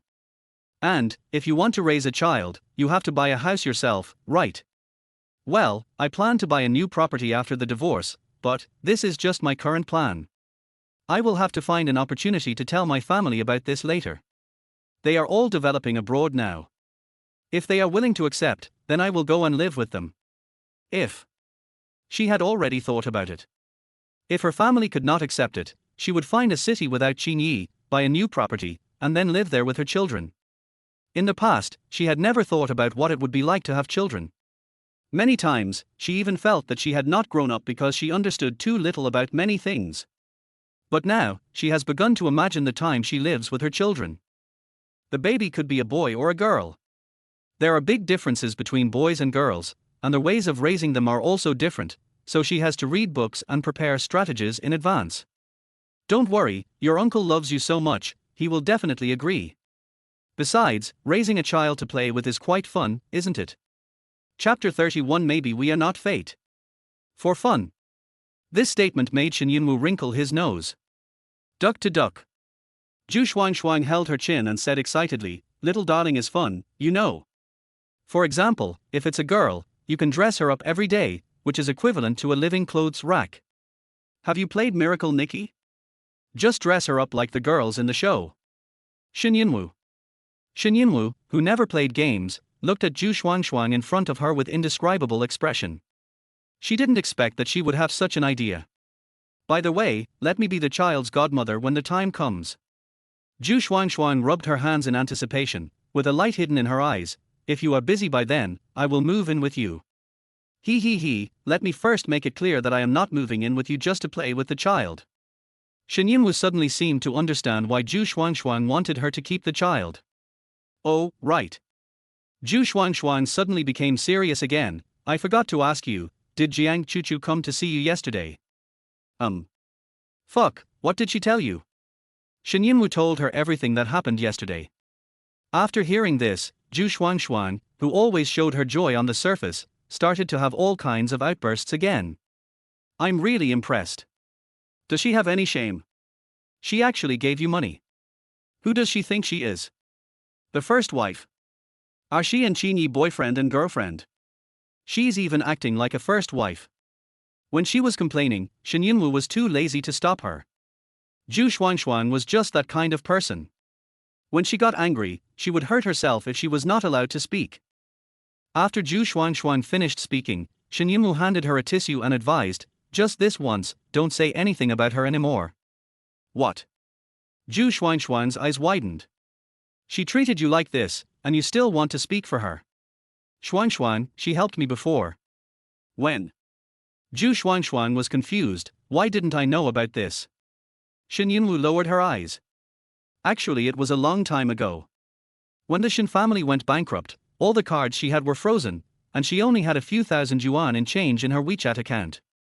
She didn't know what was going on and her father's phone was busy, so she could only rush home. After returning home, I discovered that a group of people had come to my house and sealed it, splashed red paint on it, and even wanted to take away all the things in the house. While Shen Yunwu's father was trying to stop the incident, he was pushed hard and his leg was broken. Shen Yunwu was so angry that he went up to argue with the man, and when he was about to call the police, his cell phone was knocked down by the man. The scene was in complete chaos. Finally, it was the person in charge over there who answered the phone, and then his attitude became servile and fawning. "Okay, I understand. I'll take them away right away." After hanging up the phone, the person in charge walked over and glanced at Shen Yunwu. "Humph, you're lucky. We won't take this house. We'll leave it to you." After that, the man sneered and said, "If Miss Jiang hadn't known our boss, you wouldn't have had this opportunity. This honor is sold to Miss Jiang, do you understand?" Ms. Jiang. A name flashed through Shen Yunwu's mind. "Are you talking about Jiang Chuchu?" "Yes, you are lucky. Let's go." Shen Yunwu didn't expect that she would receive help from Jiang Chuchu that day. Not long after those people left, Jiang Chuchu called her. "Are you okay? Are you frightened? I might have called a little late. I heard that my uncle was injured. I have called a taxi. You can get in the car directly. The driver will take you to the hospital. I have also arranged a doctor." Shen Yunwu held the phone in his hand, unable to figure out what was going on. "Why are you helping me?" Her relationship with Jiang Chuchu was not good. They met through Qin Ye's friend, and they did not get along well as friends. Later, after learning about Qin Ye's feelings for Jiang Chuchu, Shen Yunwu became even more indifferent to her and tried not to have any contact with her if possible. After all, she never thought of herself as a generous person. She might not hate her or dislike her, but she would definitely not be friends with Jiang Chuchu. But unexpectedly, Jiang Chuchu actually helped her. Jiang Chuchu smiled softly after hearing her question. "Yunwu, you are Yi's friend, and Yi's friends are my friends. Of course I will help you, and you don't have to feel any psychological burden. Don't tell anyone about my help to you, just think of it as Yi helping you." After hearing this, is there anything Shen Yunwu doesn't understand? She helped herself for Qin Ye's sake. Shen Yunwu pursed her slightly pale lips, seeming to want to say something but stopping herself. At this time, Mr. Shen suddenly coughed heavily, and the servant beside him hurriedly shouted heartbreakingly, "Sir, sir, are you okay? Miss, we have to go to the hospital quickly." Jiang Chuchu's worried voice also came from the other end of the phone. "Is your uncle okay? Yunwu, I won't say any more to you. Please take your father to the hospital immediately. The driver should be here soon." Shen Yunwu glanced at his father, who was sweating and had a pale face, and clenched his hand hanging at his side into a fist. In the end, he let go helplessly, as if he had accepted his fate. She said to Jiang Chuchu on the other end of the phone, "I owe you a favor, thank you." "What are you talking about? Didn't I tell you? Just think of it as he helping you. Go and take care of your father." Jiang Chuchu hung up the phone quickly. Shen Yunwu put away his phone and quickly walked to Shen's father to help him up. "Dad, are you okay? Hang on a little longer, the car will be here soon." As soon as he finished speaking, someone came in with the driver, and then everyone helped Mr. Shen into the car. On their way to the hospital, Father Shen looked at his daughter beside him and asked cautiously, "Nuo, who called just now?" Nuo is the nickname given to Shen Yunwu by Shen's father. As far as she can remember, she comes from a single-parent family and her father takes care of her alone. When Shen Yunwu was little, she was delicate and soft. When she put on a white dress, she looked like a little glutinous rice ball, so her father gave her this nickname. He has always called her that since she was a child. Shen Yunwu paused for a moment, then said, "It was Jiang Chuchu, she helped us, I owe her a favor." Hearing this, Father Shen looked a little surprised, then waved his hand and said, "Nuo, let's get off the car." The father and daughter spend every day together, so how could Mr. Shen not see what his good daughter is thinking? She likes that boy Qin Ye. But the incident between Qin Ye and Jiang Chuchu was also widely spread in the circle. His daughter had already stopped moving forward because of this incident. If she still owed her love rival a favor at this time, what would she do in the future? So Mr. Shen wanted to get off the car immediately. Shen Yunwu held him down, her face pale. "Dad, don't get out of the car. Even if you get out now, I've already accepted the favor." If she hadn't made that phone call, those people wouldn't have left. "But you and Qin Ye?" Shen Yunwu smiled faintly, "It doesn't matter, maybe we are not destined to be together." Chapter 32, How can it be so easy to repay a favor? The favor was owed at that time. And it was only when Shen Yunwu later ran around to various places asking for help that she realized how timely Jiang Chuchu's call was. All the Shen family's property was gone, leaving only that house. Later, when Shen Yunwu started a new business, she wanted to sell the property to her father and start over, but her father did not agree and just said to her with a sullen face, "Just deal with the house as you see fit. Since Dad was able to start a successful business from scratch before, he will definitely be able to do it in the future. You mortgage the house to those people, and invite Chuchu to dinner another day to see if she needs your help. Return the favor as soon as possible." "Dad, how can it be so easy to repay a favor you owe?" Father Shen touched his daughter's head with a warm smile. "Even if Dad has nothing, he won't let our Nuo bow down to his love rival. Don't worry, Dad will definitely make a comeback. Dad has a friend who will definitely help us. We've already told him." No, he lied. Shen Yunwu heard that he was rejected when he called. The friend he mentioned had received a lot of favors from Shen's father in the past, but at the critical moment, he backed down and became an ungrateful person. The reason why Mr. Shen said this was that he didn't want her to worry, and he didn't want her to owe Jiang Chuchu too much. Shen Yunwu was silent for a long time, then raised his head, looking pitiful, and his voice was low and weak. "Dad, why don't we go find Uncle Qin?" As soon as she finished speaking, Father Shen's face darkened immediately. "No. Don't say your Uncle Qin doesn't know about this. Even if he knows, he will help me without our initiative. But Nuo, once we really accept his help, what will you do in the future? The Nuo I raised is the best Nuo in the world. I don't want you to be unable to hold yourself up in front of anyone. Don't worry, even if there is no funding, Dad can find a way, it just takes a little longer. Nuo, you have to wait for Dad." That day, Shen Yunwu returned to her room with swollen eyes from crying. After crying, she did not mortgage the house back, but cashed it out and transferred it all into Shen's father's bank card. When coming out of the bank, Shen Yunwu took out her cell phone and stood there in a daze looking at the photo of her and Qin Ye. Her feelings for Qin Ye might not be as pure and passionate as she imagined. She really needs the money. It turns out that in the face of real suffering, everything else is nothing. Shen Yunwu and Zhu Shuangshuang stayed for 2 hours and then left. On their way home, Shen Yunwu silently calculated the day until their divorce. She had just visited her grandmother some time ago. She was in good condition and was expected to be able to have surgery in more than a month. By the time she finishes the operation and recovers for a while, she and Qin Ye can end this superficial marriage. He can also fulfill his promise to Chuchu. Jiang Chuchu is gentler and kinder than her, and has a better family background than her. Grandma will definitely like her. They all had a bright future and she didn't need to worry. Mrs.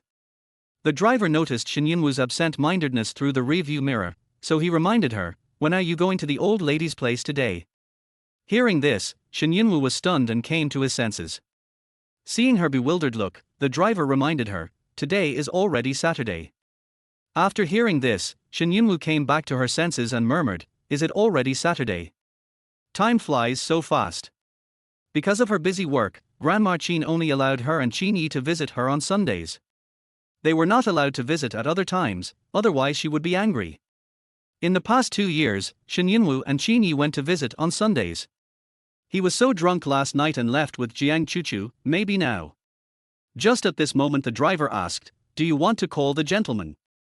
Hearing this, Shen Yunwu came back to his senses and subconsciously said, "No, he's not free." Driver. "I'll go there by myself today." The driver could only nod silently and drive on. After staying in the Qin family for a long time, he could notice that the atmosphere was not right recently, and he also heard some rumors. Looking at Shen Yunwu's appearance at this moment, he still felt very distressed. But he is just an employee, and it is not their turn to worry about such things. The best nursing home in South City. As soon as Shen Yunwu arrived, the attendant greeted her with a smile and said, "Mrs. Qin is here. Old Madam Qin was just talking about you. Our colleague wanted to take her downstairs for a walk, but the old lady didn't want to. She insisted on going back to the room to wait for you. She was afraid that you would come and ask you to wait."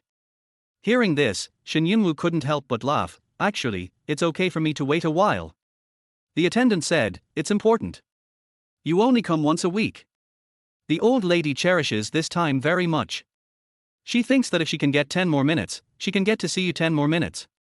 When Shen Yunwu heard this, she was stunned for a moment, and then she sensitively smelled something.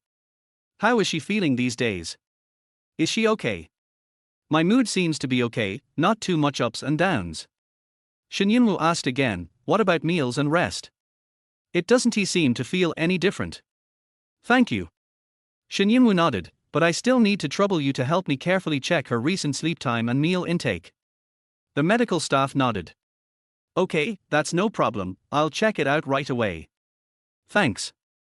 After thanking her again, Shen Yunwu turned and went to Madam Qin's room. After Mrs. Qin came back, she sat on the bed to rest under the care of her personal attendant, waiting for her granddaughter-in-law and grandson to come and visit her. Madam Qin is old, and although the years have left traces on her face, they have not taken away her elegance and composure. Her half-white hair is tied into a bun, and she is wearing a tailor-made padded cheongsam, which is elegant and warm. Hearing the footsteps outside, Madam Qin's face showed joy and excitement that was inconsistent with her age. "It's almost time. Qin Ye and Yunwu must be here." As soon as he finished speaking, a familiar and slender figure appeared at the door of the room. "Clouds and mist," the old lady said in a delighted voice, "You are here." Shen Yunwu quickened his pace and walked in, coming to the side of old Madam Qin. "Grandmother." "Why?" Old Madam Qin immediately held her hand and was very happy. The smile on her face disappeared after she touched Shen Yunwu's hand, and was replaced by surprise and concern. "Why are your hands so cold? Are you wearing too little?"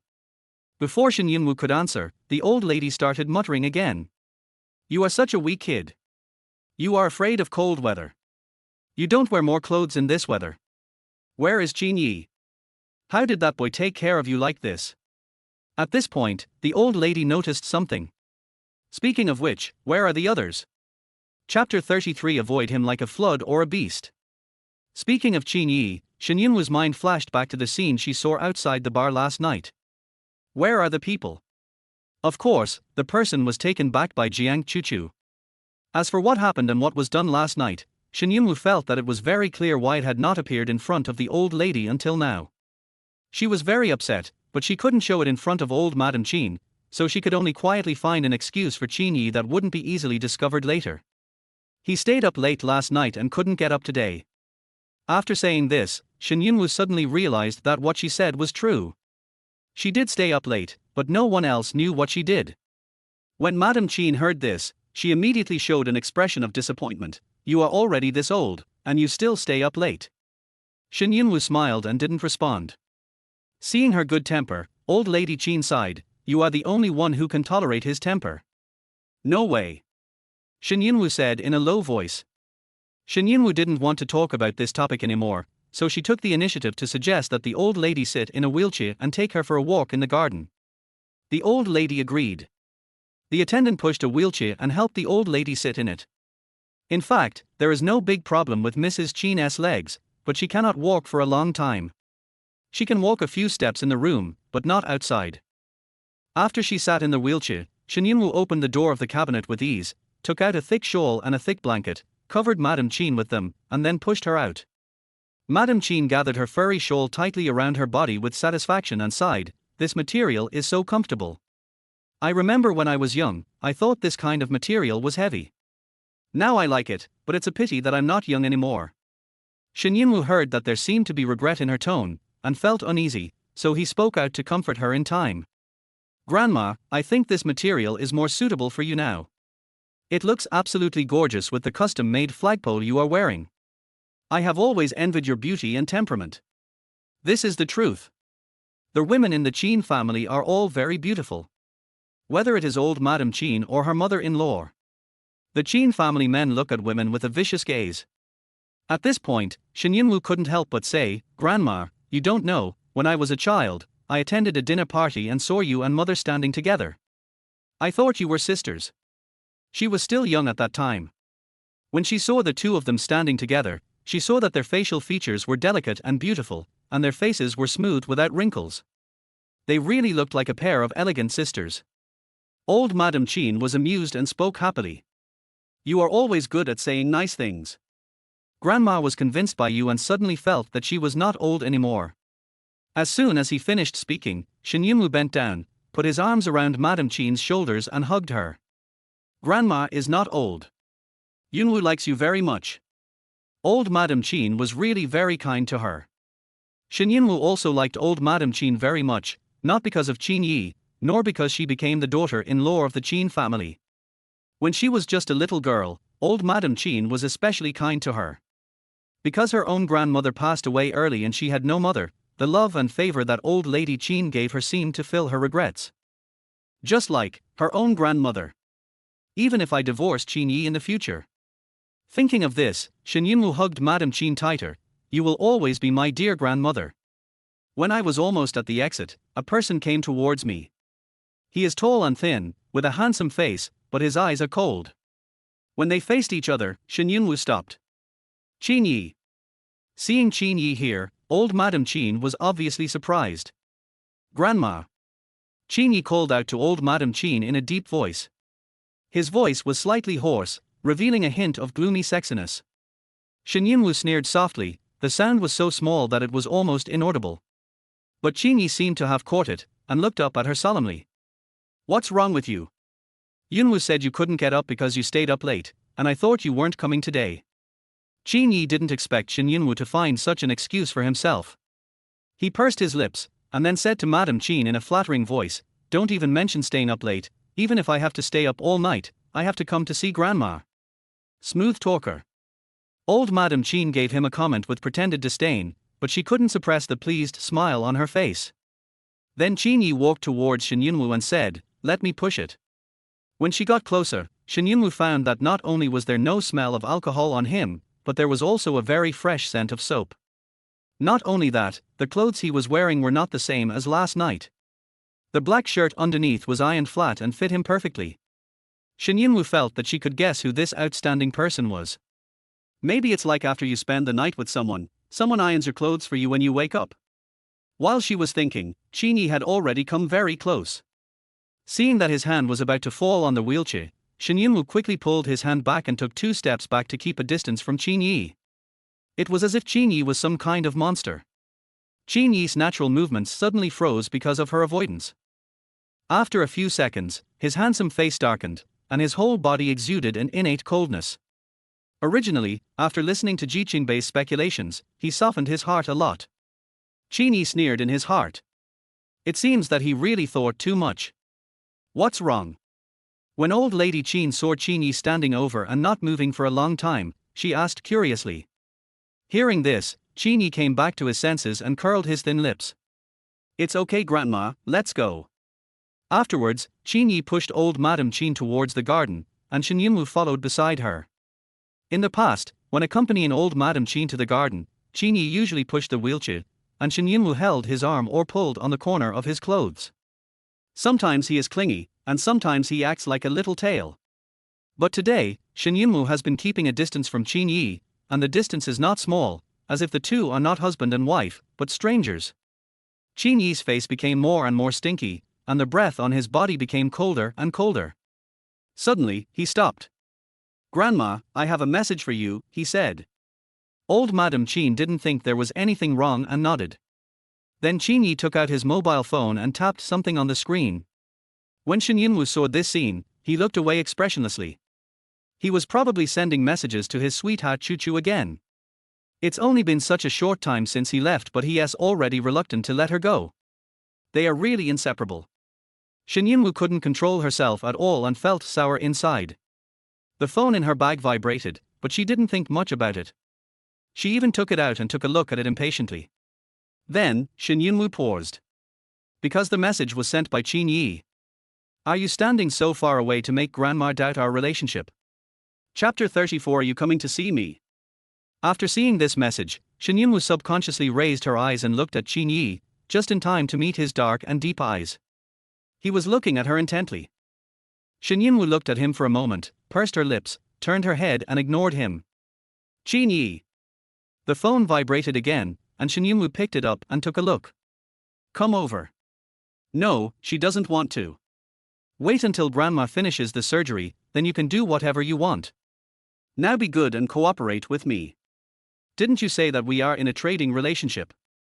After seeing the last sentence, Shen Yunwu finally came to his senses. Yes, they were originally in a transactional relationship. This is something that both of us are willing to do. Why is she being so pretentious now? Thinking of this, Shen Yunwu took a deep breath and then slowly moved over. Although I have prepared myself mentally, every step towards Qin Ye is still very difficult. When she finally moved to his side, Qin Ye's face could be described as the bottom of a pot. He looked at the little girl in front of him and was completely speechless. Qin Ye suddenly reached out to grab her. Shen Yunwu was startled and subconsciously dodged, but she was not fast enough and was caught by Qin Ye. Then he pulled her hand to his arm with a sullen face and said in a deep voice, "Hold me." Shen Yunwu looked at him in shock. He actually said that in front of his grandmother. She couldn't refuse again. After all, Grandma was more important. So Shen Yunwu had to reluctantly hold his hand. Qin Ye heaved a sigh of relief, reluctantly retracted his gaze, and said, "Hold on, follow me." Shen Yunwu said impatiently, "I know." Madame Qin, who had been quiet all this time, finally couldn't help but chuckle and said, "Are you reconciled?" Shen Yunwu, Grandma. He didn't come with you today, and I felt something was wrong. Since I moved into the nursing home, you two have never been away from each other. Hearing this, Shen Yunwu could only lower her eyes and purse her lips. She thought she had acted well, but she had not expected that her grandmother's mind was so exquisite that nothing could be hidden from her. Not only could she not hide it, she also refused to tell anyone. How can this be possible? Thinking of this, Shen Yunwu said, "Grandma, it was just a little weird, it's okay now. It's normal for young people to feel a little awkward. Just explain it in time. Qin Ye, you are man. You should give in to Yunwu more. Do you understand? Qin Ye, when did I not give in to her? Hasn't she always been the one who gets what she wants these past 2 years? How can we not let her do whatever she wants?" This answer made old Madame Qin dissatisfied. "You just agreed when I told you to, why are you talking back?" Qin Ye, "Okay, I understand, Grandma. After that, the three of them walked around in the garden for about 20 minutes. Shen Yunwu was afraid that old Madame Qin would be cold, so she suggested going back. Coincidentally, the nurse called. "The doctor is here for rounds, please send the old lady back quickly." Qin Ye and Shen Yunwu sent old Madame Qin back. They were not allowed to go in during the inspection. So when Shen Yunwu saw Madame Qin being pushed into the consulting room, she immediately loosened her arm and took 2 steps to the side to keep a distance from Qin Ye. Seeing Qin Ye frowning and looking at her, Shen Yunwu said, "I'm going to the bathroom." Afterwards, she turned around and left without caring about Qin Ye's reaction. After entering the bathroom, Shen Yunwu went directly to the sink and found the hand sanitizer. Shen Yunwu washed his hands over and over again with a cold face. She thought that if she just touched Jiang Chuchu alone, she wouldn't seem to have such a reaction and wouldn't feel anything about Jiang Chuchu. But whenever she thought about him being with Jiang Chuchu last night, she felt very dirty. This kind of dirtiness is the kind that causes psychological disgust. The weather was cold, and after she washed several times, the warmth in her hands that had finally recovered disappeared again, leaving them icy cold. Shen Yunwu wiped his hands, turned around and walked outside. Suddenly, she stopped and looked at Qin Ye, who was leaning against the door. He leaned there, his eyes slightly lowered as he stared at the ground. His profile made his facial features look extremely three-dimensional and delicate, and his long eyelashes could be seen. Hearing the noise, Qin Ye raised his head and looked at her, his gloomy eyes fell on her hands. Shen Yunwu washed her hands several times until they turned red. Qin Ye's eyes flashed with sarcasm, and he opened his thin lips slightly. "After washing so many times, did you touch anything dirty?" Shen Yunwu pursed her lips and followed his words, "Yeah, so I washed it a few more times." Hearing this, Qin Ye's brows furrowed deeply. This woman. Shen Yunwu was too lazy to say anything more to him and walked outside, but she had to pass by Qin Ye on her way to find her grandmother. So Shen Yunwu deliberately took a few more steps forward and walked opposite Qin Ye, who was leaning against the wall. Seeing this scene, Qin Ye finally couldn't bear it anymore and stepped forward to clamp her hand. "Shen Yunwu, do you think I have a good temper? You think I'm dirty? What did I do to make you think I'm dirty?" He was very strong.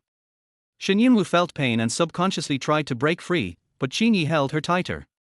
Shen Yunwu frowned. "Qin Ye, let go."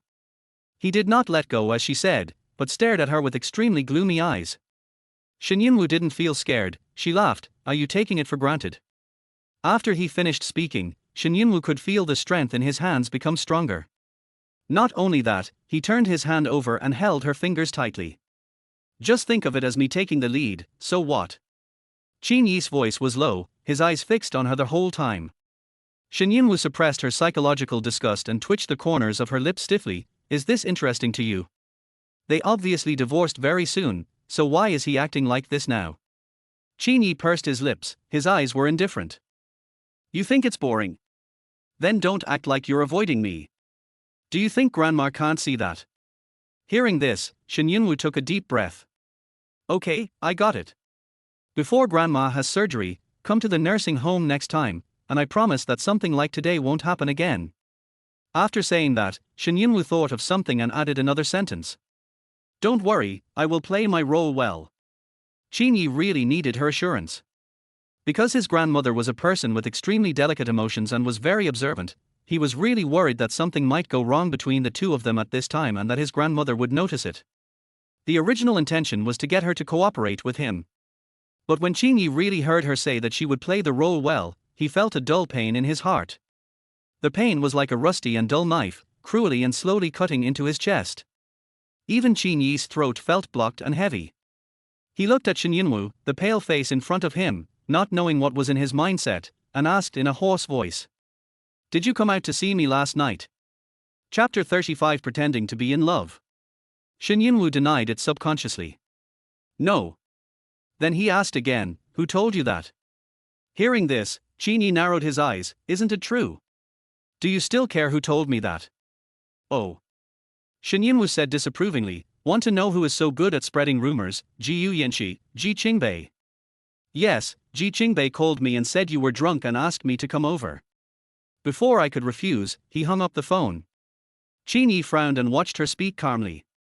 "Originally, I wanted to ask the butler to pick you up, but it's the middle of the night and the butler is old, so it's not good to wake him up. I thought Ji Qingbei and Ji Yuyanxi were both there, so they would naturally take care of you, so even if you're drunk, it's okay. So what? Her words sounded perfect and there didn't seem to be anything wrong. So after I figured it out, I went to sleep. Shen Yunwu finished speaking and stared at him. So who told you that I went to find you? Thank him for me. He created such a good persona for me. Qin Ye. Shen Yunwu continued to speak. By the way, your two friends still don't know about our trading relationship. So I didn't go, but they covered for me, afraid that we would quarrel. As soon as she finished speaking, Shen Yunwu felt the hands holding her getting tighter and tighter, with such force that they almost crushed her hands. She endured the pain and smiled softly. If you have a chance, tell them clearly, so that they won't call me all the time when you are drunk in the future. It's the middle of the night, you know I go to bed early, if I am woken up. Before Shen Yunwu could finish the rest of her words, Qin Ye had already pushed her hand away, unable to bear it any longer, and strode away with a sullen face. After Qin Ye left, Shen Yunwu was the only one left in the corridor. Shen Yunwu lowered his eyes and looked at the hand that had been clamped just now. He was silent for a long time, and finally did not go back to the bathroom to wash his hands. Nothing. Since it was just a transaction, she had to be mentally prepared at all times. After all, she had to come to visit her grandmother every week, and it was only once. She couldn't come here to wash her hands every time she came. After adjusting his mindset, Shen Yunwu turned around and left. Madame Qin's condition is recovering faster than I thought.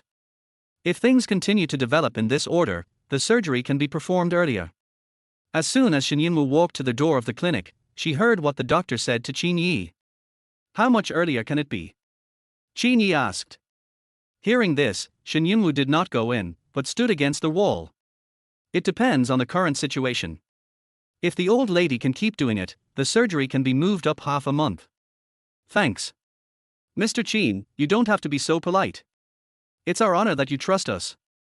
There was probably nothing interesting to say at this point in the conversation, so Shen Yunwu went back to see old Madame Qin early. When she was almost at the door, Shen Yunwu met the nurse she had assigned to work in the morning. Mrs. Qin, you are here.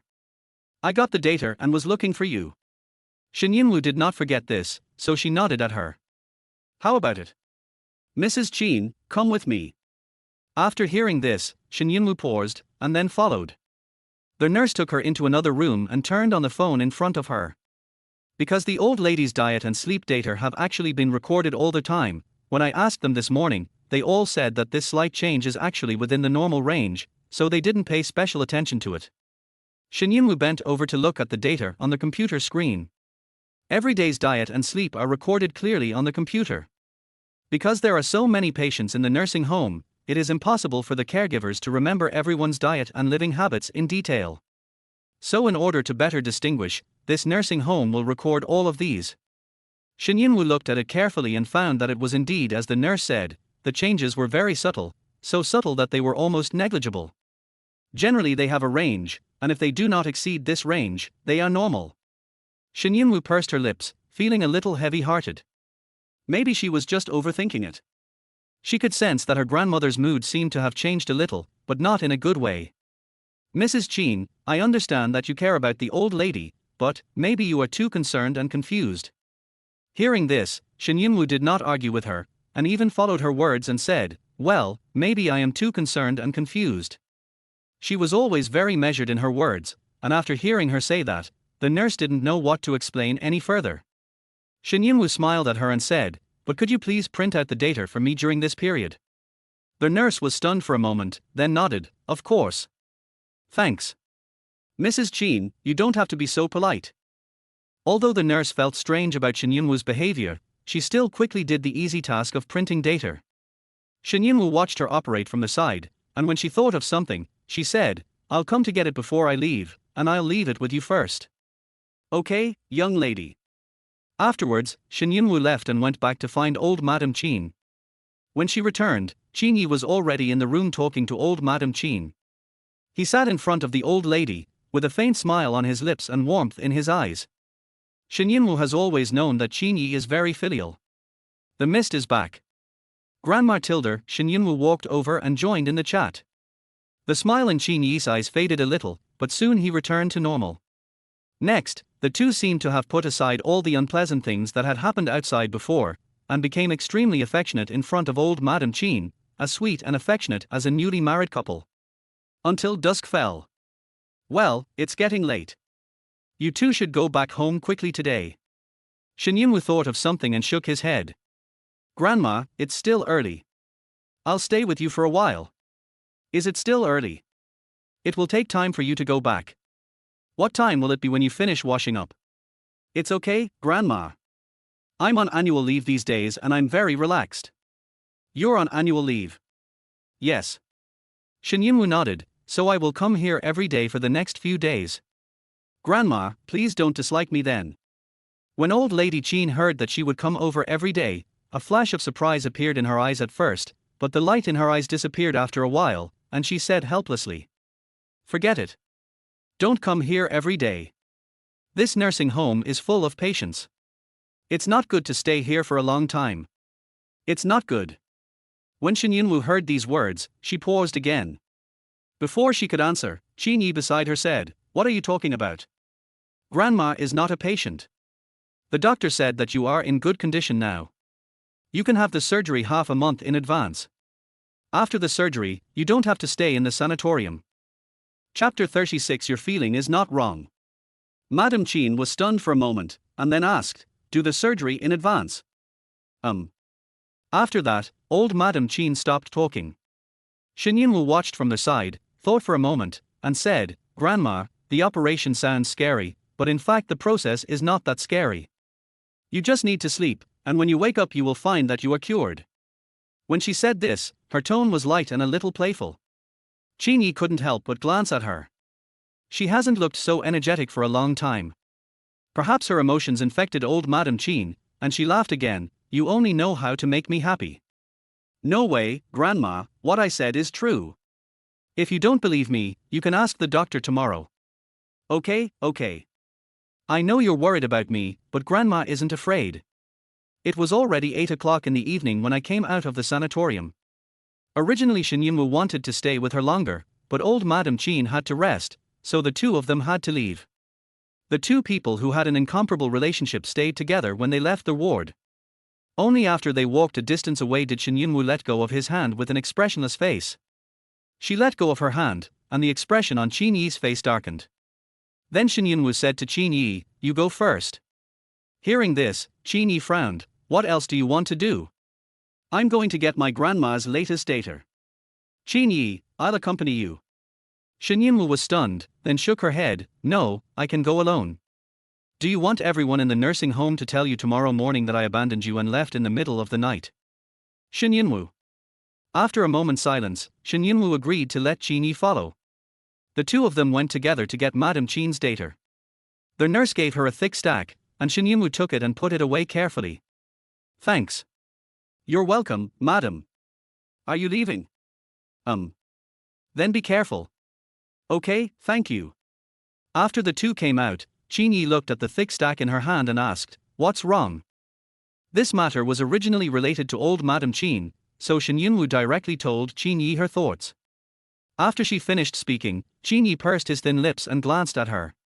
"You really care about Grandma?" Hearing this, Shen Yunwu paused, and then said, "The reason I care about Grandma is not because of you." Qin Ye was speechless for a moment, then said, "Did I say it was because of me? Why do you always target me?"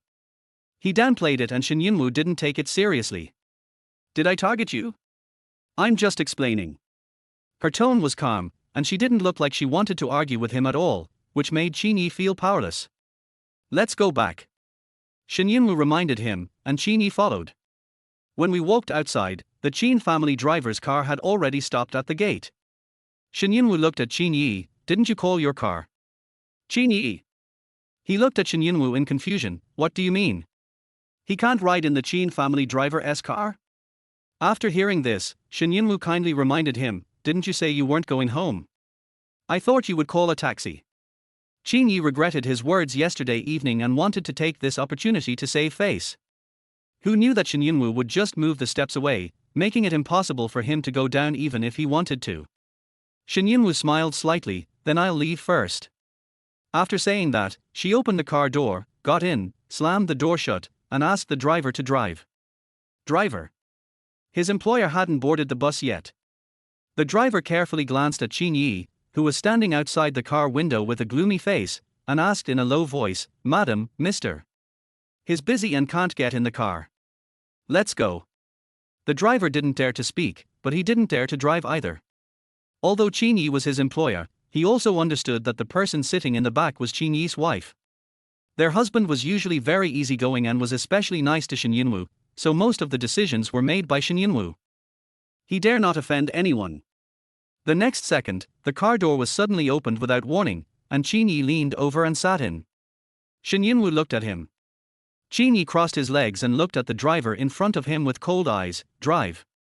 His voice was cold and indifferent. The driver didn't dare to stay any longer and drove away quickly. The atmosphere in the car became weird. Shen Yunwu thought that after she said that, he would not get in the car again. Unexpectedly. But she was too lazy to pay attention to it. After all, he was the one who said it, so even if he was slapped in the face, it was his own face. He is the one who is embarrassed, not me. Shen Yunwu simply took out the printed data sheet in the car and looked at it. She didn't speak to Qin Ye, and Qin Ye didn't speak either. The only sound in the car was the sound of Shen Yunwu flipping through papers. After a long time, Qin Ye couldn't help but look at her. In the not-so-bright car, Shen Yunwu flipped through the pages with her eyes lowered, her curled eyelashes swaying up and down as she blinked. She was very focused and had no intention of talking to him. Qin Ye finally couldn't help but ask, "Is there anything wrong with Grandma's condition?" Shen Yunwu paused in flipping the pages. This look made Qin Ye frown. "Why? I can't even ask about Grandma's situation." Hearing this, Shen Yunwu pursed her lips, looked at him with a look that said, "Are you okay?" and then said, "Of course not." The next second, Shen Yunwu handed all the papers in his hand to Qin Ye. The expression is exactly like, "Just look at it yourself, don't bother me." Qin Ye. I was speechless for a moment. But he still took the paper. Because it was about his grandmother's condition, Qin Ye read it carefully. At first, he was a little absent-minded because of Shen Yunwu's expression, but as he watched, he gradually became engrossed and no longer cared about things in the outside world. After he finished reading it, he casually started talking to Shen Yunwu. Grandma's diet and sleep data have changed slightly. Yeah. When it came to this, Shen Yunwu didn't argue with him. She answered quickly and explained to him, "But I asked the people in the sanatorium, and they said that the data changes were too small and were within the normal range." "Is it within the normal range?" Qin Ye pursed his thin lips and repeated her words. After a moment, he collected the data and returned it to Shen Yunwu. "Since the people in the nursing home didn't find out, how did you find out?" "Because I sensed the changes in Grandma's mood." After saying that, as if she was afraid that Qin Ye wouldn't understand, Shen Yunwu added, "I'm more sensitive, so I can sense it." "Do you understand what I mean?" Qin Ye heard this and glanced at her. Shen Yunwu didn't notice his look and continued, "Of course, this is just my personal feeling, it may not be accurate. Since the data you have obtained has changed, it means that your feeling is correct." Chapter 37 Let's Truce. That's right, the data she got did change, which indirectly proved that her feeling was not wrong. Shen Yunwu nodded and said nothing more. He just took the data back, folded it up and put it away. After it was done, she remembered something and said to Qin Ye, "Actually, I think Grandma is afraid of surgery. You shouldn't have told her that the surgery would be moved up this afternoon." Hearing this, Qin Ye was stunned. "Yeah. He looked at her and saw the serious expression on her face, and suddenly realized that what she had said in the sanatorium was not false. She said she cared about her grandmother not because of herself. This sentence was not said in anger. She really treated her as her own grandmother. Thinking of this, Qin Ye twitched his lips. "Okay, I understand, I will comfort her later." Because the issue of Grandma was brought up, there was a rare peace between the two. But after the topic about Grandma ended, silence fell between the two again. The driver who was driving in front was extremely amazed. When they got in the car, the atmosphere was so tense, as if they were about to have a heated argument in the next second. But not only did they not quarrel, but they also discussed Madame Qin's illness in a friendly manner. The driver was still sighing in his heart that when a couple fights at the head of the bed and makes up at the foot of the bed, the two of them stopped talking again, and the atmosphere between them became stiff and returned to its previous coldness. Driver. Forget it, he couldn't understand it, so he should just concentrate on driving his own car. After arriving at Qin's house, Shen Yunwu got off the car before Qin Ye. After getting off, she went straight upstairs. Her steps were not fast, but definitely not slow either.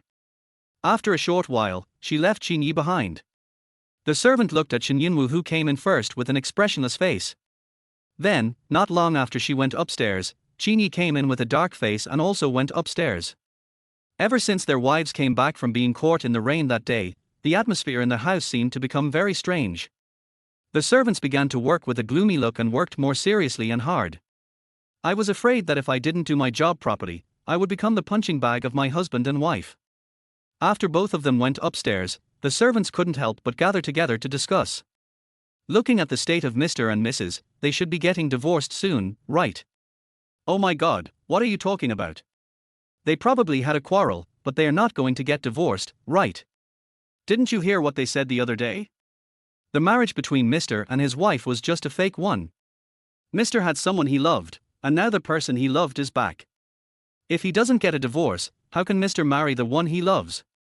That's what you say, but they've been married for so long, there must be some affection between them, right?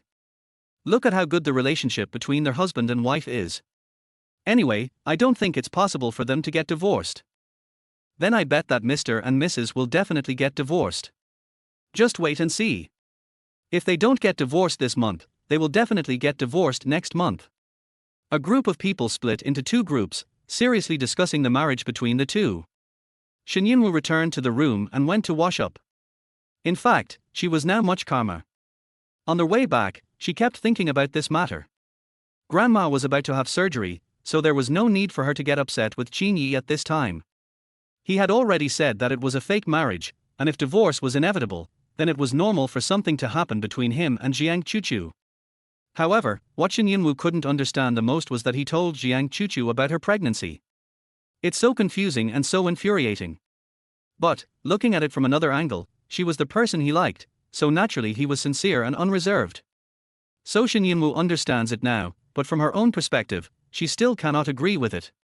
But I can no longer agree with it, and I have to pretend to be calm during this period of time. Shen Yunwu came out after washing up and saw Qin Ye lying on the sofa in the bedroom. He was probably tired, so he took off his coat and lay there with his eyes closed. Hearing the noise, he opened his eyes and looked at Shen Yunwu. Shen Yunwu was originally looking at him, and when he stared at her like that, their eyes unexpectedly met, and she immediately looked away in embarrassment. But Qin Ye didn't care, and asked calmly, "Are you done washing?" Only then did Shen Yunwu respond in a sullen tone. Then I'll go wash up too." After saying that, Qin Ye got up and went into the bathroom. It took half an hour for him to come out again. Qin Ye wiped his wet hair with a dry towel while walking out. Suddenly, he stopped and looked at Shen Yunwu, who was sleeping on the bed. She had a pillow behind her back and a book in her hands. The desk lamp was on, and she leaned there and fell asleep quietly, only turning a few pages of the book. After looking for a while, Qin Ye threw away the towel in his hand and walked towards her. After approaching, Qin Ye quietly looked at Shen Yunwu under the light. She had a pair of beautiful eyes, which were clear and cold when she was not smiling, like a cold spring accidentally discovered on the top of a snowy mountain. When she smiles, she is particularly lively, like the sparkling surface of a lake on an autumn afternoon, dazzling and vivid. In addition to these two styles, Qin Ye even saw her more moving side. At that time, her eyes had another kind of style, which was enough to drive him crazy. Qin Ye's hand moved forward uncontrollably, his fingertips gently resting on her brow bone, then gradually moving down and touching her eyelids. The warm fire instantly penetrated into Qin Ye's lower abdomen along the fingertips. He pursed his thin lips and his eyes became dark and deep. Suddenly, the eyelid under his fingertips moved, and Qin Ye immediately withdrew his hand as if he had been electrocuted, pretending nothing had happened. But before he could move, Shen Yunwu had already opened her eyes. Their eyes met. "Qin Ye." Shen Yunwu looked at him strangely. She probably didn't notice that he had touched her with his fingertips just now, so she asked, "What are you doing in front of me?" Qin Ye said calmly, "See if you are asleep." Speaking of this, Shen Yunwu really fell asleep just now. She was reading a book while Qin Ye was washing up, waiting for him to come out to negotiate with him. Unexpectedly, she fell asleep unconsciously after reading only a few pages. Shen Yunwu had heard before that women would become sleepy during pregnancy and she didn't believe it. But now it seems that this may be true. Thinking of this, Shen Yunwu coughed lightly. Well, maybe I was too tired during the day. After that, she closed the book and asked, "Have you finished washing up?" "Yeah." Qin Ye's voice sounded muffled, and his dark eyes were fixed on her. He was guessing what she was thinking. Her attitude seemed much better than during the day. After thinking about it and trying to hold back, Qin Ye finally couldn't hold back the desire in his heart and asked, "Are you not? Are you angry with me?" "Qin Ye, let's have a truce." The two spoke at the same time. Shen Yunwu's words were short and fast, so Qin Ye was interrupted before he could finish the rest of his words. Truce. He didn't quite understand what she meant.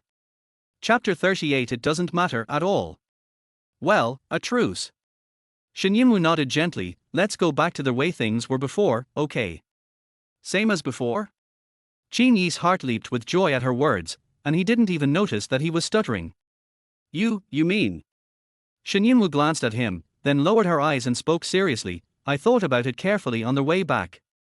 Grandma's mood seems to be very stable now, and those minor changes don't seem to be a problem. But after all, the surgery is still half a month away. There is no need for us to quarrel at this juncture, lest Grandma notice the clues and affect her. Hearing this, Qin Ye felt as if he understood something. You mean? Don't you understand what I mean? Now is a critical moment, so we must cooperate well. After half a month, you can do whatever you want. No one, and nothing can restrain you. Shen Yunwu felt that what he had said was very clear. You are a smart person, you should understand what I mean. Hearing this, Qin Ye curled the corners of his lips. Yes, how could he not understand? In other words, she didn't want to reconcile with him, nor was she no longer angry with him, but she had to make a truce with him just for the sake of Grandma. But what could he say? She was doing it for Grandma's own good.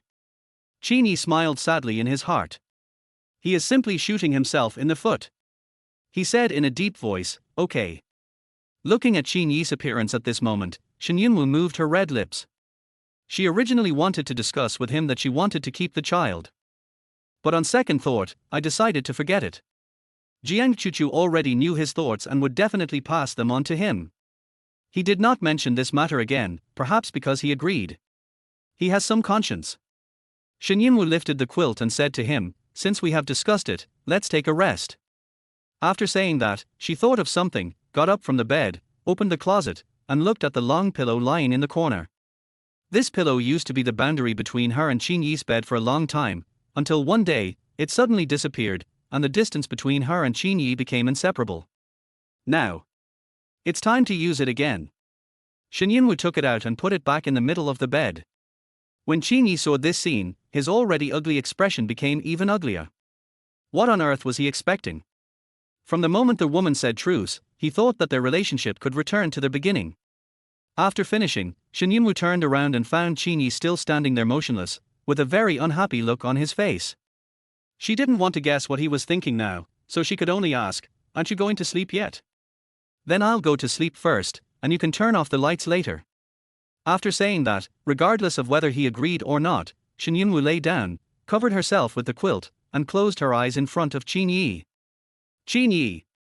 He looked at the long pillow in the middle of the bed, sneered for a long time, then walked over with a gloomy expression and lay down stiffly like a corpse. When the lights are turned off, the room falls into darkness and the senses are infinitely magnified. Qin Ye's breathing was heavy and he couldn't fall asleep at all. But after a while, the person next to me began to breathe evenly. Qin Ye couldn't help but turn his head and look in the direction of Shen Yunwu in the darkness for a long time, so long that he didn't understand what he was thinking. After the two reached a truce agreement, there was no more Cold War at home. After getting up, Shen Yunwu washed up as usual. When she saw Qin Ye getting dressed, she came over and tied his tie for him. Qin Ye's eyes were dark and fierce. The people around him slept soundly last night, but he himself could be said to have been sleepless all night. He finally felt a little sleepy when the sky turned pale. After sleeping for a while, I heard the person next to me getting up. Qin Ye couldn't sleep either, so he just got up. Because he didn't sleep well, and her reaction made him unhappy, but he had no place to vent his unhappiness, so Qin Ye dressed a little roughly, and was even more impatient when tying his tie. He was simply impatient. Unexpectedly, at this time, she would come over and tie his tie for him.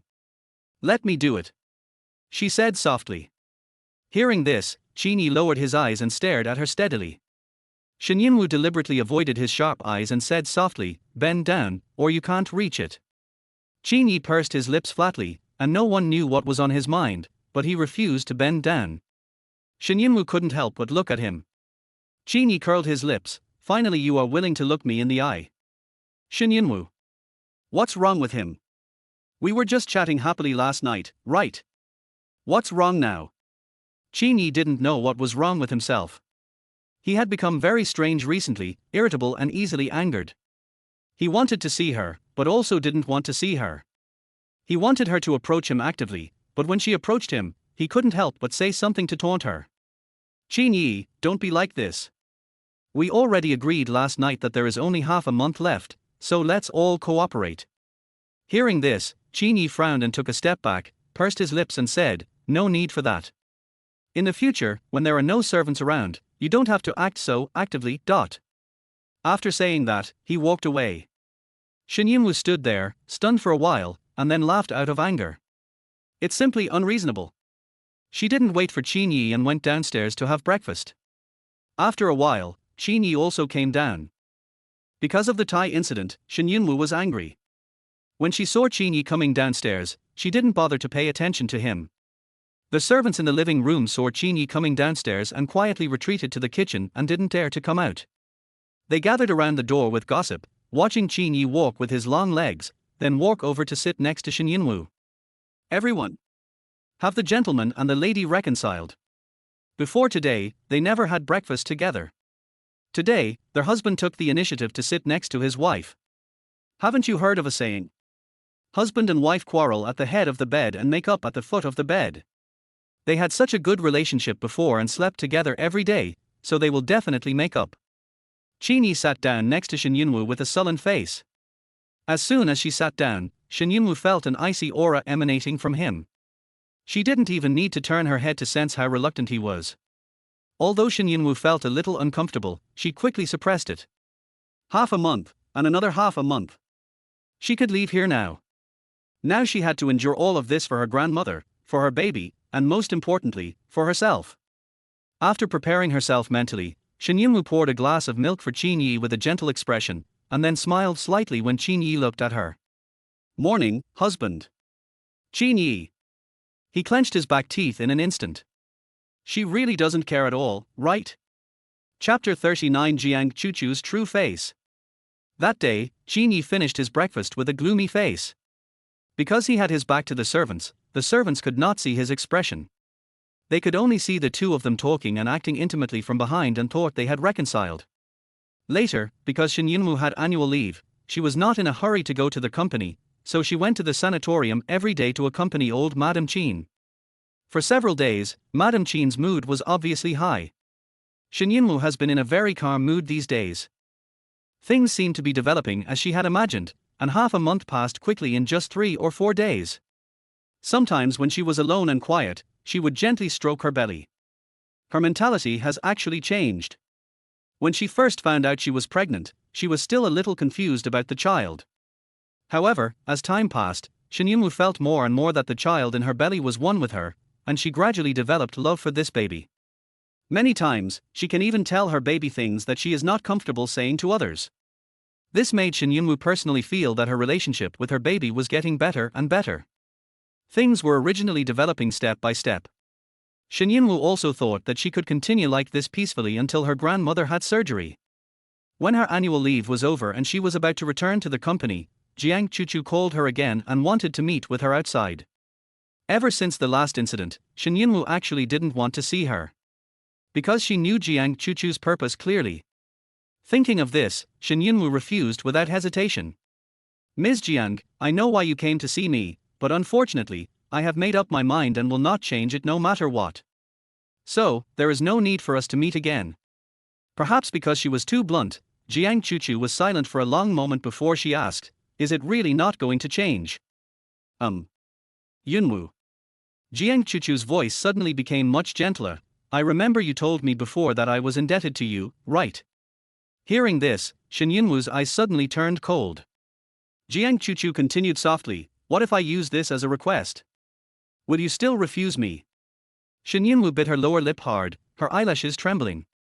You don't have to answer me in a hurry, maybe we can meet first. After hanging up the phone, Shen Yunwu stood there, his mind was blank. It's not that she hasn't thought about repaying the favor, but she thought of other ways. As long as she needed help, she would be willing to sacrifice half her life, but Shen Yunwu did not expect that Jiang Chuchu would use this as a condition at this juncture. A quiet cafe in Lu Street Market. When Shen Yunwu walked to the door, she saw a sign hanging in front of the cafe saying it was closed. Just at this moment the cell phone rang. Yunwu, just push the door and come in. This is my friend's coffee shop. It hasn't opened yet.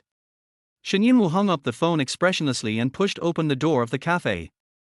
As soon as she entered, she saw Jiang Chuchu waiting for her in the corner. Seeing her, Jiang Chuchu waved at her. Shen Yunwu walked over with steady steps and stopped in front of Jiang Chuchu. There was a scarred man sitting next to Jiang Chuchu. The man looked ferocious, but when he saw her coming, he stood up directly, but his voice was unusually gentle. Beauty, you are Chuchu's friend, right? What would you like to drink? The man looked at Shen Yunwu in front of him, with a flash of surprise in his eyes. Shen Yunwu didn't have any thoughts, she just curled her lips and said, no, thank you. Her refusal made the man stunned, and then he heard Jiang Chuchu say, Zhu Zhang, give her a glass of hot milk. The man named Zhu Zhang nodded neatly, okay, I'll do it, you guys chat. Before leaving, Zhu Zhang couldn't help but look at Shen Yunwu again. Jiang Chuchu noticed these little actions, and after Zhu Zhang left, she smiled and said to Shen Yunwu, you are here, please sit down. Shen Yunwu glanced at her and then sat down in front of her. Jiang Chuchu looked at her clothes and said softly, Zhu Zhang is a friend I met abroad. He is a straightforward person. He opened this cafe after returning to China. Although he doesn't have any high ambitions, he lives a comfortable life. He is also a person who takes relationships seriously and is very gentle to his girlfriend. At this point, Jiang Chuchu paused and said carefully, if you don't have a good home after you divorce Yi, you can consider him. Shen Yunwu suddenly raised her head, and at that moment she couldn't help herself. Miss Jiang, I owe you a favor, so do you have to decide my marriage? Hearing this, Jiang Chuchu was stunned for a moment, then smiled and said, of course not. Yunwu, don't get me wrong, I don't mean to decide your marriage for you, I just think Zhu Zhang is a good person. Shen Yunwu pursed her lips, really? Then why don't you think about it yourself? The smile on Jiang Chuchu's lips gradually faded. How could their relationship be as harmonious as it seems? When the tide recedes, what is revealed is the real thing. Shen Yunwu didn't think Jiang Chuchu would help her sincerely. After all, there was Qin Ye between them, but some favors she had to accept. After a moment of silence, Jiang Chuchu picked up the spoon and stirred the coffee in front of her, saying lightly, I didn't expect Miss Shen to treat her benefactor with such an aggressive attitude. Her tone was no longer gentle, and her voice was completely different. It was much more decisive now, and the look in her eyes when she looked at Shen Yunwu was full of disdain. But the way she looked actually made Shen Yunwu feel much more pleasing to the eye. She smiled and replied, finally you're not pretending anymore? Miss Jiang's true face is more pleasing to the eye. At least it doesn't look so fake. Fake? Jiang Chuchu smiled contemptuously, I just think you don't deserve to be treated gently by me. I originally thought that even if you are not a smart person, you should be a good girl. I didn't expect you to be so ungrateful. Ungrateful. Shen Yunwu stroked his fingertips, narrowing his eyes slightly as he looked at the person in front of him. In Miss Jiang's eyes, I may be an ungrateful person, but I never thought that the loyalty and righteousness Miss Jiang mentioned was murder. The word murder made Jiang Chuchu's face change drastically. What nonsense are you talking about? When did I ever ask you to kill someone? Shen Yunwu followed her words and continued, so, you won't use your kindness to force me to abort the baby anymore. This sentence immediately made Jiang Chuchu feel deflated and speechless. After a long while, she said, the child is a time bomb. If you were in my position, you would not be able to accept it. After saying that, Jiang Chuchu looked at her, you are obviously going to divorce, why do you want to keep the child? You can obviously remarry and have children, why do you have to keep this one? Do you think I don't know what you are thinking? Chapter 40. I don't have the hobby of raising children for others. Shen Yunwu didn't even need to stand in her shoes to know that it was unacceptable. But she is Shen Yunwu, not Jiang Chuchu. She could only think about what had happened from her own perspective. What a pity. I am not such a great person, and I don't have the spirit of dedication. The child is in my body. It is my freedom to give birth or abort. No one can decide the life or death of my child except me. You?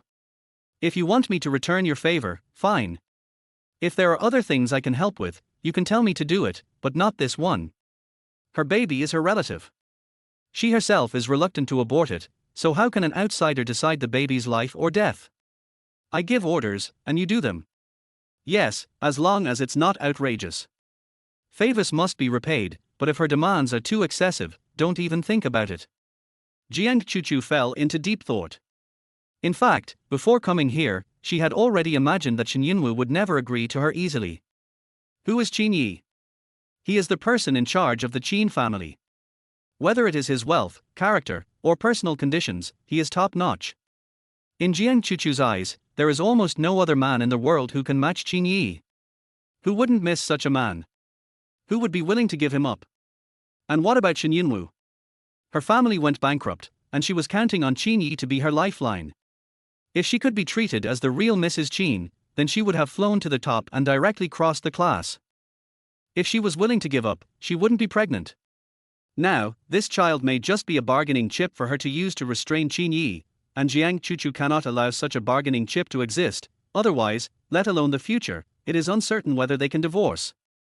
But she herself was unwilling to fight, so Jiang Chuchu could only find a solution from other places. The most important thing at the moment is to stabilize Shen Yunwu. Thinking of this, Jiang Chuchu smiled and said gently, "All right, asking you to abort the child is too cruel, I can't bear to hear it. In this case, why don't we sign an agreement? Protocol." As soon as he finished speaking, Zhu Zhang brought a cup of hot milk. Hot milk, beauty. Jiang Chuchu stopped talking tacitly, then smiled sweetly at Zhu Zhang. "Zhu Zhang, thank you." Zhu Zhang winked at her and said, "You're welcome. It's my honor to treat you to a drink. Enjoy your meal." After that, Zhu Zhang left again without asking any questions about the content of their conversation. No wonder Jiang Chuchu chose this location. Jiang Chuchu looked very considerate and pushed the milk in front of Shen Yunwu. "You can't drink anything else now. The milk is warm. Drink some." Shen Yunwu glanced at her and found that she had put her mask back on. "What? Are you afraid that I'll put drugs in the milk?" Jiang Chuchu said with a smile, "Yunwu, don't worry, if I were going to do something so dirty, I wouldn't have asked you out directly." Shen Yunwu retracted his gaze and did not continue the topic. Instead, he asked directly, "What agreement did you just talk about?" Jiang Chuchu smiled, "It seems that you really don't want to stay with me for long." Shen Yunwu, "Why, you don't want to end this quickly?" "Of course." As she spoke, Jiang Chuchu took out a brown paper bag from her tote bag and handed it to her. "Here is the agreement, you can take a look." Shen Yunwu took it expressionlessly. Jiang Chuchu couldn't help but feel breathless when she saw her calm appearance. It had come to this point and she obviously had no better way, but she could still remain so calm and composed. What on earth did she rely on? The scene of Shen Yunwu jumping into the river many years ago came to my mind again. Obviously, so dangerous. But there was no hesitation on her face when she jumped, unlike me, who looked panic-stricken and at a loss as to what to do. In every midnight dream, darkness eroded her nerves, and there was a clear contrast between herself and Shen Yunwu in the picture. In front of others, Jiang Chuchu was praised because she sacrificed herself to save Qin Ye. Behind people's backs, she was actually a clown compared to Shen Yunwu. The more determined she was to save others, the more despicable and shameless she seemed for stealing the credit. Outsiders all thought that Jiang Chuchu was pure and virtuous, but in fact, can't think about it. Can't think about it. Everything has passed, and now everyone knows that she is Qin Ye's savior, and Qin Ye himself thinks so too. Shen Yunwu, the only one who knew the truth, had lost her precious memory in that serious illness, and she would never be able to remember it again in her lifetime. "I have a problem with this agreement." Shen Yunwu's clear and cold voice sounded, bringing Jiang Chuchu back to reality. The face of Shen Yunwu in front of her overlapped with her past self, and then separated again. In the past, the girl's face was pretty and bright, but now Shen Yunwu looks a little cold and her features have grown, making her look a little breathtakingly beautiful. Jiang Chuchu forced a smile. What's the problem? Shen Yunwu glanced at her, then looked down at the contract. In fact, although the wording of Jiang Chuchu's agreement seems convoluted, it actually revolves around a few points. First, she must leave the country immediately after the divorce and cannot return within 5 years. Second, you are not allowed to bring up the topic of children in front of Qin Ye, nor are you allowed to use children to gain sympathy. Third, before the divorce, she can no longer have any intimate behavior with Qin Ye. Fourth, she will be given a sum of money, and if she wants to raise a child, Jiang Chuchu is willing to assume the obligation of support until the child reaches adulthood. Under Jiang Chuchu's gaze, Shen Yunwu tapped the table with her fingertips and spoke slowly, "Why can't we bring up the topic of children in front of Qin Ye?" Hearing this, Jiang Chuchu's pupils shrank slightly. She had made some very aggressive additions to the agreement at that time. Shen Yunwu is not a fool. She will definitely have doubts when she sees this agreement, but Jiang Chuchu has to use this agreement to suppress her. Otherwise, she will be with Qin Ye every day. What if she lets slip the matter of the child? After thinking it over again and again, Jiang Chuchu decided to take a gamble. Anyway, she has the leverage over Shen Yunwu. If Shen Yunwu doesn't agree, she still has other means. So in order to make Shen Yunwu believe, Jiang Chuchu had already thought of a reason. She looked into Shen Yunwu's eyes and said softly, "I'm not letting you say it because it's for your own good." Shen Yunwu?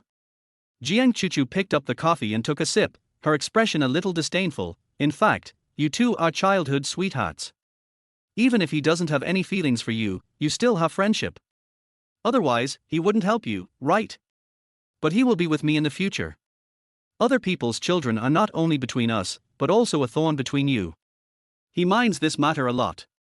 If I say so, can you understand? The most important thing." Jiang Chuchu paused and pressed down the last piece of treasure. "I'm worried that you've said too much. What if he asks for the child?